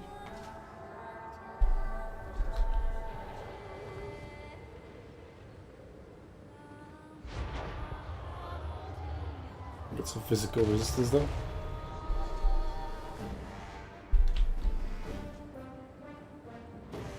Forest Goblin Archers and Goblin Wolf Archers against Ostankya. Against Ostankya herself, they are doing fine. But then they made the error of getting too close to Armored Khazars and their pistol fire. And staying in that fire. Yeah. That was a very bad exchange. Yep. Well, Hlidin, 2,500 ahead. I've got some Doom Diver catapults. Targeting the Armored Khazars, that's alright. Now the question is, what do Greenskins have to counter the Incarnate Elemental of Beasts, which they are not aware of yet. They're not even really interested in point number 3. Strangely enough. But what do they have? They have the what's the Boar Boy Biggins? Well, they don't have them on the battlefield at the moment. I mean, I would expect them in reinforcements, since it is a very cost-efficient unit. Very. And all the horse archers also are decent enough against it. Oh, there we go. Now he's aware of it, and he's sending those 2 units over there. Point number 3 will be captured by Kislev, obviously. So will point number 1. Khazars is a Savage Orc boys. Slaanesh is going to help over there, I guess. The Ravaging Squeak Herd coming in. The Swamp Things as well. Orc boys didn't even get to the front lines. And Squeak Herd fighting it off against Winged Lancers. That's not the matchup they would like to be in. Yeah, they're getting ready, but Winged Lancers are retreating. Something is rampaging. Well, Winged Lancers are now, because of the fermented fungi. Which is the ability of Black or Big Boss, I guess? No? I don't know. Are you on the Warboss? Yep. Yep. Okay, point number 1 has been captured. Although, the sneaky boar boys have returned. So they might go for a sneaky capture. And the Incarnate Elemental of Beast took quite a lot of damage. Is going to be healed by the Patriarch now. But still, lost like 3k health. Well, 2.5 more. And yeah, these horse archers are still there. And they're pushing back the Incarnate Element of Beast back to the forest, whence it came. Wa coming in for the Greenskins now. They do have 2 units of trolls in the front lines, rampaging. Well, not literally, but like the mechanic. Yeah, punching through. 2 units of armored Khazars routed, yet another one not doing too well, as it is being swamped by stone trolls. So doing a little bit better on its right flank. And once these trolls wrap around, might not be so good anymore. Kislev warriors, though summoned, they will be good against the river trolls.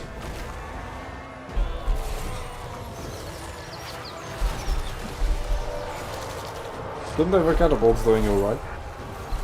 And the current elemental beast did manage to go all the way around through the forest. Not all the way around, but like through here. And it will get involved in the main melee, where it should have been all the time, to be honest. Yep. And what's this cavalry? They are Orboy Begans. But it's more like Incarnate Elemental Beast came to them right on the other way around. And they're running away from them. From it. Going after Armored Khazars instead. Also a decent target. Might as well just ignore the Elemental Beast for a while. But single entities have been put on top of it, so that's fine. And Squeak Hoppers providing the poison damage, making sure Incarnate Elemental Beast is a little bit weaker. Stankia also failing to do well. Yeah, She doesn't have spells at all. That's weird. But she is getting healed up. Something in Kislev is casting magic. Yeah. The enemy has captured one of your victory points. Take it back. Oh, what? They had Patriarch. I don't know. Patriarch? Well, Patriarch doesn't have spells. Yeah, it doesn't have And I'm spells. saying it's like the only character I've seen. Are you sure Ostanka doesn't have any? They would be here. A Witch Brew. Which brew? I thought it was an ability for a second. It's a breath attack, okay. So what is the That's one. passive of the Lore of Hags? Like, is this? No, that's from the lore. I don't think he has it. That's it. Oh, No, that's the one. That's the one. Yep, Fate of Interlopers. Nice. Enemy -4. Okay, I think I see the Good idea. against Greenskins because they have low morale. But other Exactly. than that, I mean, -4 morale for 11 seconds. Meh. Yep. Well, there's the Witch Brew. Well, Berrserk ahead in Valley at the moment. But he needs to deal with the Incarnate Elemental Beasts. Let's have a look at the Patriarch. Does he have any healing left? Or just one more? But the Elemental Beast is almost back up to full HP. We have the big guns. Should have just charged in. Kislev warriors now going away. As a unit of big guns finishing Akshina Wolfhearts. Point number 3 finally is going to be captured by Greenskins. But they're going to lose point number 2. And the points are pretty much dead even. Well, no, Kislev warriors holding on to point number 3. It's wasting the time of the Goblin Wolf Archers. Well, now this brings the value in favor of Greenskins, but the capture is going to be extremely painfully slow. Trolls still going quite strong. They do have regeneration, so the longer they can fight, the better it is for them. T goes in kind of a lot of beasts, and they're shattered immediately. Well, that must have been their third route. So it was for the Squeak Herd. And Big Guns and the other trolls are running away. But the Element of Beast lost its interest. And there's a big melee in here. And alright Vortex spell, but I think it went a little bit into the Ogre Begins as well. Needs to be careful of the like a big AoE fight. But Ogre Begins do have good matchup against the Incarnate of the Beast, so I would actually take that. Unless the plan is to just ignore that altogether.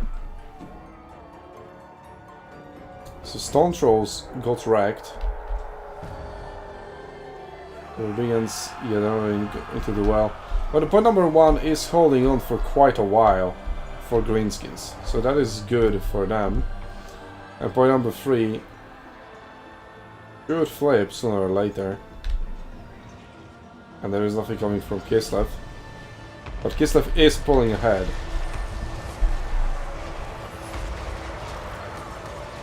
Incarnate Elemental Beast quite literally at full HP.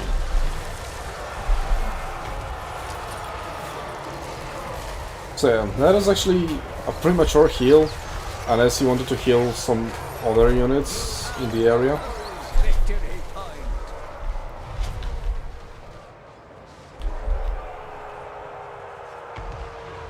I guess Greenskins just can't find the answer to the Incarnate Elemental Beasts. Let's turn around and actually start fighting in the main fight. It was over.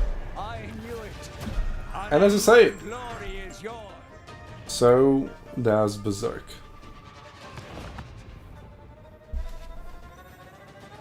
So Hlidin, what up? Maybe Berrserk just isn't in form. And well, we've cast 2 battles, and we got 2 battles more.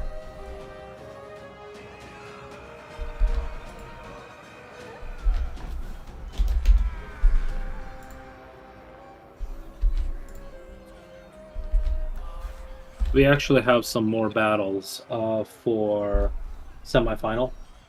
Yeah, that's the 2 battles I referred to. Yeah.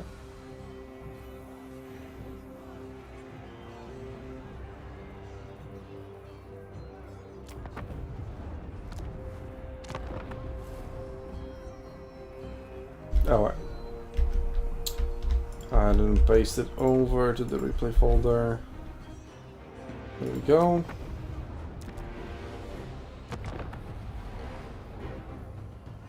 Let's watch the semi-final one first.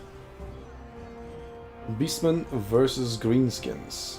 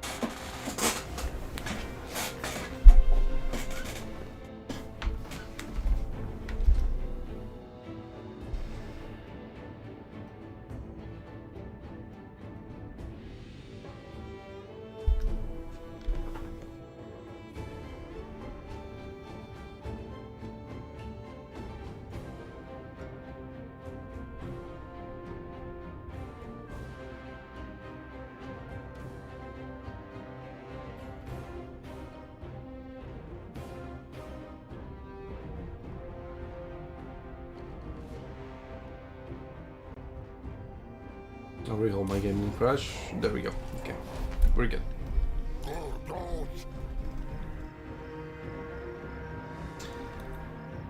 Alright, so we've got... Wait. Right. Well, it is Malagor the Dark Omen, but for some reason I don't have the name of him. We got Butchers of Kaliningrad, Razor Goreherd, Goreherd with Shields, Regiment of Renown, Tsangors, Ungorherd, okay. With some shields. I've got Night Goblins, Spread the Poison, or Begins for anti-large, so not really going to be useful. Savage Orcs, Our boys, not a good idea, I don't think so. And Orc boys spam some big guns and some more archers. Quite a lot of archers, 4 units. Versus no ranged units on Beastmen whatsoever. So Beastmen should just win based on the quality of the front line. Yep. And then you've got your Regiment of Renown archers already being engaged melee.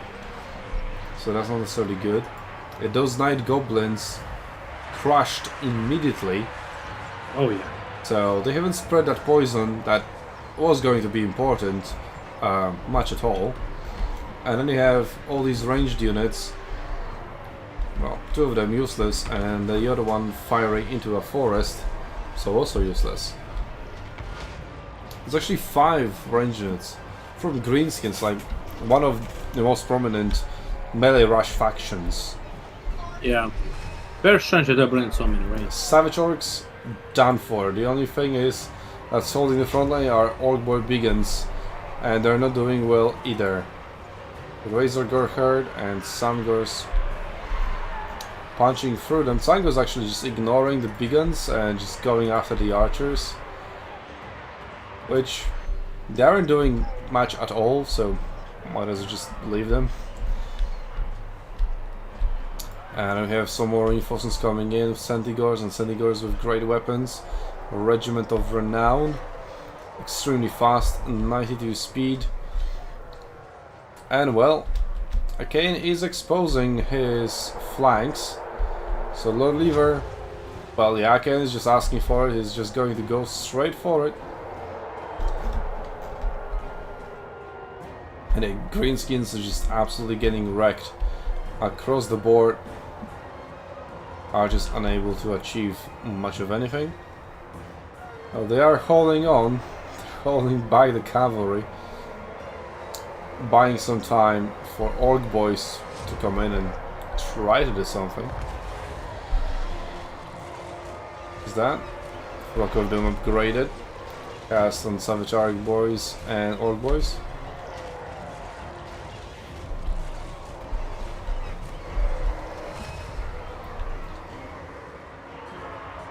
Some 7s of front line left for Greenskins, supported by archers from super close range. So close they are fighting in melee a little bit.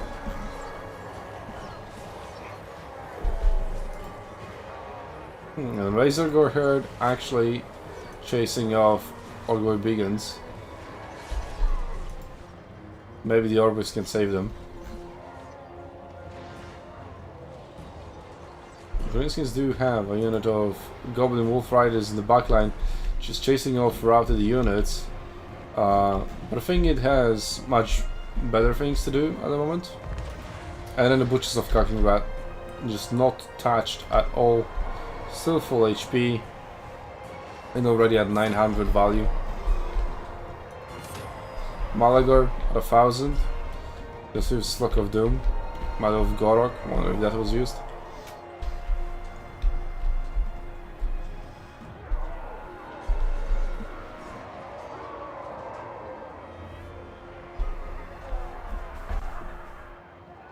Now we have the new addition, Sendigos of Tzeentch. But it is super over. Somehow point number 3, still not capped.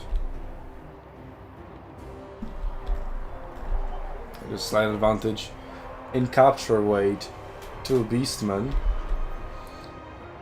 But well, now they do have Minotaurs incoming, although I would imagine Minotaurs will be much better.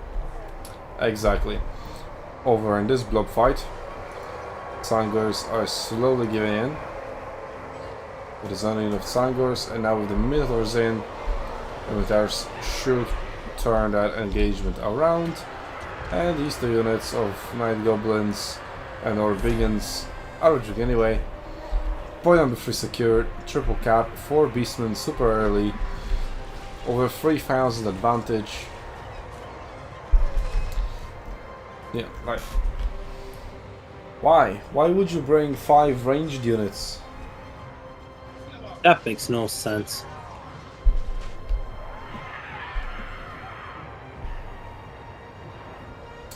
I'm trying to think of a reason. Like, what are you expecting out of Beastmen that you needed to bring 5 ranged units for? So it would be much safer to keep those archer units in the reinforcements. They are all pretty cheap, so could have just waited it out as like, oh okay, I see he brought the thing I brought the archers for. Let me now summon them. Whereas if you put them in the main army, you're just asking for exactly what happened. So I'm glad Lord Lever is presenting to us how a ranged build should be punished.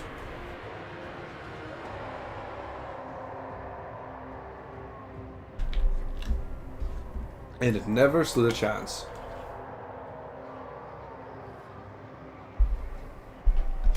The front line died super quickly because it was of lower quality than it otherwise would have. The archers just gonna punch through to, collapsed upon because of the superior melee numbers, allowing for easy and development tactics.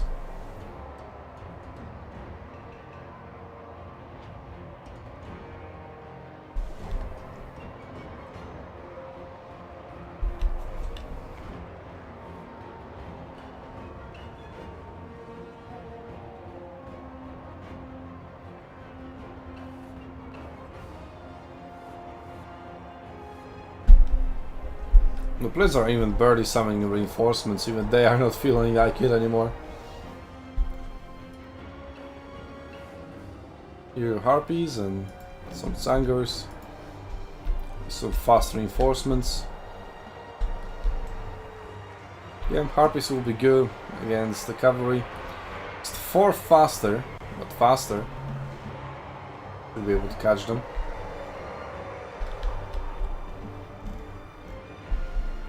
Units wasted of a point. Such an advantage doesn't matter. Shrank through 1,000, but Lord Lever has almost 2k.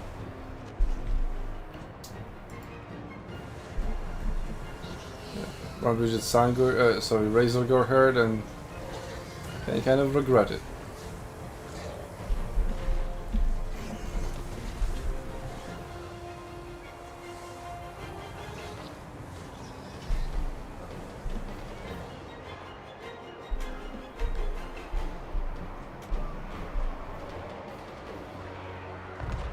Some more Senegal's reinforcements. There's things you can summon quickly if need be. But there is not much need. Everything is fine for Beastmen. Could summon some regular infantry. Maybe.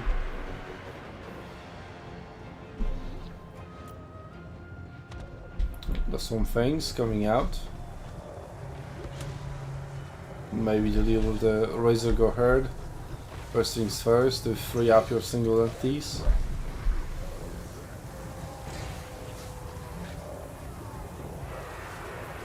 And then not really, as they chase after a target that is much faster than them, and they'll never catch. But here come Senegals with great weapons, regiment over now.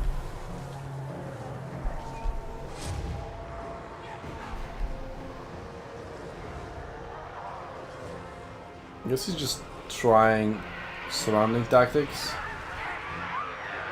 Ooh, night goblins. Just get summoned or something. Came out of nowhere. But I doubt there's a spell like that.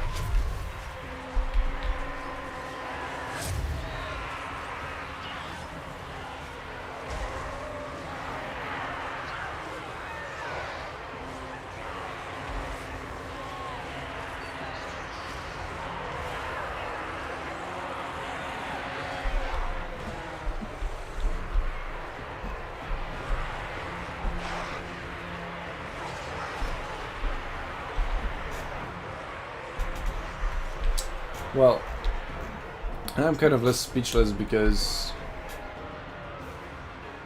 there's really not much to say about this battle. Like, it has been won within the first 2 minutes. Don't bring ranged units, kids. That is the moral of the story. At least without support.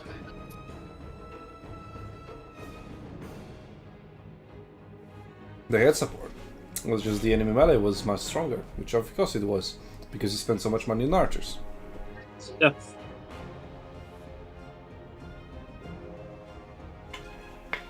I knew it. Okay, I see a message in Grand Final. I don't know who won the last battle in the semi-final. Ask them to wait. Or should we just go into the final without watching the third battle here? Well, we can't go to final because they are taking a break. Oh, perfect then. Yeah. In that break, I'll watch the third battle, which decided who went into that final.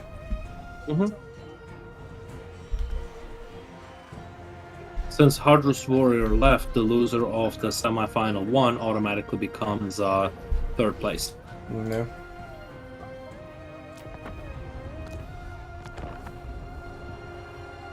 Okay, we haven't watched this one. Yeah. Maybe later. No, maybe not. No, because after this we're going to go immediately into the final, and after the final it's over. So, let's watch it outside of the tournament cast, I guess, as a video. Yeah, Alrik is not responding. He's been having his opponent wait for, I don't know, 15 minutes now. So I gave him a 10-minute warning.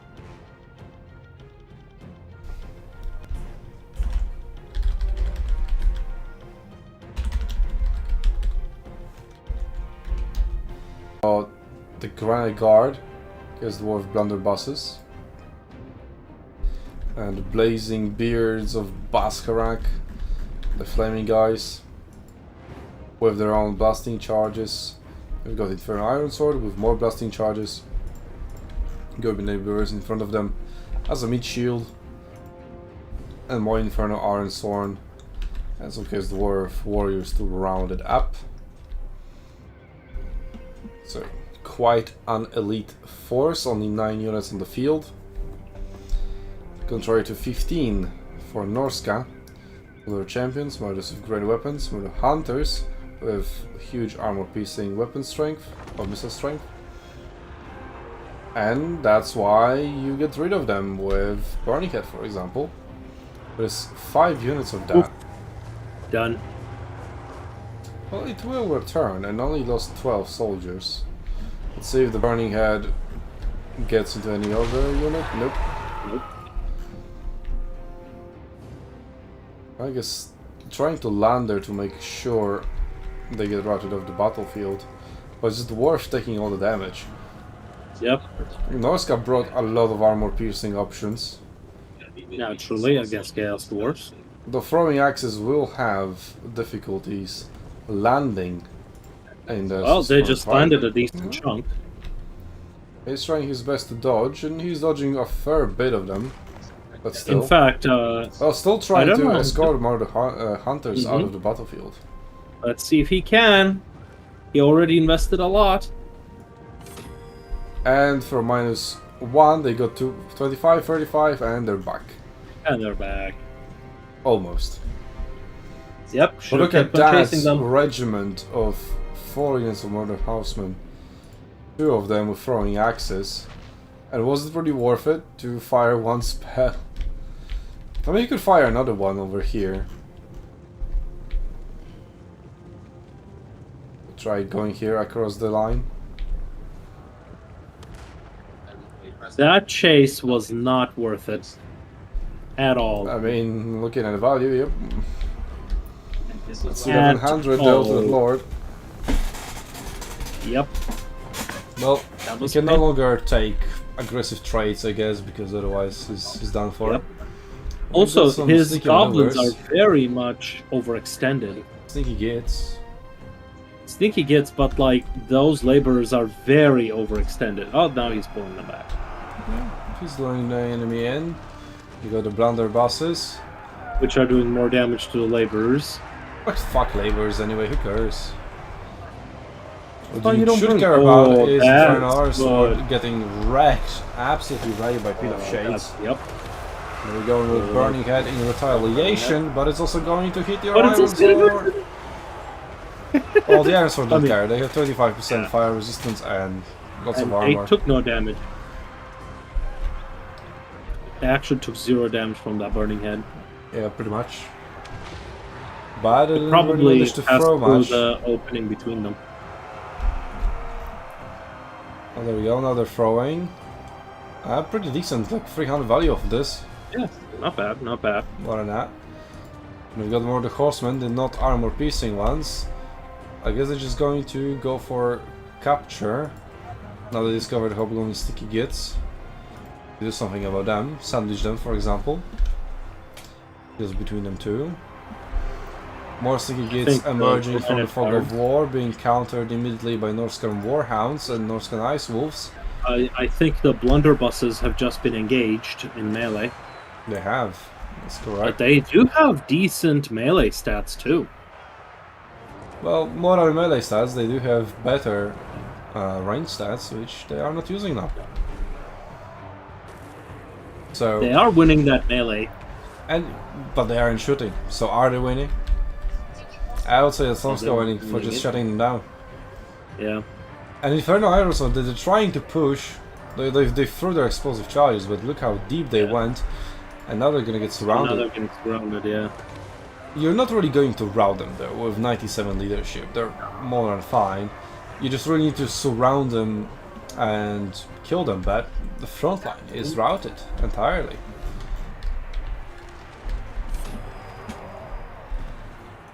So, there's still advantage to akkeinn. Can you tell the grand finalists to wait for me? Or what, you want to watch it live? That was always the plan. Alright, Prophet of Fire coming back. He did heal up a little bit. I wonder if maybe he just had that much HP.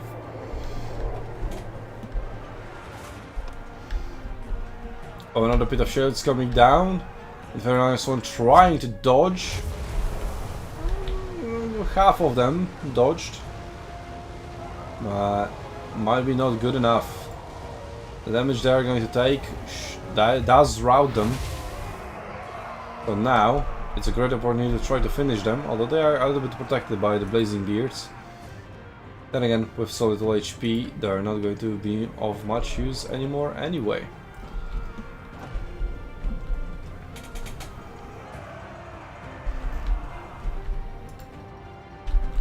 And we're also trying to get rid of the aforementioned Blazing Beards. And the front line has returned from routing with an opportunity to start enveloping all the overextended Chaos Dwarven units, with a Burning Head mostly missing, not being very effective. Maybe over here would have been better. These guys have 35% fire resistance, so they would take it. Yeah. So, breath attack on top of the Murder Horseman, dealing decent damage. Decent damage. Could have been of these two Marauders, but then again shit units. Trying to see if there are any Marauder champions, but I think they're all dead. And there's one over here. Also in a decent blob. Speaking of, another Pit of Shades. Onto the blunderbusses and Infernal Sworn, making sure they're off. They're both gone for good. So not many better targets in sight anyway. So that was fine. Point number 3. Well, Norsca has it, so no pressure for them to engage. There we go. The Wolf Riders should win this engagement and start flipping point number 3 in favor of the Dwarves. And Dwarves are ahead in points at the moment, but only not ahead in value, losing by 1,000. So Sir Prophet now in melee with Wolfric, and there goes Seafang. Yeah, not Seafang, sorry. Burning Head. It's a Burning Head. Yeah, Seafang wouldn't make really sense in here. We're going to hit their own units though, but not much. And this should probably rout murders. There we go, they are routed. I'm surprised Wulfric didn't use Hunter of Champions on the Sorcerer Prophet. He doesn't have it. Okay, then bring it.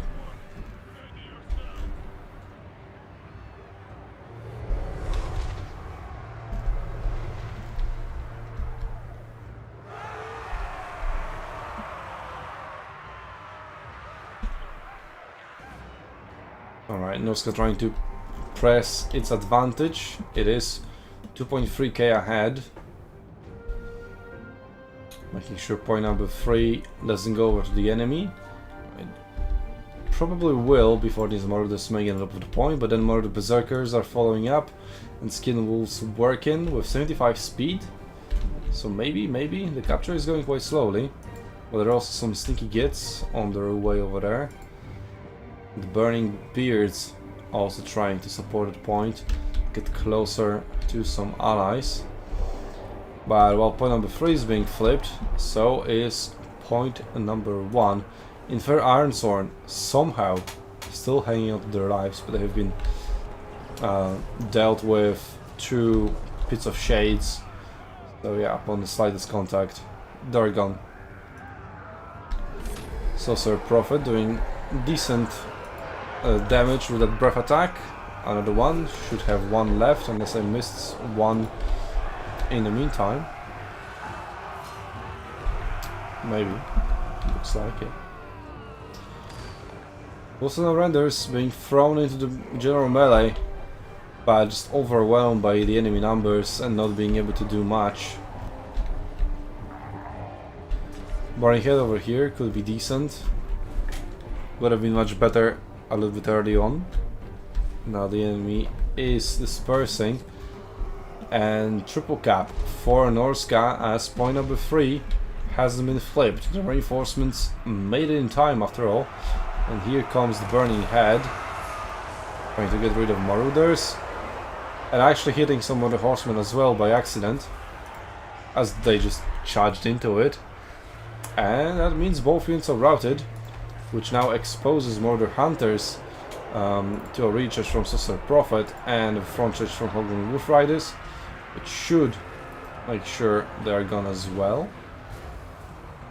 But Murder Berserkers are going to be a tougher challenge. Sorcerer's Prophet needs to try to get rid of them. With a double cap secured for Norsca and no apparent way of getting it back for Chaos Dwarfs, even if they get point number 3 back, it is still over.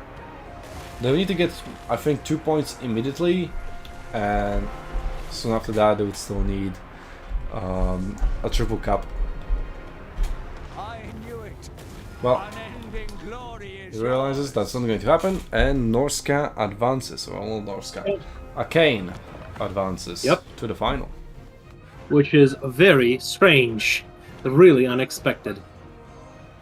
Well, it would be boring if you had the same finalists over and over again, right? Yes. Serika always has been up there, like taking 2nd, 3rd, 4th places. Now he's in the final again.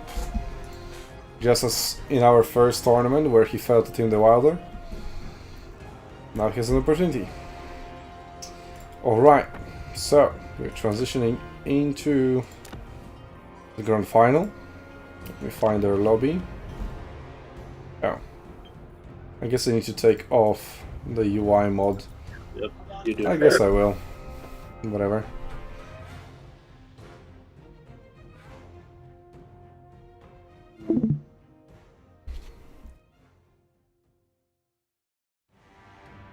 Mod manager UI off. Really good improvements to the mod though. So much better now. We're gonna have the fatigue stats included and shown, which is yet another information that CA is withdrawing from the players. Like you see, you're exhausted. So you see your unit is slower, but how the hell do you know that it's also losing armor and melee attack and melee defense and all the other things? And morale as well.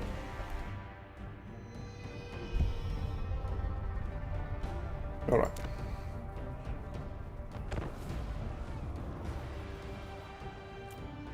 I guess this would be the one. Password should be 1 to 3.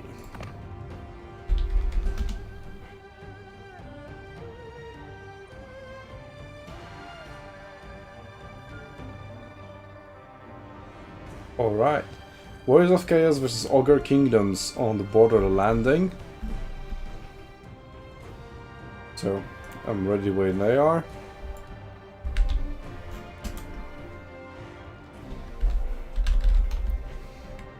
But in the meantime, I can show the draft, so that we know what to expect.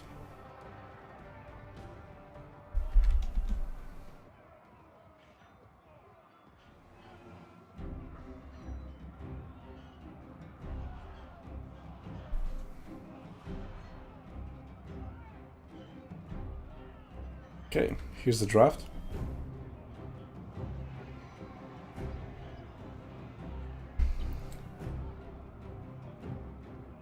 So I don't know if there was a gentleman's agreement not to pick Kislev, but then it got banned. So we just a gentleman's agreement to first pick Kislev, but then you still have to ban it. But then again, the first pick is here for Serika, and he is the one who banned Kislev. Also, Grand Cafe banned yet again, probably in every single match. Sadly, we won't see. What's his name? Saitang the Watcher, something like that. It doesn't help that his name is similar to Saphora.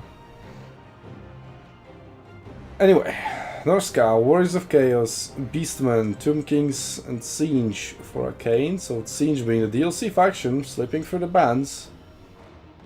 Versus Empire, Lizardmen, Bretonnia, Ogre Kingdoms, and High Elves. So akkeinn was the one who picks first. What did he pick?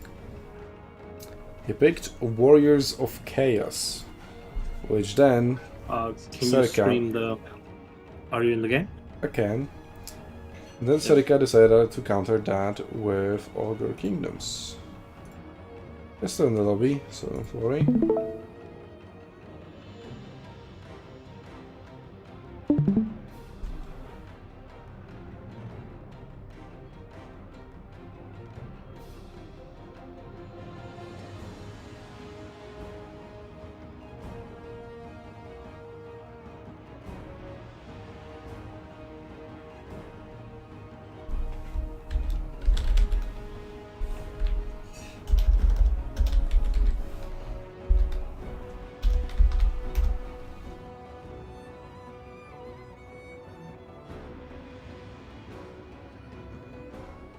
There we go, he found the green ones.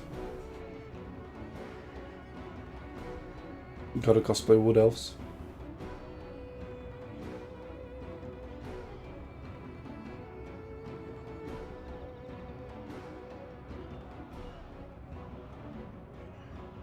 Which reminded me that I had to take out the draft, so there we go, saved.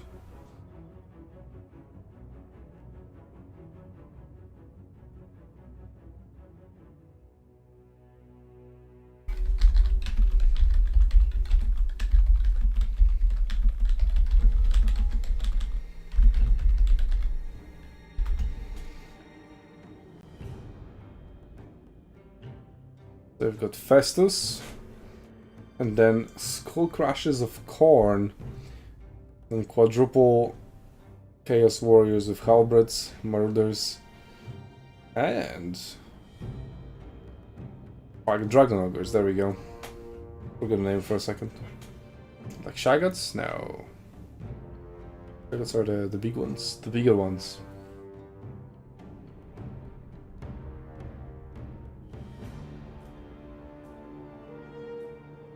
And then, for Ogre Kingdoms, well, we'll see in a second.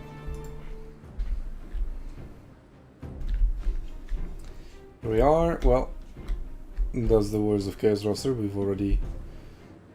Oh, so what is this heresy? Nurgle, but with Slaanesh banner. So we got Slaughtermaster with Great Maw. Troll Gods, I was like, no spells, but then I was like, oh. No UI mod, feels bad, man. So then we've got Noblar Trappers, obviously. Then we got the regular Noblars, so full Noblars. Not full. It's 4 out of 5 possible to bring. We've got the Lead Belchers for early game. We've got Sky Striders. And then Iron Guts. And Ogre Bulls. Iron Guts costing 1,000. Ogre Bulls, I think 500. As they changed it. Maybe they changed it to 550 a few patches ago.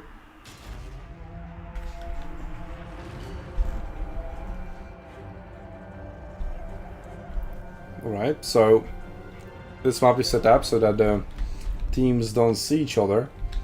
So they are surprised when they peek out from this hill, spot the enemy. Then there was Vanguard deployment, so these trappers could have been just deployed here and see the entire enemy army immediately.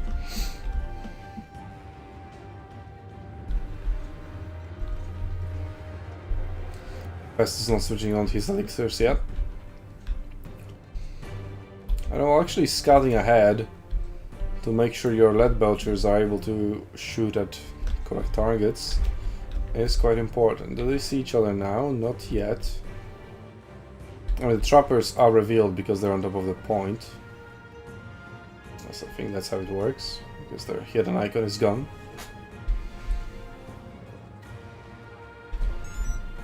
And they're starting to see each other. Some of the units at least.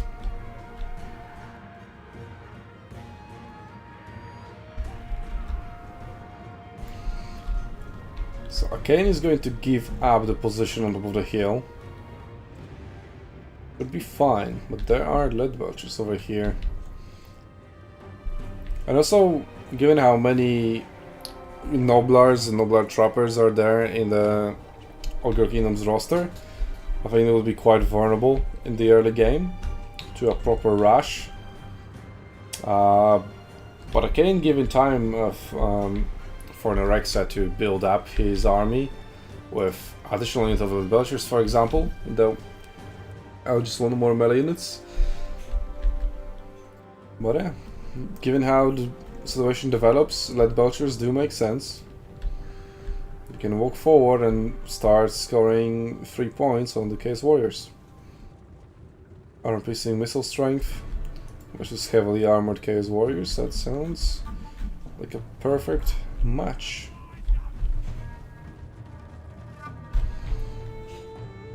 Could be afraid of Dragon Ogres, but as long as he has backup,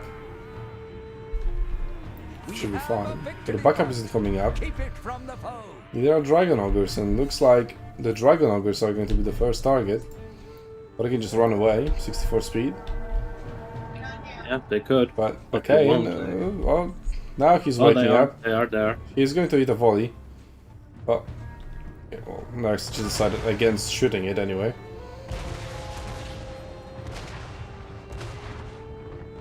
And you shot into Chaos Warriors. That's actually pretty bad value.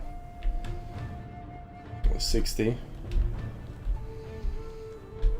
And I need to run away immediately. See if Dragon Ogres will be committed all the way. Actually, the Sky Striders could just be like right up here. Like, what are they fearing? What kind of missile fire are they avoiding? Unless the plan is to lure the Dragon Ogres as close as possible. But then lead belchers aren't shooting because of that. Well, these guys are doing way better. 20 soldiers killed with 335 damage. Festus still hasn't switched on his elixirs.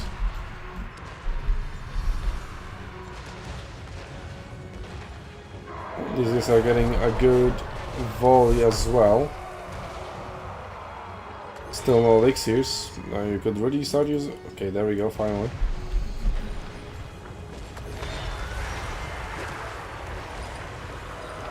But the Crushers kinda got wrecked in there by the Dragon Ogres, but we'll see how the Sky Striders, also Crushers, but with grey weapons and Regiment of Renown, will do. These guys are also great weapons, but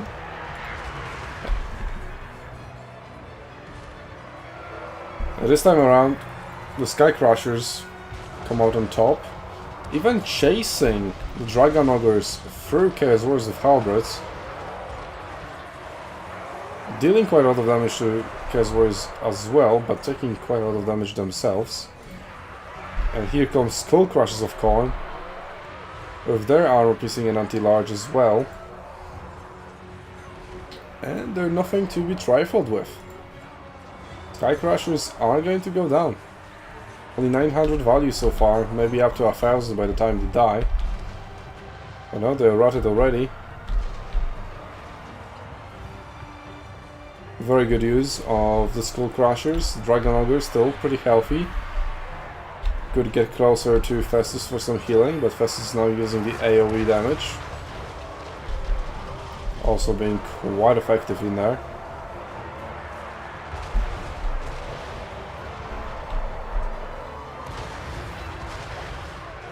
But I think I would just spam healing in this matchup.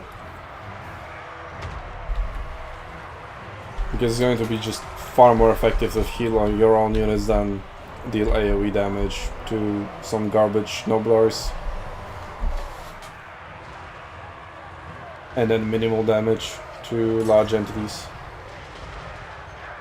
And that Birch is still belching out lead. But to not a big effect at all, actually. There's only the lead Birches over here. That's done better. It's already paid for itself. And still has over half the ammunition. Iron Guards now maybe get involved.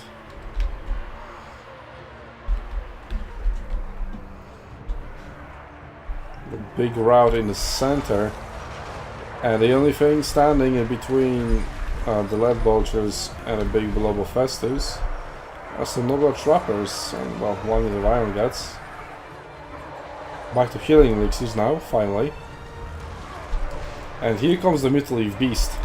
So I guess Akkeinn was holding onto it because he was afraid of the lead vultures, and maybe noble trappers as well, sort of focusing it down with their ranged missiles. I mean, they wouldn't do much.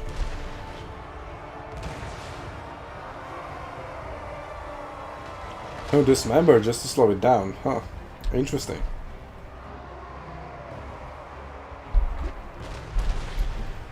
So, Warriors of Chaos have now both AoE heal and AoE damage, making them super effective, which they can switch to double AoE damage anytime they want, if they ever get in trouble. Troggles being casting Crushers. Yep. Crushers will crash into Chaos Warriors of Halberds from behind, which should rout them, minus 3 morale at the moment.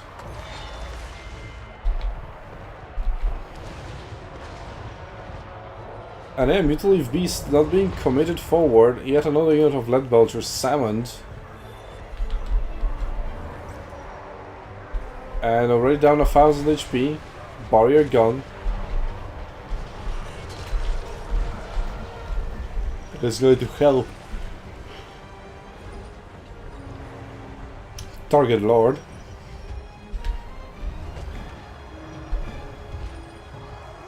Point number 1 being flipped for Akkeinn.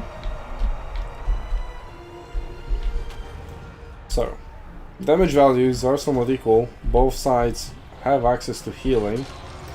But against Warriors of Chaos do have more healing through the constant healing effect of Festus, rather than Troll Guts every now and then, and maybe an army ability.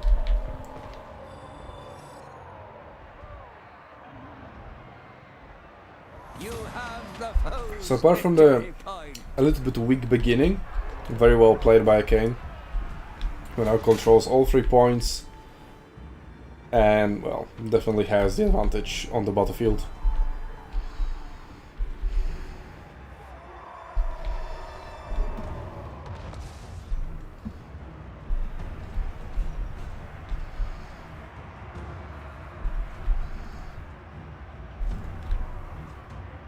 Point number 2, not going back to Nerexa.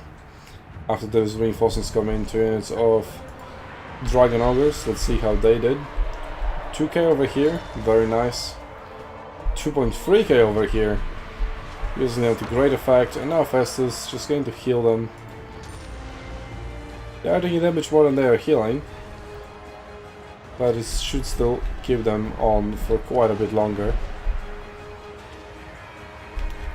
Both units wavering. The Lord is coming in. He has fear but doesn't have terror. Which, well, Dragon Ogres are immune to, because they cause fear themselves. So why should monsters fear other monsters? Especially when they're smaller.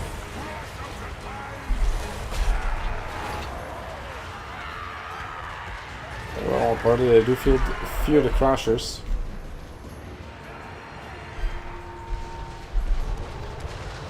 And that first unit of Blood Belchers now being chased down by Skull Crushers of Khorne, taking massive damage upon the charge. And imagine Skull Crushers of Khorne are not going to take a long time killing all of them, with all their bonuses and super superior melee stats they have. Mid-leaf Beast, not even really breaking a sweat. The battle was over even before it came onto the battlefield.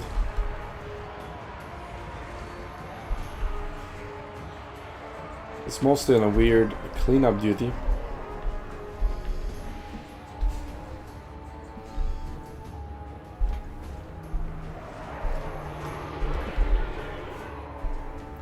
Let's see, point number 1. Already gaining control for Nerexa and his Ogre Kingdoms.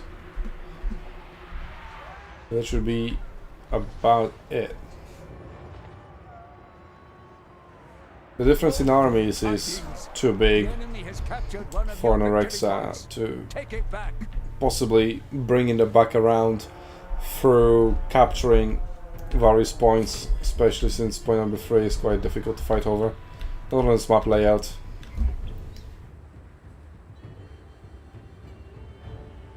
We get point number 1 at most.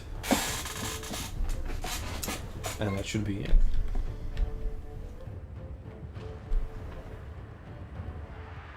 Sky Striders summoned again to deal with the Mid-leaf Beast, and they should do fairly well. I said they pull through the Mid-leaf Beast. All the Skull Crushers of Khorne. This is a new target. Fleshy Abundance though. Healing them for quite a lot, get quite fast. Oh yeah.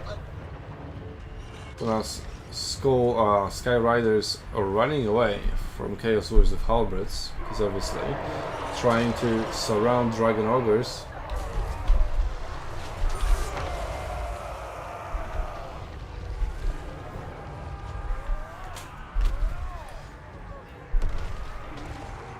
This engagement looks alright for Ogre Kingdoms. And now there are Chaos Warriors of Halberds in there. And 2 more units being summoned. akkeinn still has 1.4 supplies left in the bank.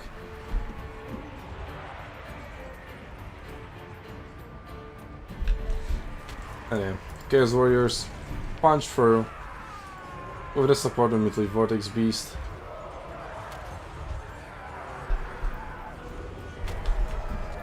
I guess they also are. Yeah, they are under the effect of Harbinger of Pestilence. Should be under the effects of Eternal Flock of Doom. Oh, that's not it. That's the incarnate element of Beast, what I'm saying.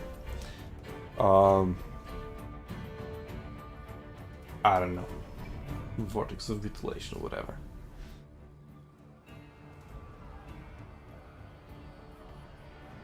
Well played. Very well played for Warriors of Chaos. 2.3k for Dragon Ogres.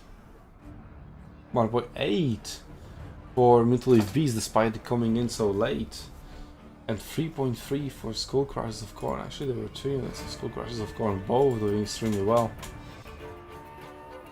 And 1 more unit of Dragon Ogres, who also did 1.3k despite taking no damage. Maybe they took full damage and then they unsummoned. Or just went into summoning pool. And I got summoned towards the end. Don't know. Either way. Very, very well played.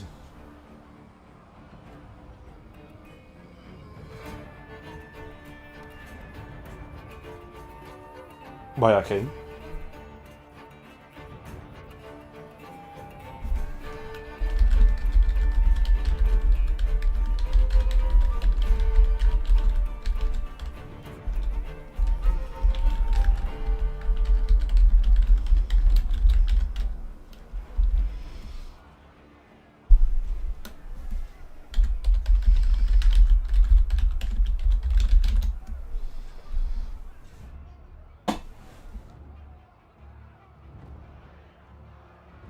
Alright, let's go into the draft. And let's mark a loss for Ogre Kingdoms. You know, I was also doing some math on Vengeance of Spirits. So the only spell It's it does OP. compare to is Final Transmutation, but how OP? Well, I decided to do a bit of math to see how much damage it does per Per cast. per Winds of Magic. Burns of Magic, okay, sure, also works. Yeah, so for Spirit of Vengeance, it does 91.6 damage on average per Wind of Magic. Pretty good, pretty good. Final Transmutation, its only alternative that is also at the end of the tree is 61 and a half points of damage per Winds of Magic, making Spirit of Vengeance more than 50% more efficient in terms of doing damage. But that's not all, it also silences. Yay. Cannot be disrupted. And is also effective against both large and small units. Mm-hmm.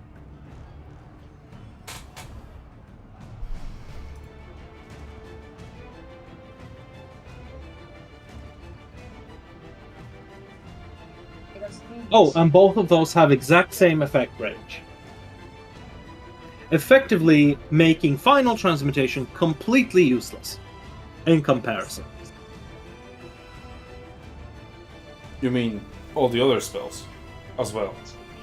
Yeah, like why would you use anything else but this against hero balls and everything? Yeah, that everything is just pales in comparison.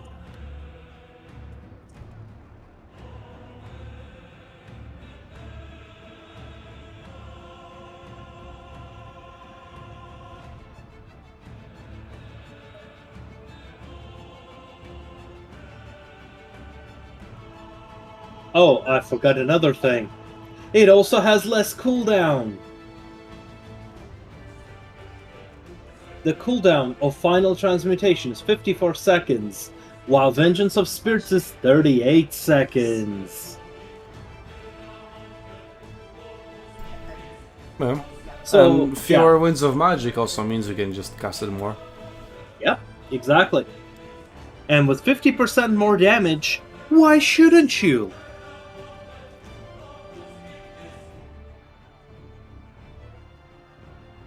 Okay, Serika has chosen Empire, and Akkeinn immediately decided to go with Tzeentch.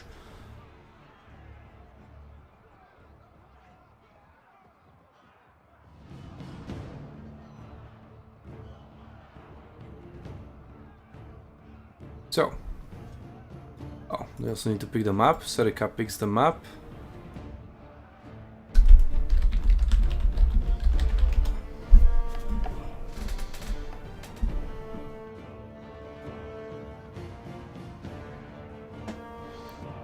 So you got rid of Sacred Synod of Chaqua and Grove of Slaughter, my two favorite maps out of the map pool.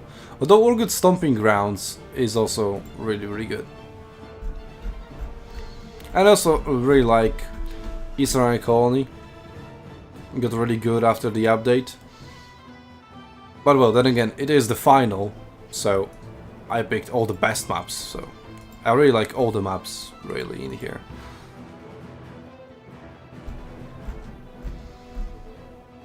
It is the Urgut Stomping Grounds for our match between Tzeentch and the Empire. So a bit of choke points, harder to flank.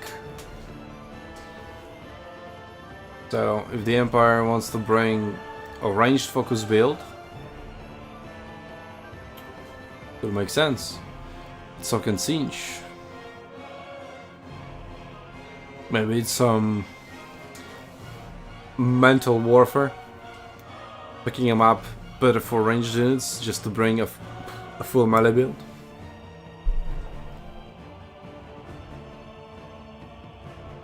Oh, well, there we go. Serga says, oh fuck, this is not the one I thought it was. Well, it's fine, he can change.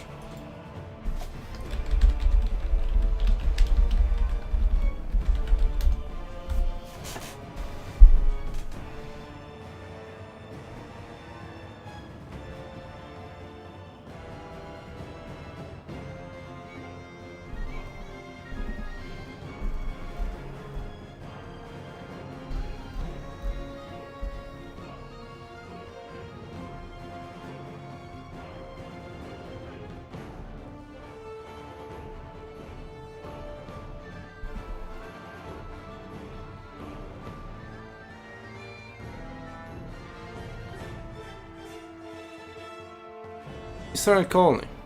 Well, the characteristic of the map is also very similar, because you do have those choke points between like large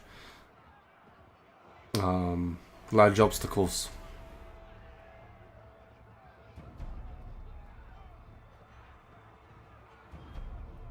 It's just more flat. It's easier to shoot and transition over from one side to the other. But in general, the idea is quite similar on these maps.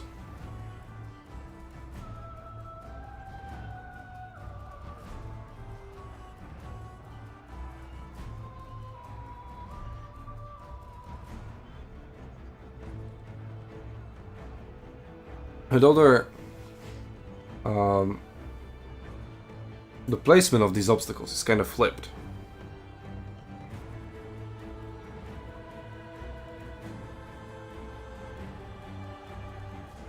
Causing the Eastern Colony to be quite more suited for defensive bunker play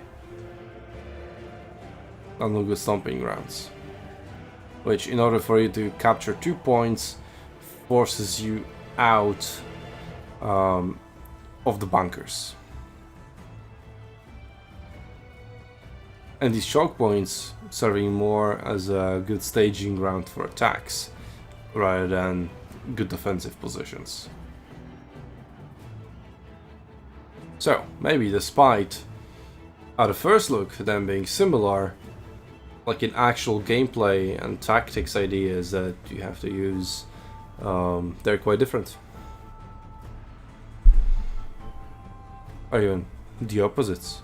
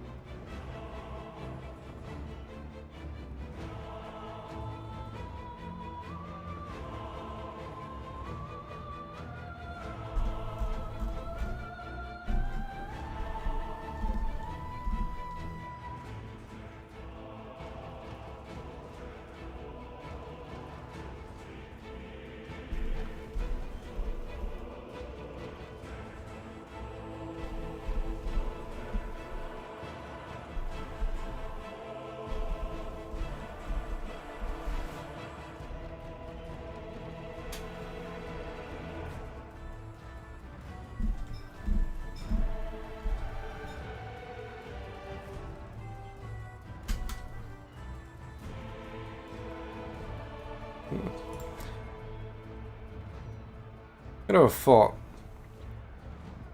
since looking at a bracket,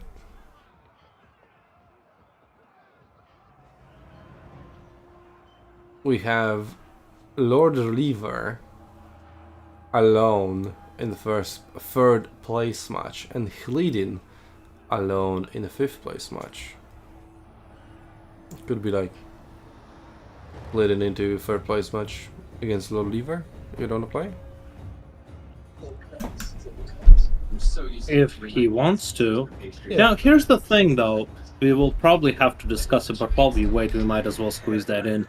So, Alrik went AFK while waiting for his opponent and did not come back in time.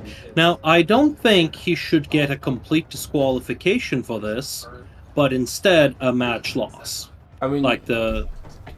if he is back now, maybe he wants to play against Hlidin then. If he wants to, but we already declared Hlidin the winner. We already told him to go, so... if we do that, you know... Isn't Hlidin just watching the final now? Yes, but here's the thing. If we do allow that to happen, people will not listen to our time warnings. Because they will still be able to play. So I think we have to give him the loss there, but should still let him keep his place on the final standings. Isn't it up to benevolence of Hlidin? I suppose. Actually, now that he's back, you do make a good point. Yeah, we're giving them the option. Like, otherwise, the result stands. But if Hlidin accepts, and they both want to play,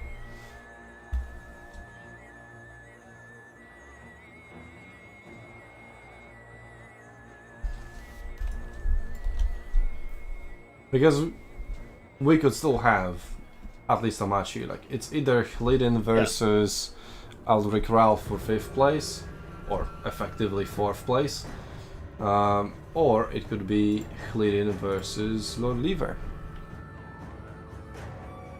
if they're both still around.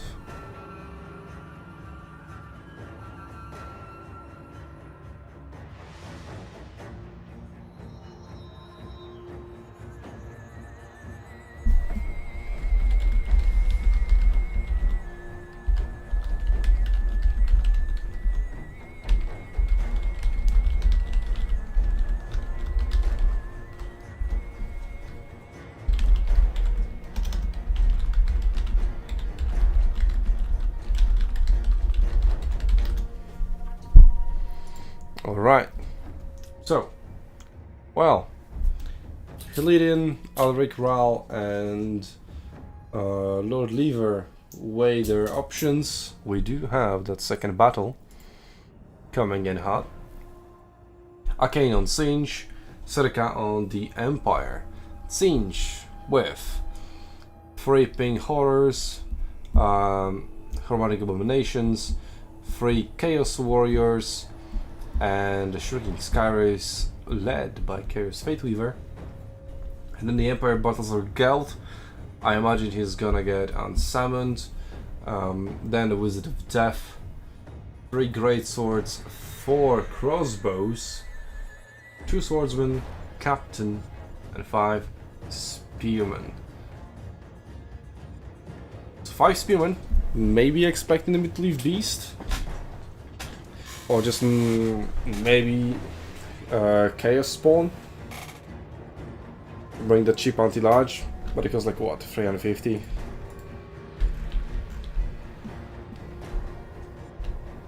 This is 375. Doesn't really matter much, they're very cheap, either way.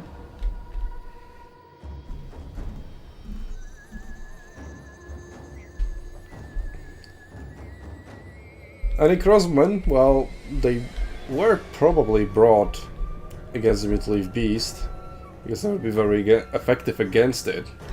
They will still do well against Pink Horrors. They do outrange them. 130 versus 160. And they outnumber them as well. 5-3. No, 4-3. They even have some experience.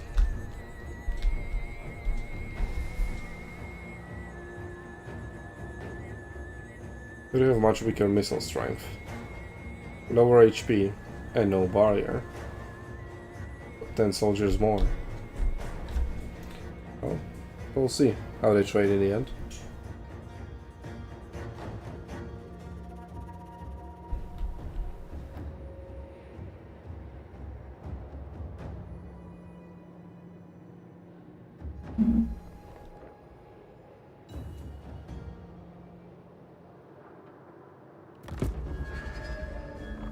So apart from great swords, Empire kinda lacks armor piercing. But I guess great swords versus Chaos Warriors should do fine. It does. It does. Especially when you consider Chaos Warriors are very expensive. So are great swords. Let me check. But they are slightly cheaper. Yeah. I think they're 850 or 900. I think 950, right? And then Chaos Warriors are 900 or 950.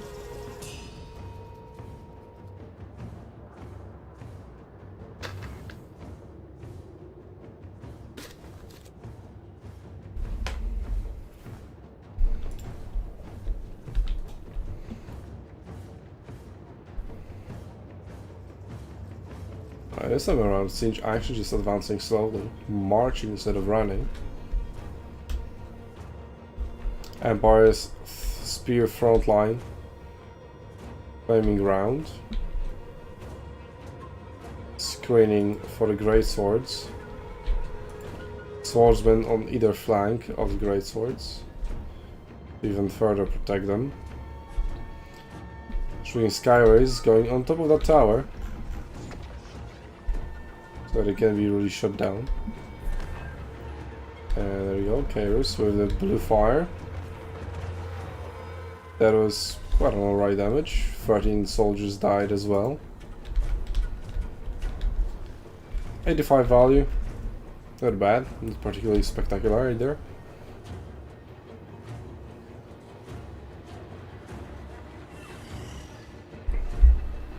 Oh, and Lamprey's bite. Yikes. Falling up. But he in a different part of the unit, so no soldiers were actually killed with that. Okay, point number 1 about to be taken, and it was enough.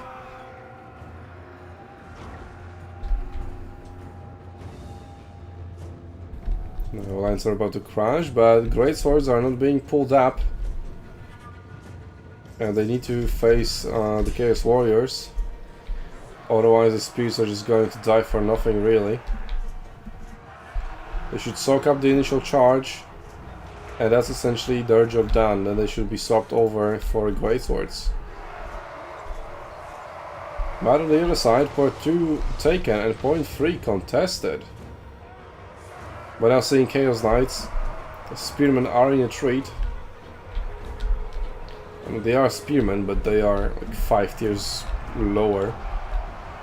And 2 units of crossbows routed. This 1 unit is on the other flank, but not achieving anything. Actually, Chaos Knights sneaking past the defensive lines of spearmen. And yeah, they will get into the crossbowmen. Oh, okay. Scared of swordsmen. Or maybe that they can move knights of halberds as they come out. So some war wagons, possibly to try to snipe cavers. Spearmen just shot to pieces, and now Penumbral Pendulum hitting and finishing a unit of spearmen and dealing some nice damage to greatswords. As there's another unit of greatswords coming in. The 3 units of greatswords focused in one area. Let's see what other magical options we have. There's also regrowth. And you wouldn't take regrowth on Kairos unless you were bringing a Mytholive Beast. Unless it's just for himself. It could be just for himself. Well, Demigryph Knights are doing the maneuver that the Chaos Knights wouldn't do, and sticking through that forest around that building, whatever, into the Pink Horse of Tzeentch. Terrific, but Fate of Buna on the Chaos Knights, a really good target for that spell. Sendigos of Tzeentch are coming into the Demigryph's halberds, doing a pretty good damage on the charge, and then following it even further, gives a Fate on them, so Demigryphs can escape. Spearmen though, coming in to help a little bit. And Greatswords have punched through the front line of Chaos Warriors. But instead of further supporting the melee where Demigryphs are, they're being pulled back around to point number 3, when there is just one unit of Chaos Knights. Chaos Warriors. I guess there's no Greatswords in there. And quite a powerful third tier Tzeentch army ability. But mostly punched away from. yeah. Pretty much these two units of Greatswords did suffer some damage, and they had to pull through into the Chaos Warriors. Demigryphs are mostly done for, without achieving much. Chaos Knights pretty much the same, but they've been hit by Fate of Buna. Pretty nice sandwich over here. Well, sandwich is one dude sandwiching the entire captain. But either way, the chromatic abominations are not doing too well. Tricking Skyray is now being committed to melee, trying to rout the spearmen with shields, and achieving that. And a fresh unit of Chaos Knights, and a fresh new cast of Fate of Buna, doing massive damage yet again.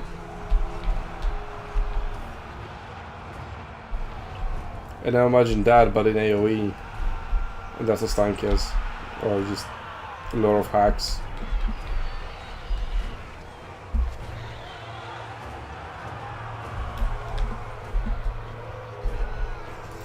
So we've got the War Wagons on the 50. Too good. And our Empire Knights taking over Chaos Warriors who have pushed all the way through to point number 2 without securing point number 3, because why would you? A little bit of lag coming in. But Sangers versus Swordsmen. Sangers should win, so Chaos could regain control over point number 3.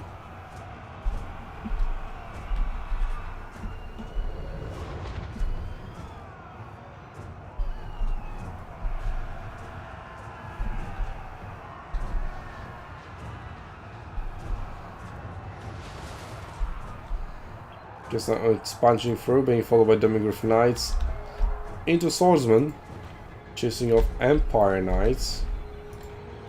There's only of Empire Knights waiting in the wings, going to intercept them. Demigryph Knights with halberds caught up. So with all of that, Chaos Knights should die, but they'll not rout, they won't even waver. Now, point 3, as previously said, is going to fall into Chaos' hands, but that's only the first points he's going to get in the entire match, when Nerexa is already at 900, just like 3 minutes away from victory. With now having lost the point, a little bit further away. I'm not seeing how Tzeentch is going to come back from this one. Well, he probably won't.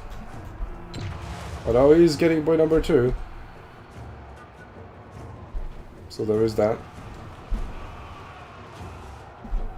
Here come 2 fresh units of Swordsmen.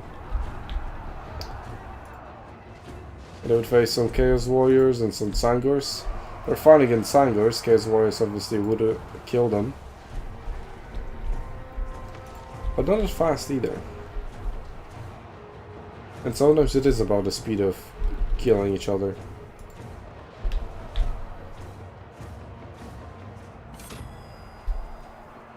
Let's see, that's another pinnable pendulum across the crossbowmen and into the 2 units of swordsmen. Very nicely timed. Nerexa, I think he did notice that last second, but tried to dodge, but it was still total right.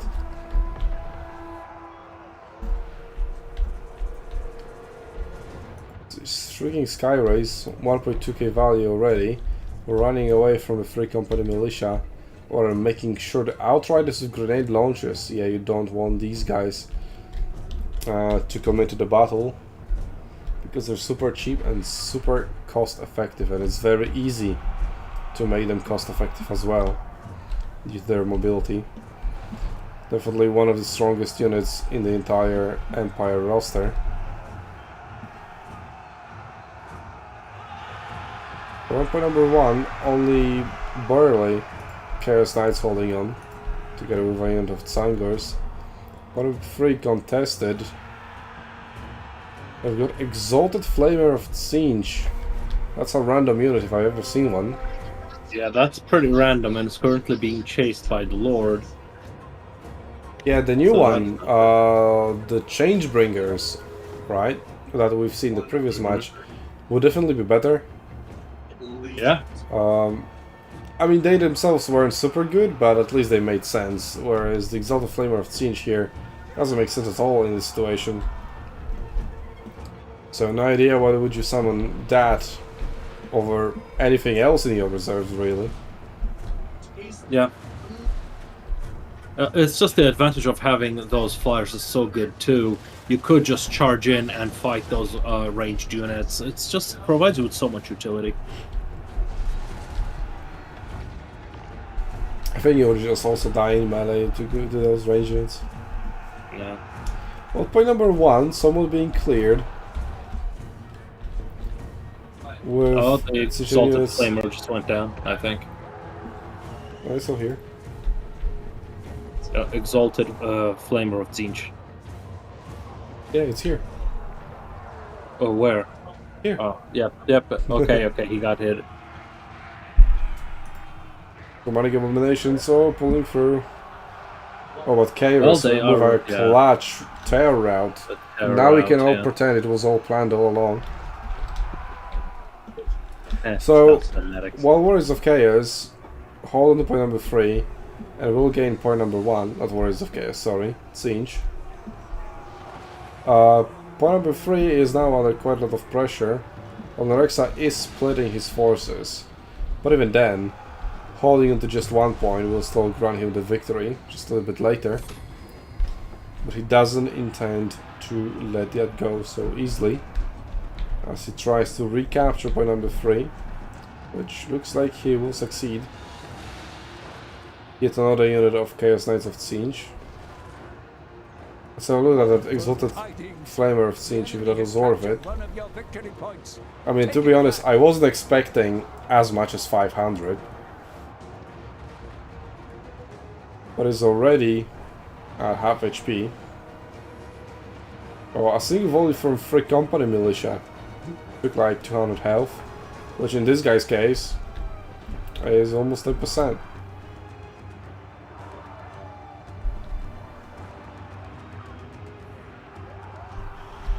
Because now it's trying to punch through. Now they're getting a pretty good charge into the handguns, 3 company militia. I thought they would carry over all the way to the war wagons, but apparently no. Yeah, these guys have such a low health, 800, but still 3 out of 4. So operating at 75% effectiveness. That's pretty good. Tzeentch was unable to finish it. And point number 1 also got flipped. So now, with triple cap, and being very, very close, it is Fate Seal, as it was from the very beginning pretty much. Yep. Nerexa will go up and tie up the series 1-1 in just about 5 seconds. And there we go. You have been bested. There is only defeat. GG.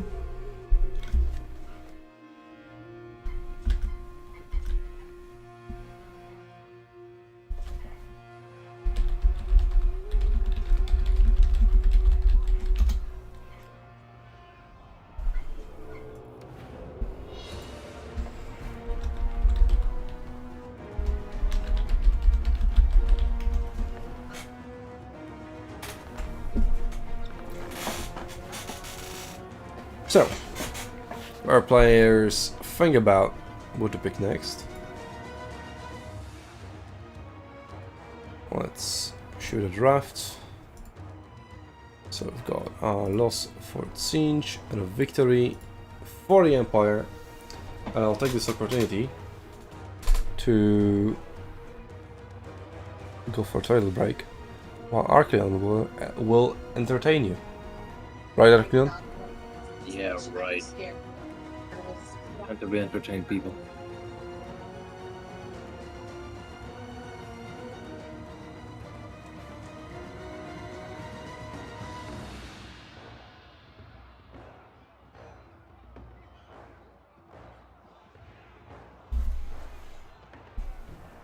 Well, I see with Hlidin, things are going to stay the way they are.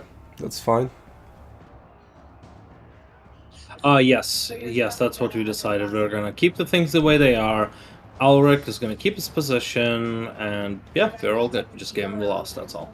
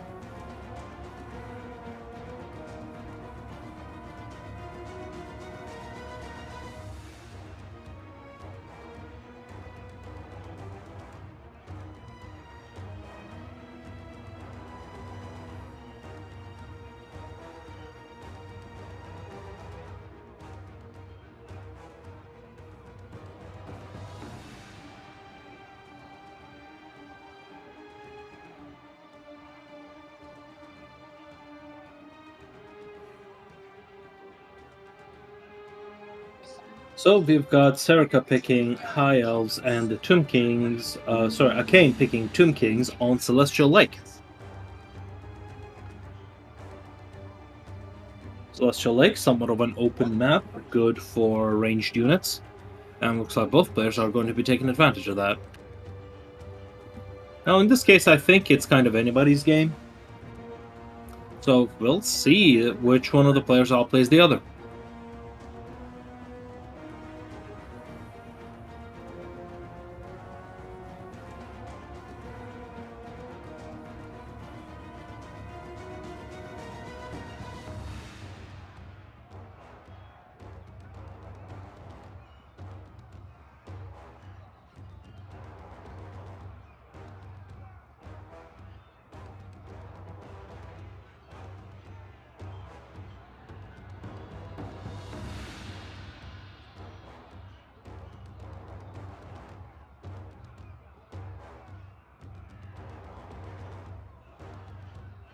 Alright, I can see it's Tomb Kings versus High Elves.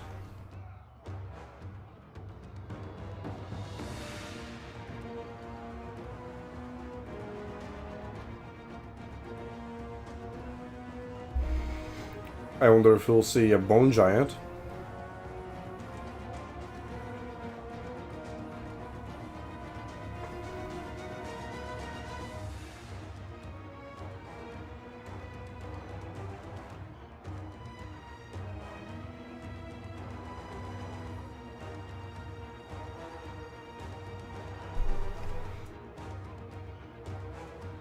So, such like a pretty big open map. We have flanking opportunities. Well, only from one side, from the forest. Usually we do see quite a lot of range exchanges.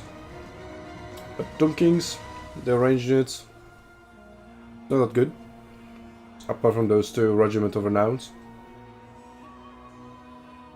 No, Regiments of Renown.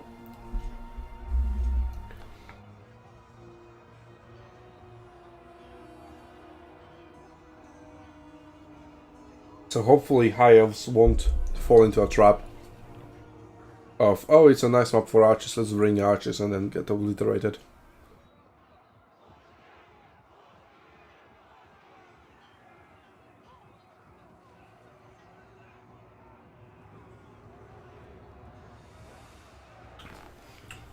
Those cheap Skeleton Warrior spam with shields. I mean, that's just a good idea to bring. Like cheap infantry to plug in the gaps, provide flanks or provide anvils. It's always good, pretty much. You can fill in some Nekahara warriors or tomb guards, as we've seen before, for some additional damage output against infantry.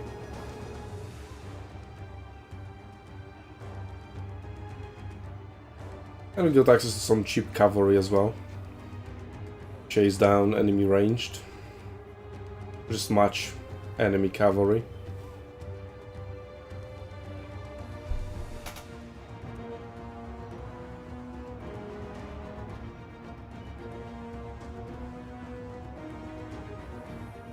They'll bring the Ushapti Greatbow Regiment of Renown with 250 range.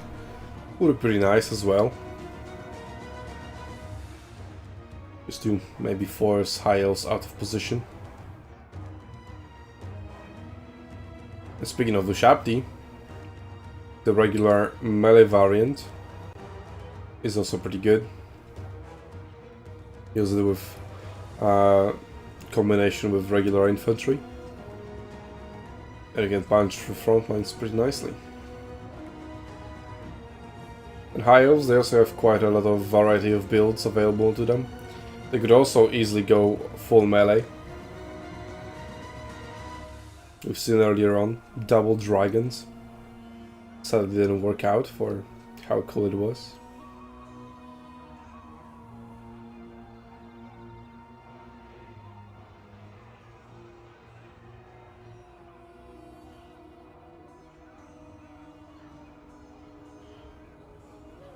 Imrek, totally a possibility.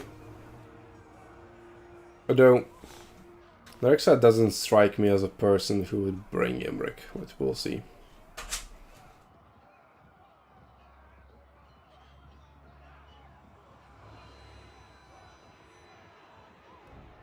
Just regular Archmage of Life on top of a dragon. Probably a better, much popular choice. But Imrek is hype.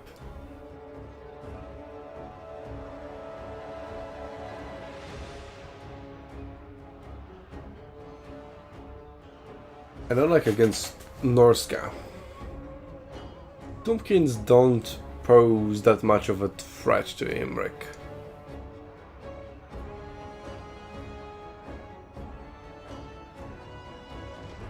But there's still these Spelukral, whatever, Stalkers thing. Regiment of Renown. With laser guns. They're pretty good against things like dragons. Whatever flies, whatever is big, they're good against that.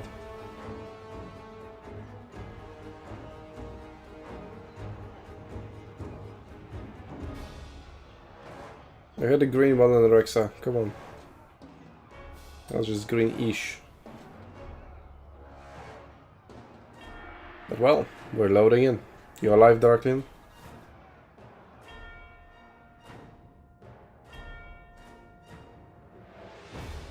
Okay, we've got, let's see, 3 heroes on the High Elf side and Grand Hierophant of Katep as their large units. We've got Shabti with, I'm not sure if that's a with bow or not. But Those are regular skill spearmen. Sorry, archers. And we got this. No, Ushabti, the one at the very end. That's Bone Giant. That's the Bone Giant? Okay. I'm not too familiar with the TK units. And we've got Phoenix Guard. That's also quite an unusual thing to see. Also, Bone Giant. I guess for sniping Dragon.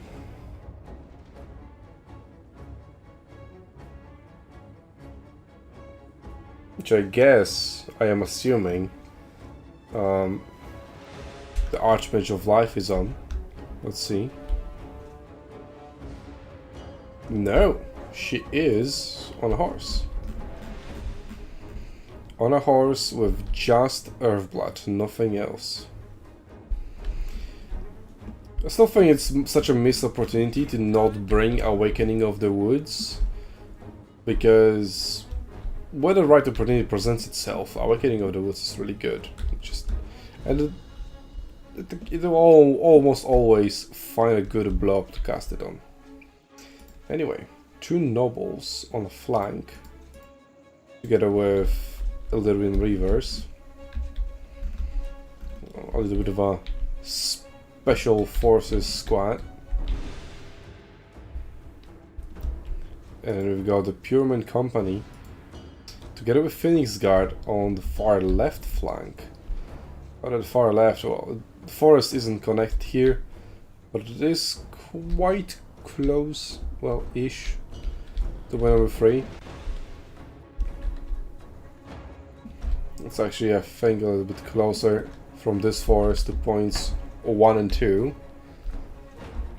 Well, we'll see. Those are definitely some sneaky, interesting tactics Nerexa is showing us.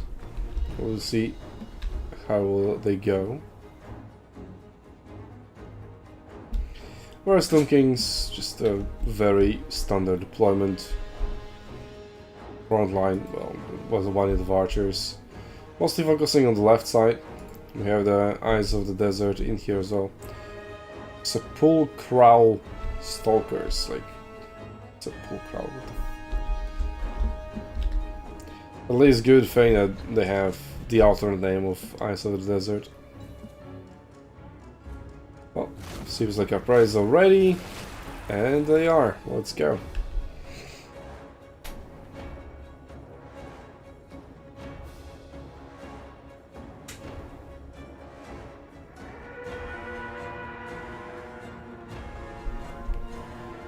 Well, Nerexa was late for a good 15 seconds. Well, we also got Grand Hierophant Kefab on his Casket of Souls. Actually atop a cliff, of all places, but with 440 range.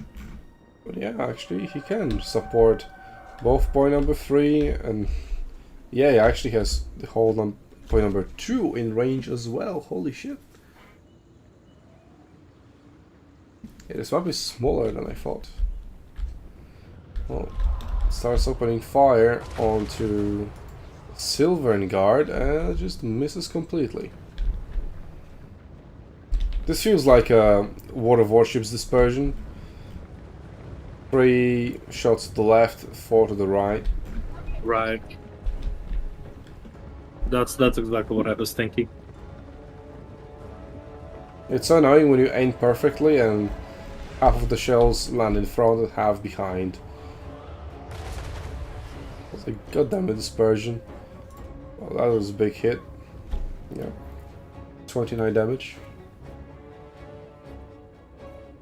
Big value right there. 3. At this point it's just a waste of ammunition. But I think, yeah, I can realize that. The question is he just going to stop shooting or is he just going to bring him closer? Yeah, he is shooting it again. At archers at the edge of a forest.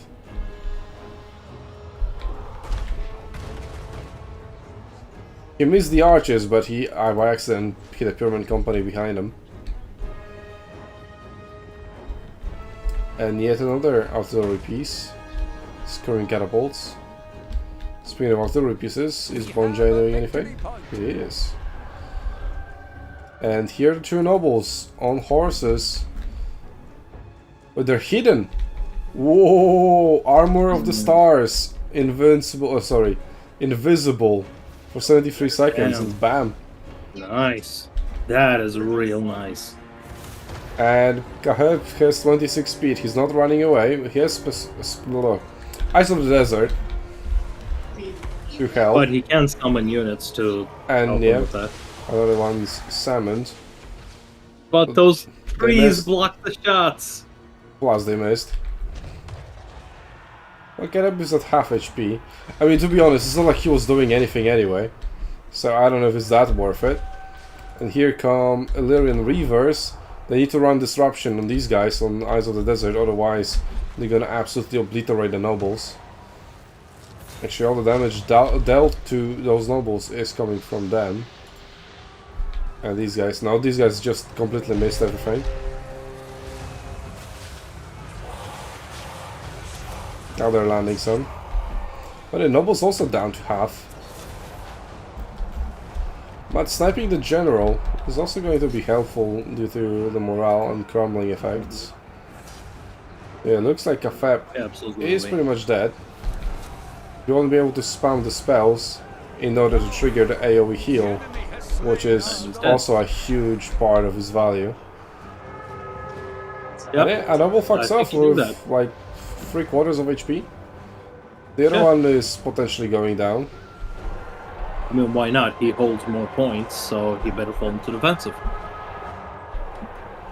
I mean, yeah, obviously you don't want to leave the noble in here. I'm just saying, like, yeah, he managed to pull it off and escape with his life.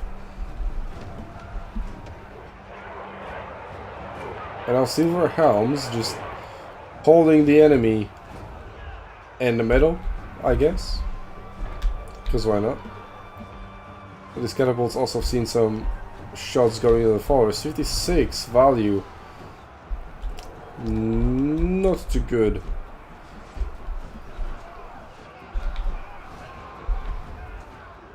Yeah, well, they look cool and have big explosions. They are really not that effective.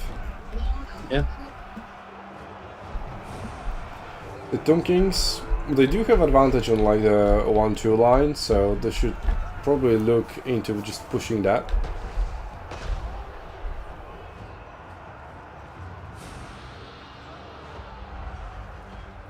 One of your units has been destroyed. Okay, these archers somewhat a decent value. Focusing on the other enemy archers though, like focus on Nekehara Horsemen and Nekehara Warriors. Earthblood on just a single unit. That's quite interesting. It obviously triggers Life Bloom, whatever it's called, for the entire army for a little bit as well.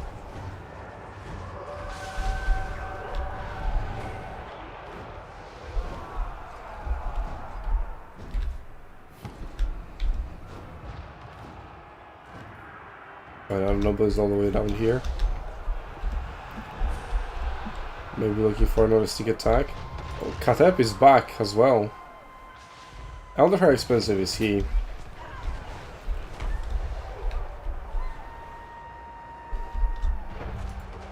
Well, here comes the Armor of the Stars. This isn't one use, it is actually on cooldown. So, completely hidden. The Noble is at it again. Eyes of the Desert are still waiting, but I can still support him. Not thinking he'll pull it off twice.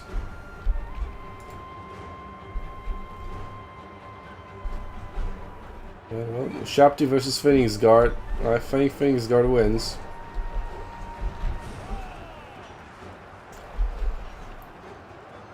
Bit of Bone Giant should probably target them.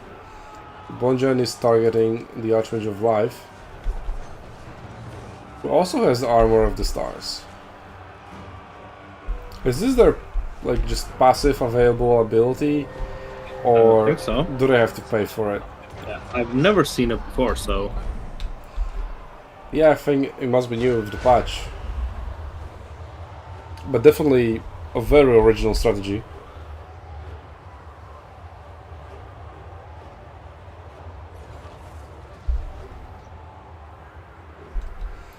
Comes still unspotted, by the way.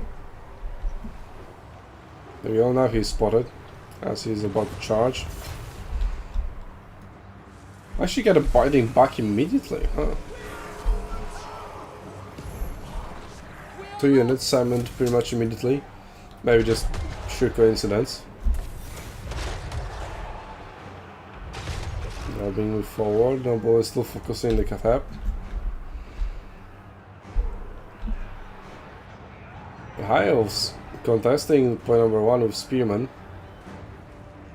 Not gonna get far with this, but I guess it's a good distraction. Illyrian Reavers, that's another Phoenix Guard. There are 2 Phoenix Guards on the battlefield at the moment. We're gonna go into the Hikara Warriors. And then Illyrian Reavers. Oh! Okay, now that hurt. That was quite OP.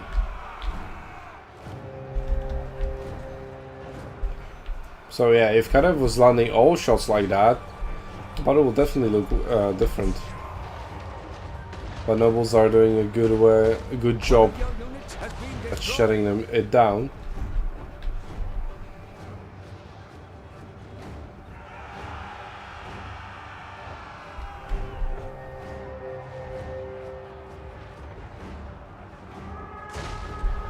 Okay, down to 1.6. Still use some spells.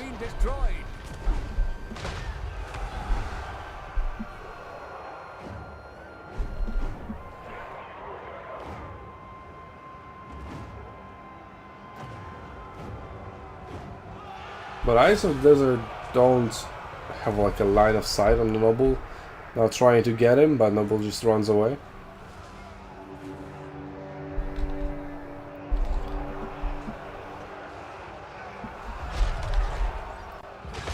Katep almost down, at least he's not shooting, so that part of the plan has been achieved. The Illyrian Reavers, I think they should just charge into Eyes of the Desert. Well, I guess they're going for the archers. We got 40% physical resistance.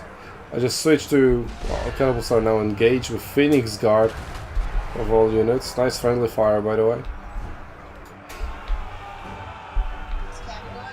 I thought the High Elves had already sniped the general. Yeah, they did. Not. He just got to summon. Oh. No, it's gonna happen again. It's quite cheap, although I don't know how much the Cascade of Souls costs.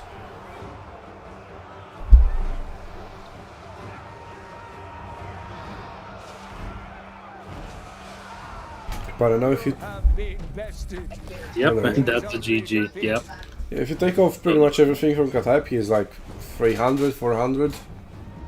Something like that. Super cheap. Yep.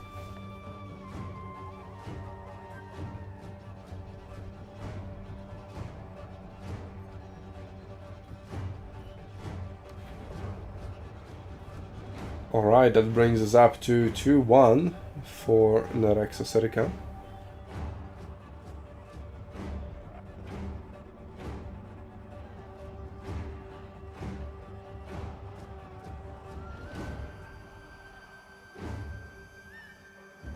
And on to our match point. So now, Serica. No. Okay, picks first, right?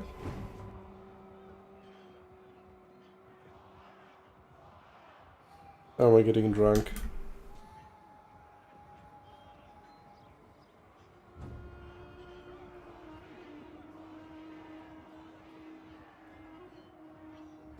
No, that is correct.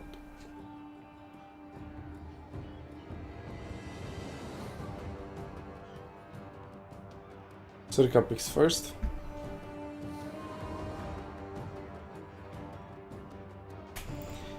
between Lizardmen and Bretonnia.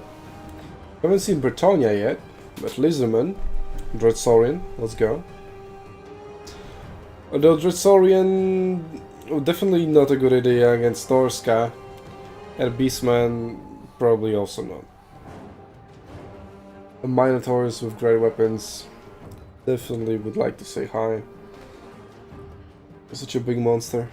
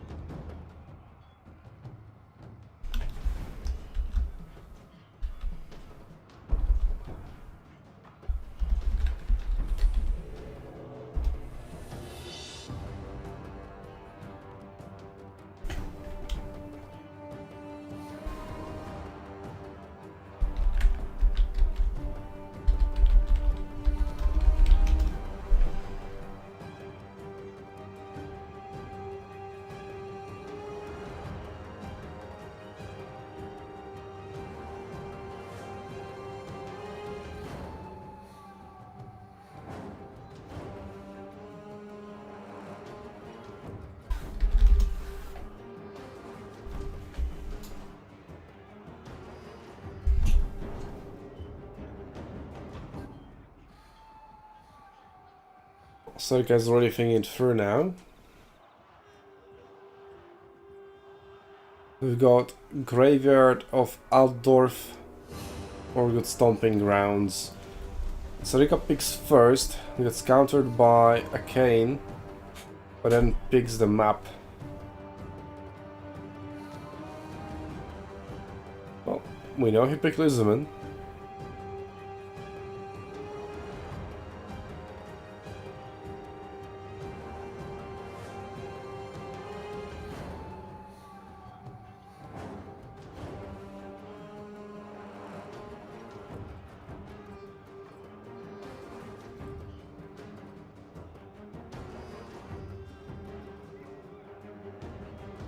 No. Let's wake up Akkeinn.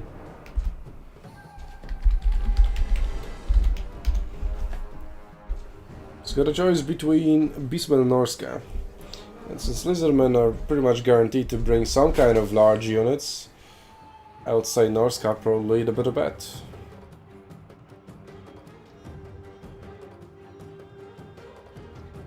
So maybe Beastmen are better than Norsca against Bretonnia? But either way, you still need to tie it up to 2. And a good build would help.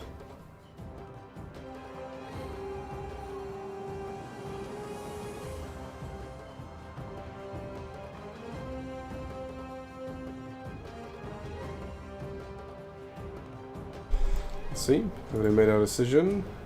Norsca, yep.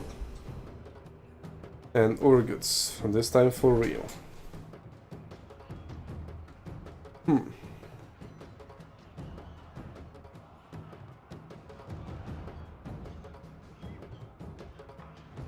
Compared to Graveyard of Altdorf,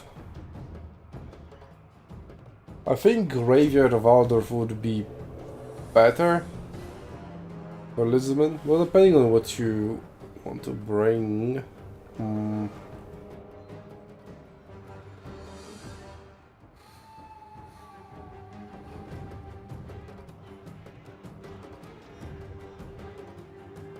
I think out of these two maps, Graveyard would be better. Pretty much no matter what you bring. But again, what do I know? Definitely not much.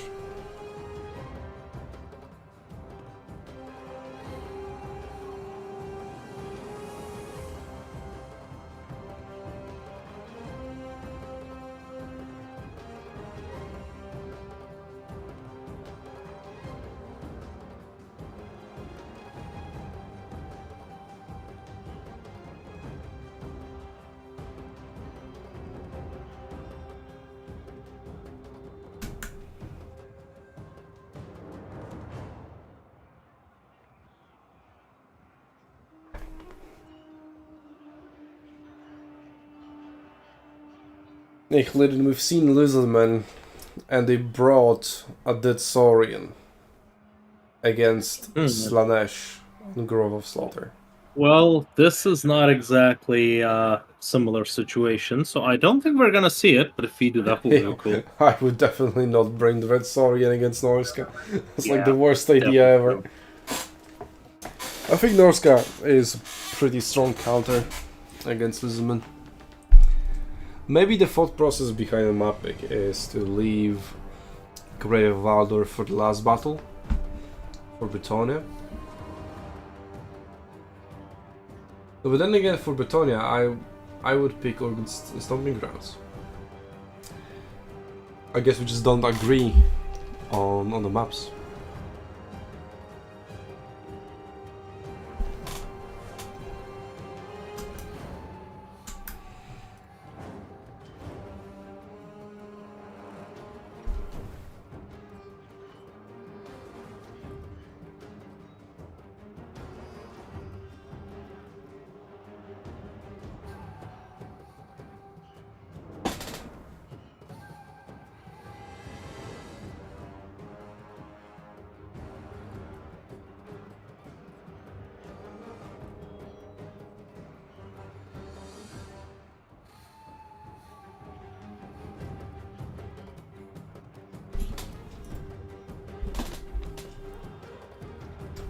Maybe in the meantime I could bring up patch notes.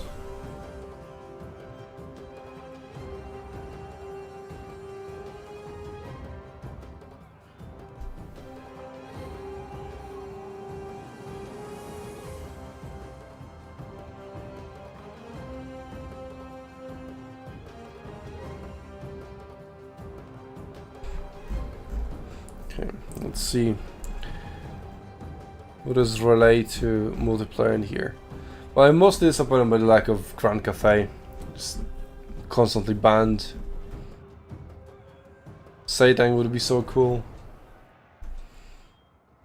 Melee Raj build with Great Moon Bird and Jet Lions.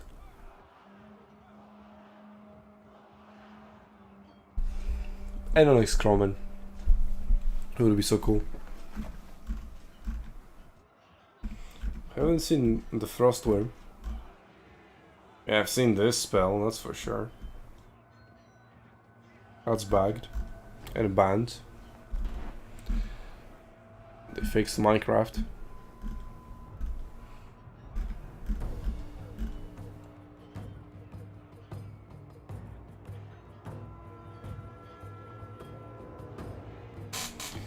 Okay, hopefully our players are getting ready by selecting the correct map.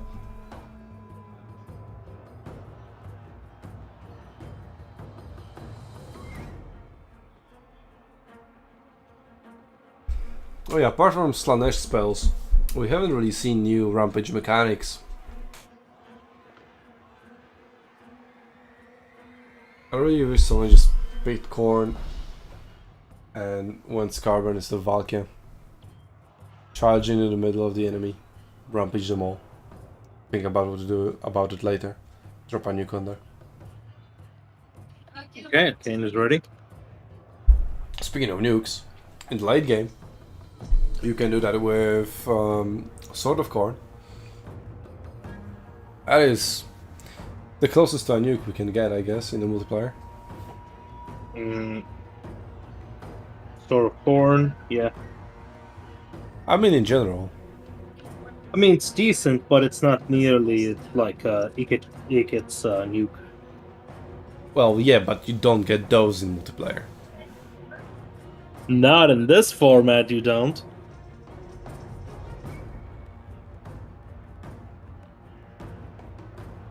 Kane's ready, but Nerexa isn't.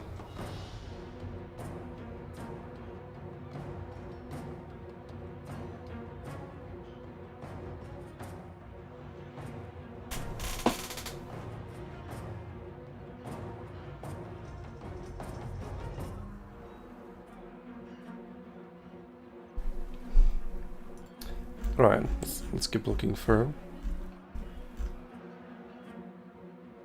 But no, given that they did do quite a lot of new stuff in the patch,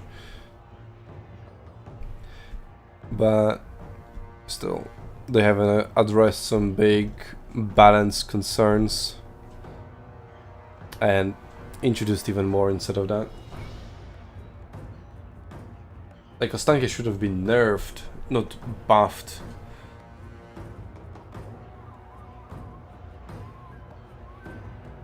Anyway, Nerexa has found his greenish banner. Slaanesh, Priest of Fire. And yeah, avoiding large monsters. Are these salamanders now? Yeah, ancient salamander, okay. Singular.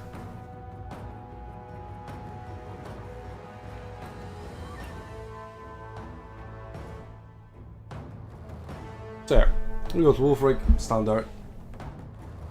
Then Shaman or whatever else that is. Of Shadows.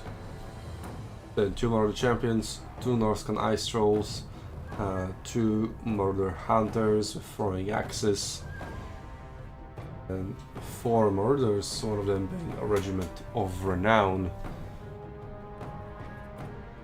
And yeah, for Lizardmen, Slaanesh Priest, then the what are they called? Temple Guard,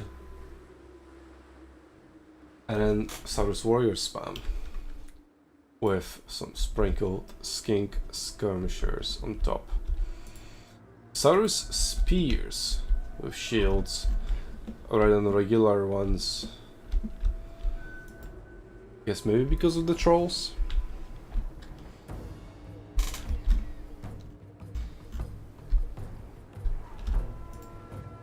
Skin skirmishers do spread poison, but so does Skin Cohort, I think.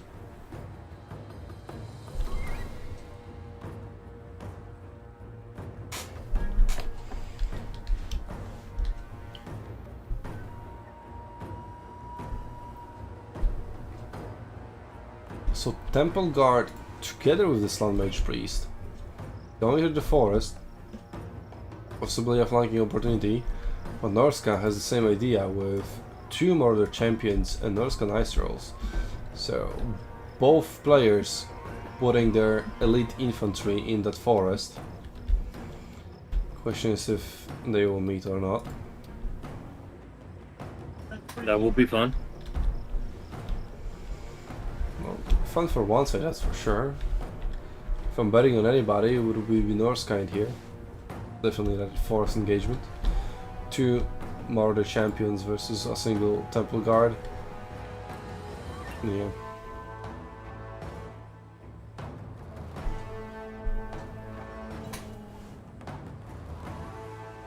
So, let's see. Have the Burning Head and a Flaming Sword of Ruin, together with the Bound Banishment, obviously.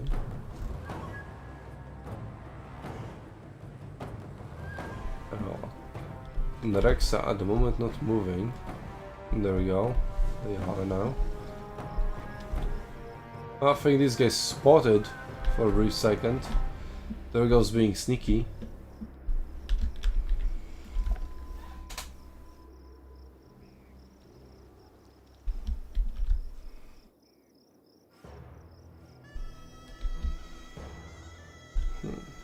And Lizardmen largely going towards point number 2. Norsca somewhat staying in the middle for now. Going to the 1-3 line.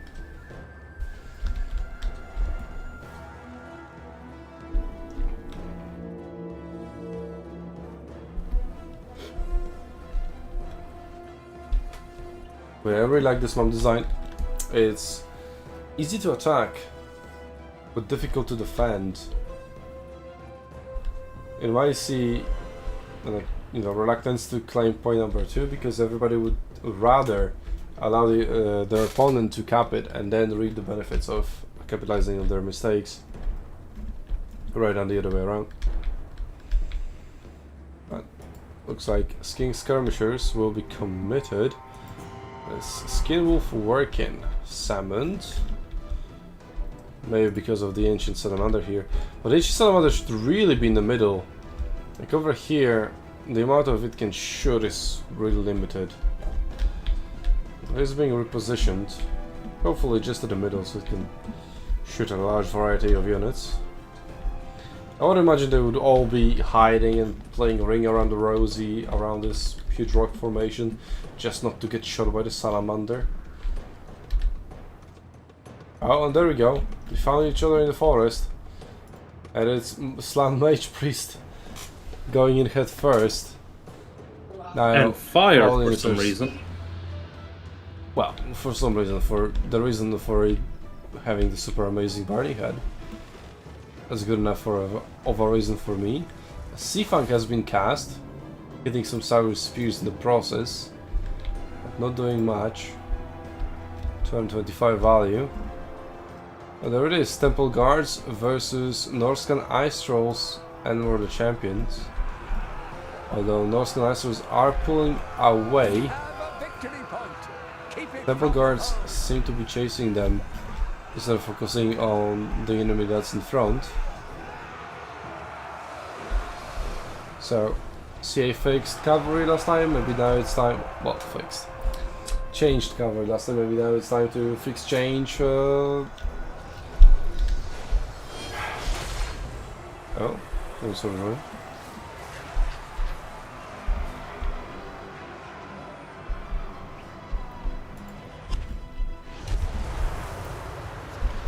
That is going to be effective. Croxigor's Croxigor.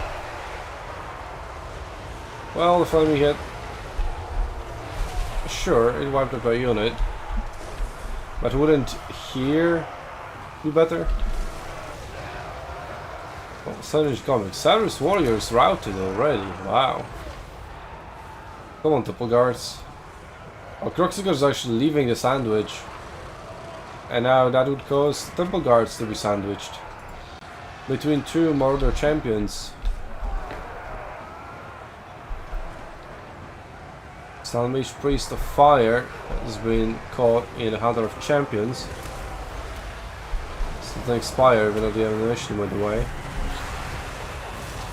He's being countered by both Skinwolf Working and Wolfric himself.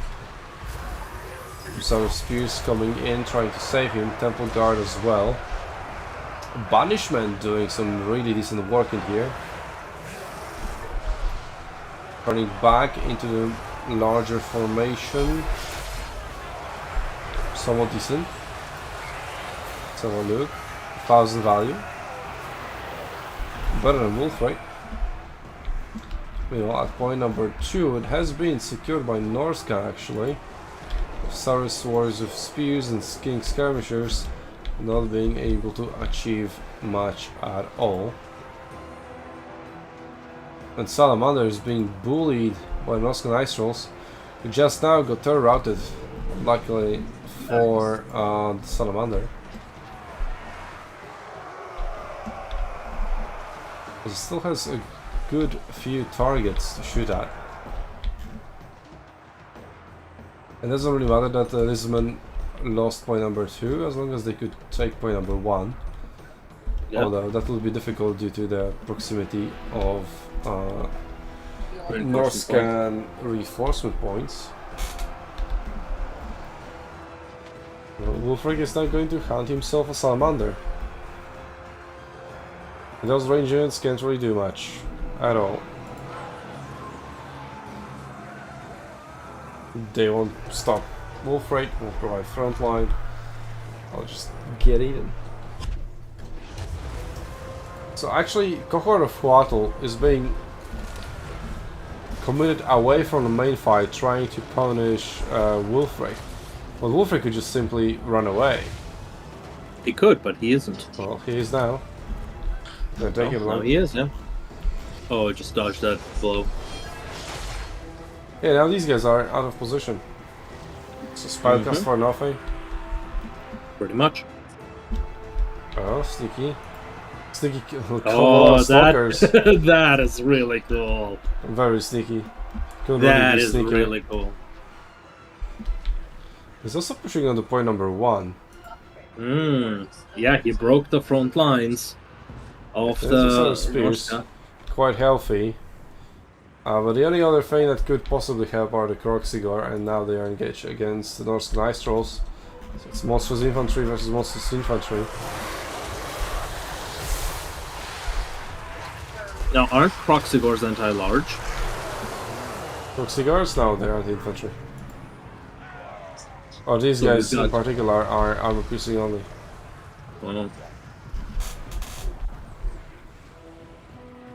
Very well.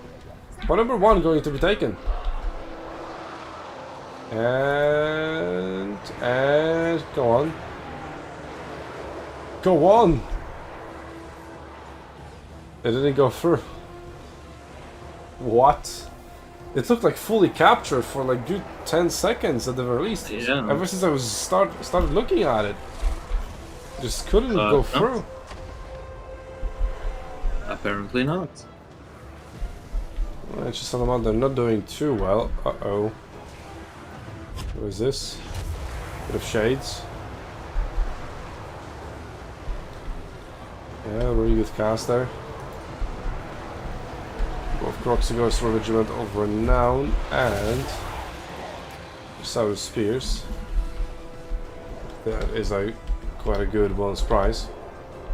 Because the point number 1 not taken, but point number 2 taken. Still full unit of Command Stalkers. If notice the Marauders and well, miss their shots, still going to obliterate them.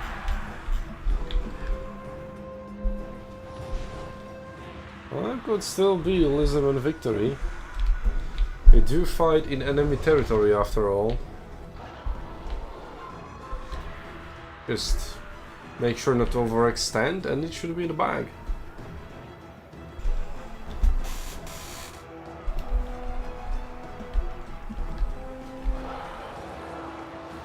Looks like Nerexa does really like to overcommit and overchase.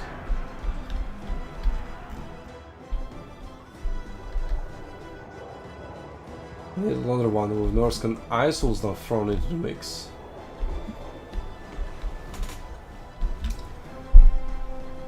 And yeah, Norsca doesn't really look that healthy at the moment. They're not. Even though the values seem quite similar, the line control seems to be in favor of the Lizardmen.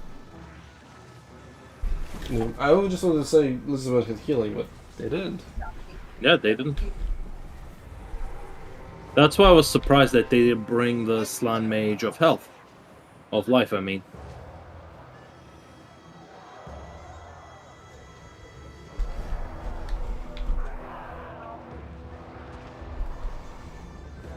Well, looks like... So, what's the control point situation? Who owns what? Because I think they both own the same amount, do they? They can't Nope. really. Nope. Apart from Not where anymore. one is neutral. No, Lizardmen actually own 2 of the points. They do, yeah. Yep, and almost a third one. Let's see if they can take it. That could be massive. Well, there's only 300 difference between the damage values of both teams. The damage Look how value, friendly yes. fire and army abilities come into that. Yeah, but also where the units are. Yeah. So, yeah. Oh, Wolfric now surrounded. Mm-hmm. Show the stuff. Just below half, like 40%. Yep. Now These they're guys all just in the not buying woods. anything. So they are losing. They are losing some stats.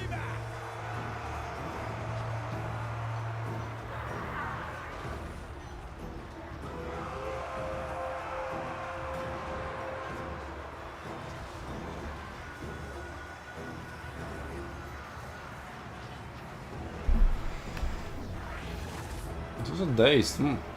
More difficult to run away, and also just melee debuff. Let's see if I can overheal one help. Point number 1, I think it's finally flipped. The enemy has slain Point number 2 has been flipped for Tzeentch. Hello, so spears are incoming with 31 speed. Slowly but surely.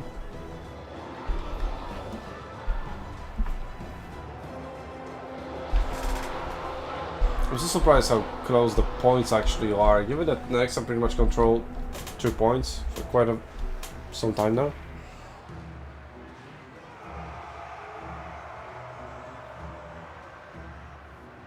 But it's pretty much impossible for akkeinn to even punch out of this situation.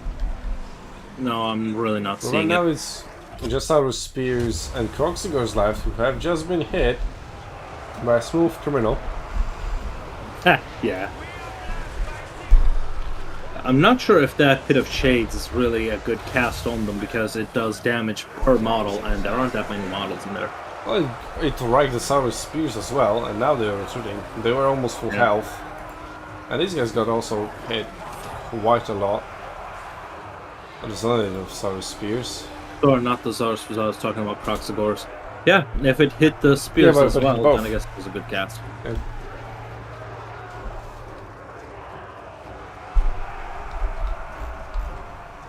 Yeah, some reinforcements are coming, but Norsca and Ice Wolves chasing them down, making sure they It's so don't have close, returns. Skin Wolves as Yeah. well, they're pretty fast at full HP. And regeneration. We've got point 3 now being flipped by some Yep. spears of all Another units. sneaky cap.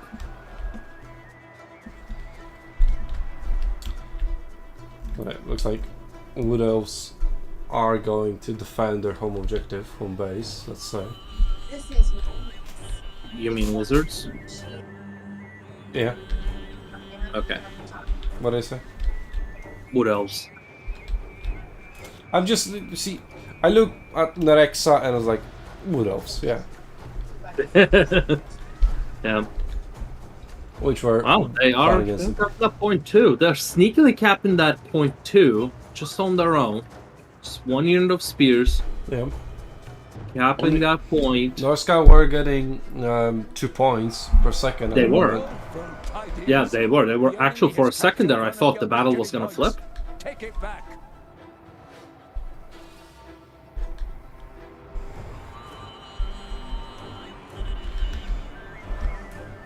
Here come more the horsemen with throwing axes. They can't really do much against our spears. Yeah, they really can't. Just going to charge in. Cavalry into spears, and cavalry is not suited for melee. They just didn't charge, they just stopped. That's even worse. Yeah, that doesn't help at all. And 2 units of skin skirmishes. A little bit of an overcommitment, but I guess there are also more That's what reinforcements they coming. exactly need. That's exactly what they need. I think they shifted their strategy from trying to take point 1 into holding point 2 and 3, which is a very good call. Like, they're ahead in value, they're ahead in points, there's no need to take these unnecessary risks that can actually flip you the game.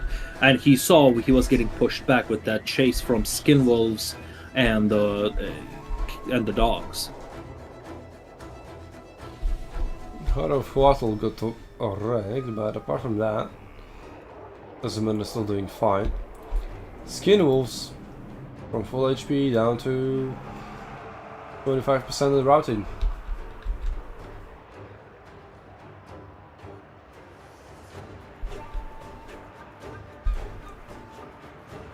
The Mage Priest of Fire died. I wonder just how many unused Winds of Magic does he have? Because this guy is also almost dead. And he can only cast Speed of Shades, actually. Which makes sense.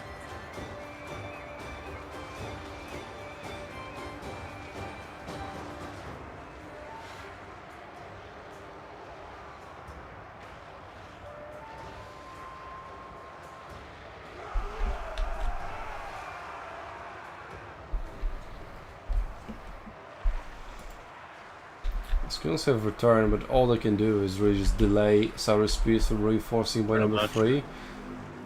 There is some renewed effort. at point 2. I think it's too little too late, but they only have the range units left, so... Well, there's still sort of spears holding on. At the edge, as Arena has taught us. Yeah, These I love skirmishers it. are trying to flank and into melee. There's something I was they're also trying pulling to off. rout with that tiny bit of morale left. Come on. Leadership. One point of leadership. They need to get these king skirmishers. Oh, there we go. We routed. Oh, there we go, routed. Well, now someone needs to chase them. Hello. But anyway, Norsca, what they could do is like, yeah, commit fast units in here. It's like, oh, you're defending? Okay, well, let me go with all fast units over here. They are capturing point 3, but I think they will need a triple cap at this point, don't they? Triple cap, yeah. Yeah. I mean, Nerexa is just 80 seconds away from victory. 80 seconds away, yeah. 75, and it keeps counting down. So, yeah, they'll have to... Norsca nice rolls, 54 speed. I mean, if there was a choice, definitely bring Skin Wolves, who have speed like 70-something. But maybe that wasn't really an option. Ancient Salamander, resummoned. I mean, Nerexa can still take some time, whereas akkeinn definitely is running out, 50 seconds. The last 50 seconds. Also, the problem is the Skink Skirmishers, like, there we go. Norsca Ice Wolves into them, or Warhounds. Oh, they immediately, routed immediately. But use these Murder Horsemen to just obliterate Skink Skirmishers. Yep. Once they are gone, then start getting into the Sour Spears. Like, it's still doable, but you're not doing it by stunning still. Hello? Exactly. I mean, okay, cool, he's throwing axes, but there we go. Charge! There we go, that's what you needed. Now both of them are gonna rout and you'll get the... But can he cap it in last 10 seconds? No. It is going up quite fast. It is going up fast. 2, 1, 0. If he charged those 5 seconds earlier, that could have been a triple cap. Could have been a triple cap, and all he needed to do was just hold the line. Well, he would have hold this, which would also be probably flipped by... I would say what else again? By Lizardmen. Yeah. Well, with that, I think this is this Serica's first win, or is this his second? Yes, this is his first time being a champion. First time win champion, wow. Wow, absolutely incredible. Would have been the first time for either of them. But congratulations for Serica, being here from the very beginning. Yes. Finally scoring his first win in Season 2. Sadly didn't get a win in Season 1. Congratulations. But those were some really, really good battles all across the board. So definitely worthy of a final. Oh yeah, absolutely. It was so incredibly close. So few, like, tiny mistakes there that flipped the battle. It was such a pleasure to watch. Well, we have our final standings ready. But we will need to alter those to take out the people who got who dropped out. So for now, nice screenshot. Yeah. So hardest warrior isn't really 4th. Yes. So Hlidin is. So let's go from the bottom up. The 8th place is gonna be Gapa. 7th place is Fojtu. 6th place is Berrserk. 5th place is Alrik. 4th place is Hlidin. 3rd place Lord Lever. 2nd place akkeinn. And 1st place Serica.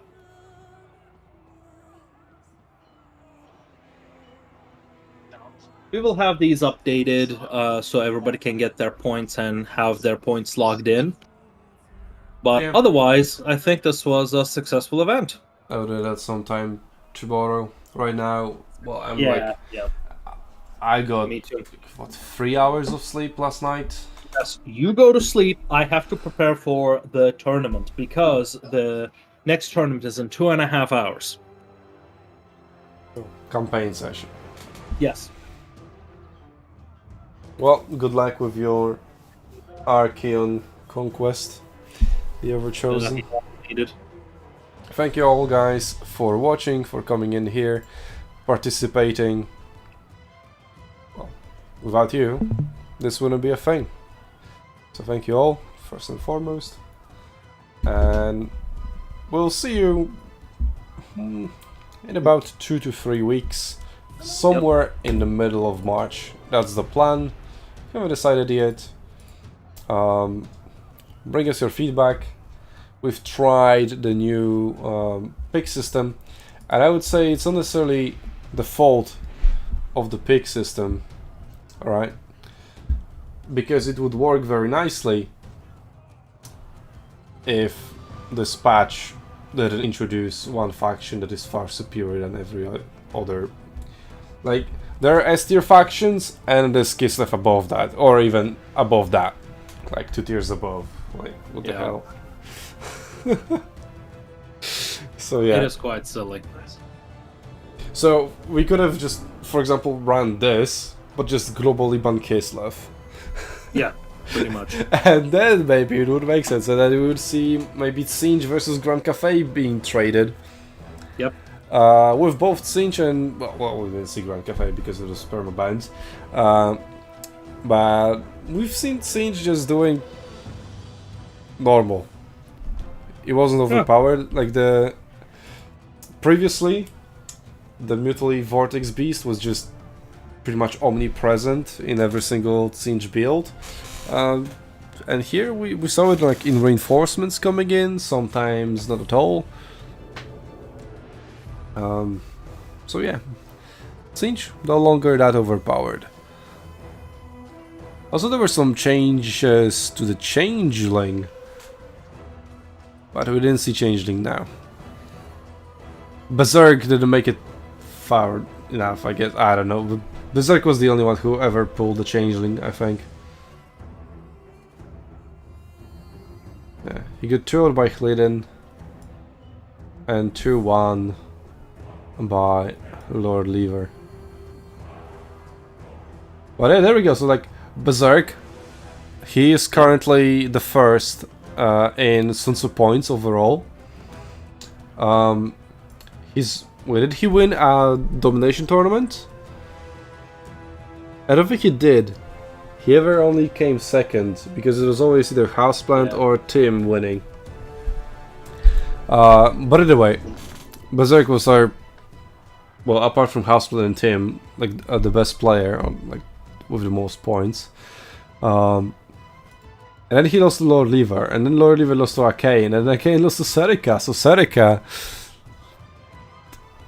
for the virtue of power scaling, better than all of these guys. Well, better than everybody here today, right?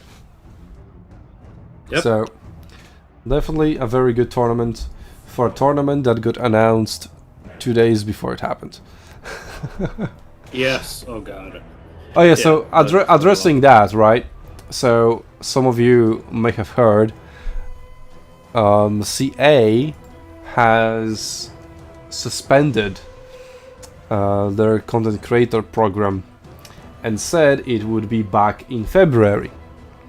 Same as they said the patch will be in February. So we were kind of waiting for that. And then February was okay, this is the last weekend of the February. Well, at least the patch is here. So, which makes sense as a better priority, but yeah, we haven't heard anything from the content creator system, so yeah, well, at least the patch was here, and that introduced the hype, because previously, like in Season 1, I remember, I think it was Berrserk, someone was saying like, yo, people are just waiting for the next patch, the stuff right now is pretty bad, so nobody wants to play right before a patch. But after the patch, right, you know, just to try out new stuff, the patch is literally live for 2 days, right? So everything's still fresh, everybody's still feeling things out. Next week, everybody's going to play Ostankia, that's for sure. Yeah. And in every Which is single fun because SFT tournament, Kislev is going to be permabanned. Yeah, which is funny because Kislev has always been kind of an underdog. Now them getting banned is so funny to me. Yeah, I remember, like, in patch 3 point something, 3.1, 3.2, whatever that was. I think we went from 3.1 immediately to 4.0, like, their patch naming was just awful. Didn't make sense at all. Like, I understand jumping from 1 point whatever to 2.0 when introducing Immortal Empires. But then jumping to 3.0 and 4.0, that was like a regular patch. There were no major changes to just do 2.1, 2.2, 3, 4, and so on, instead of just jumping up. But like, whatever. It's only a number after all, but I wish it would make more sense. Still, there's a reason why behind those numbers the way they are.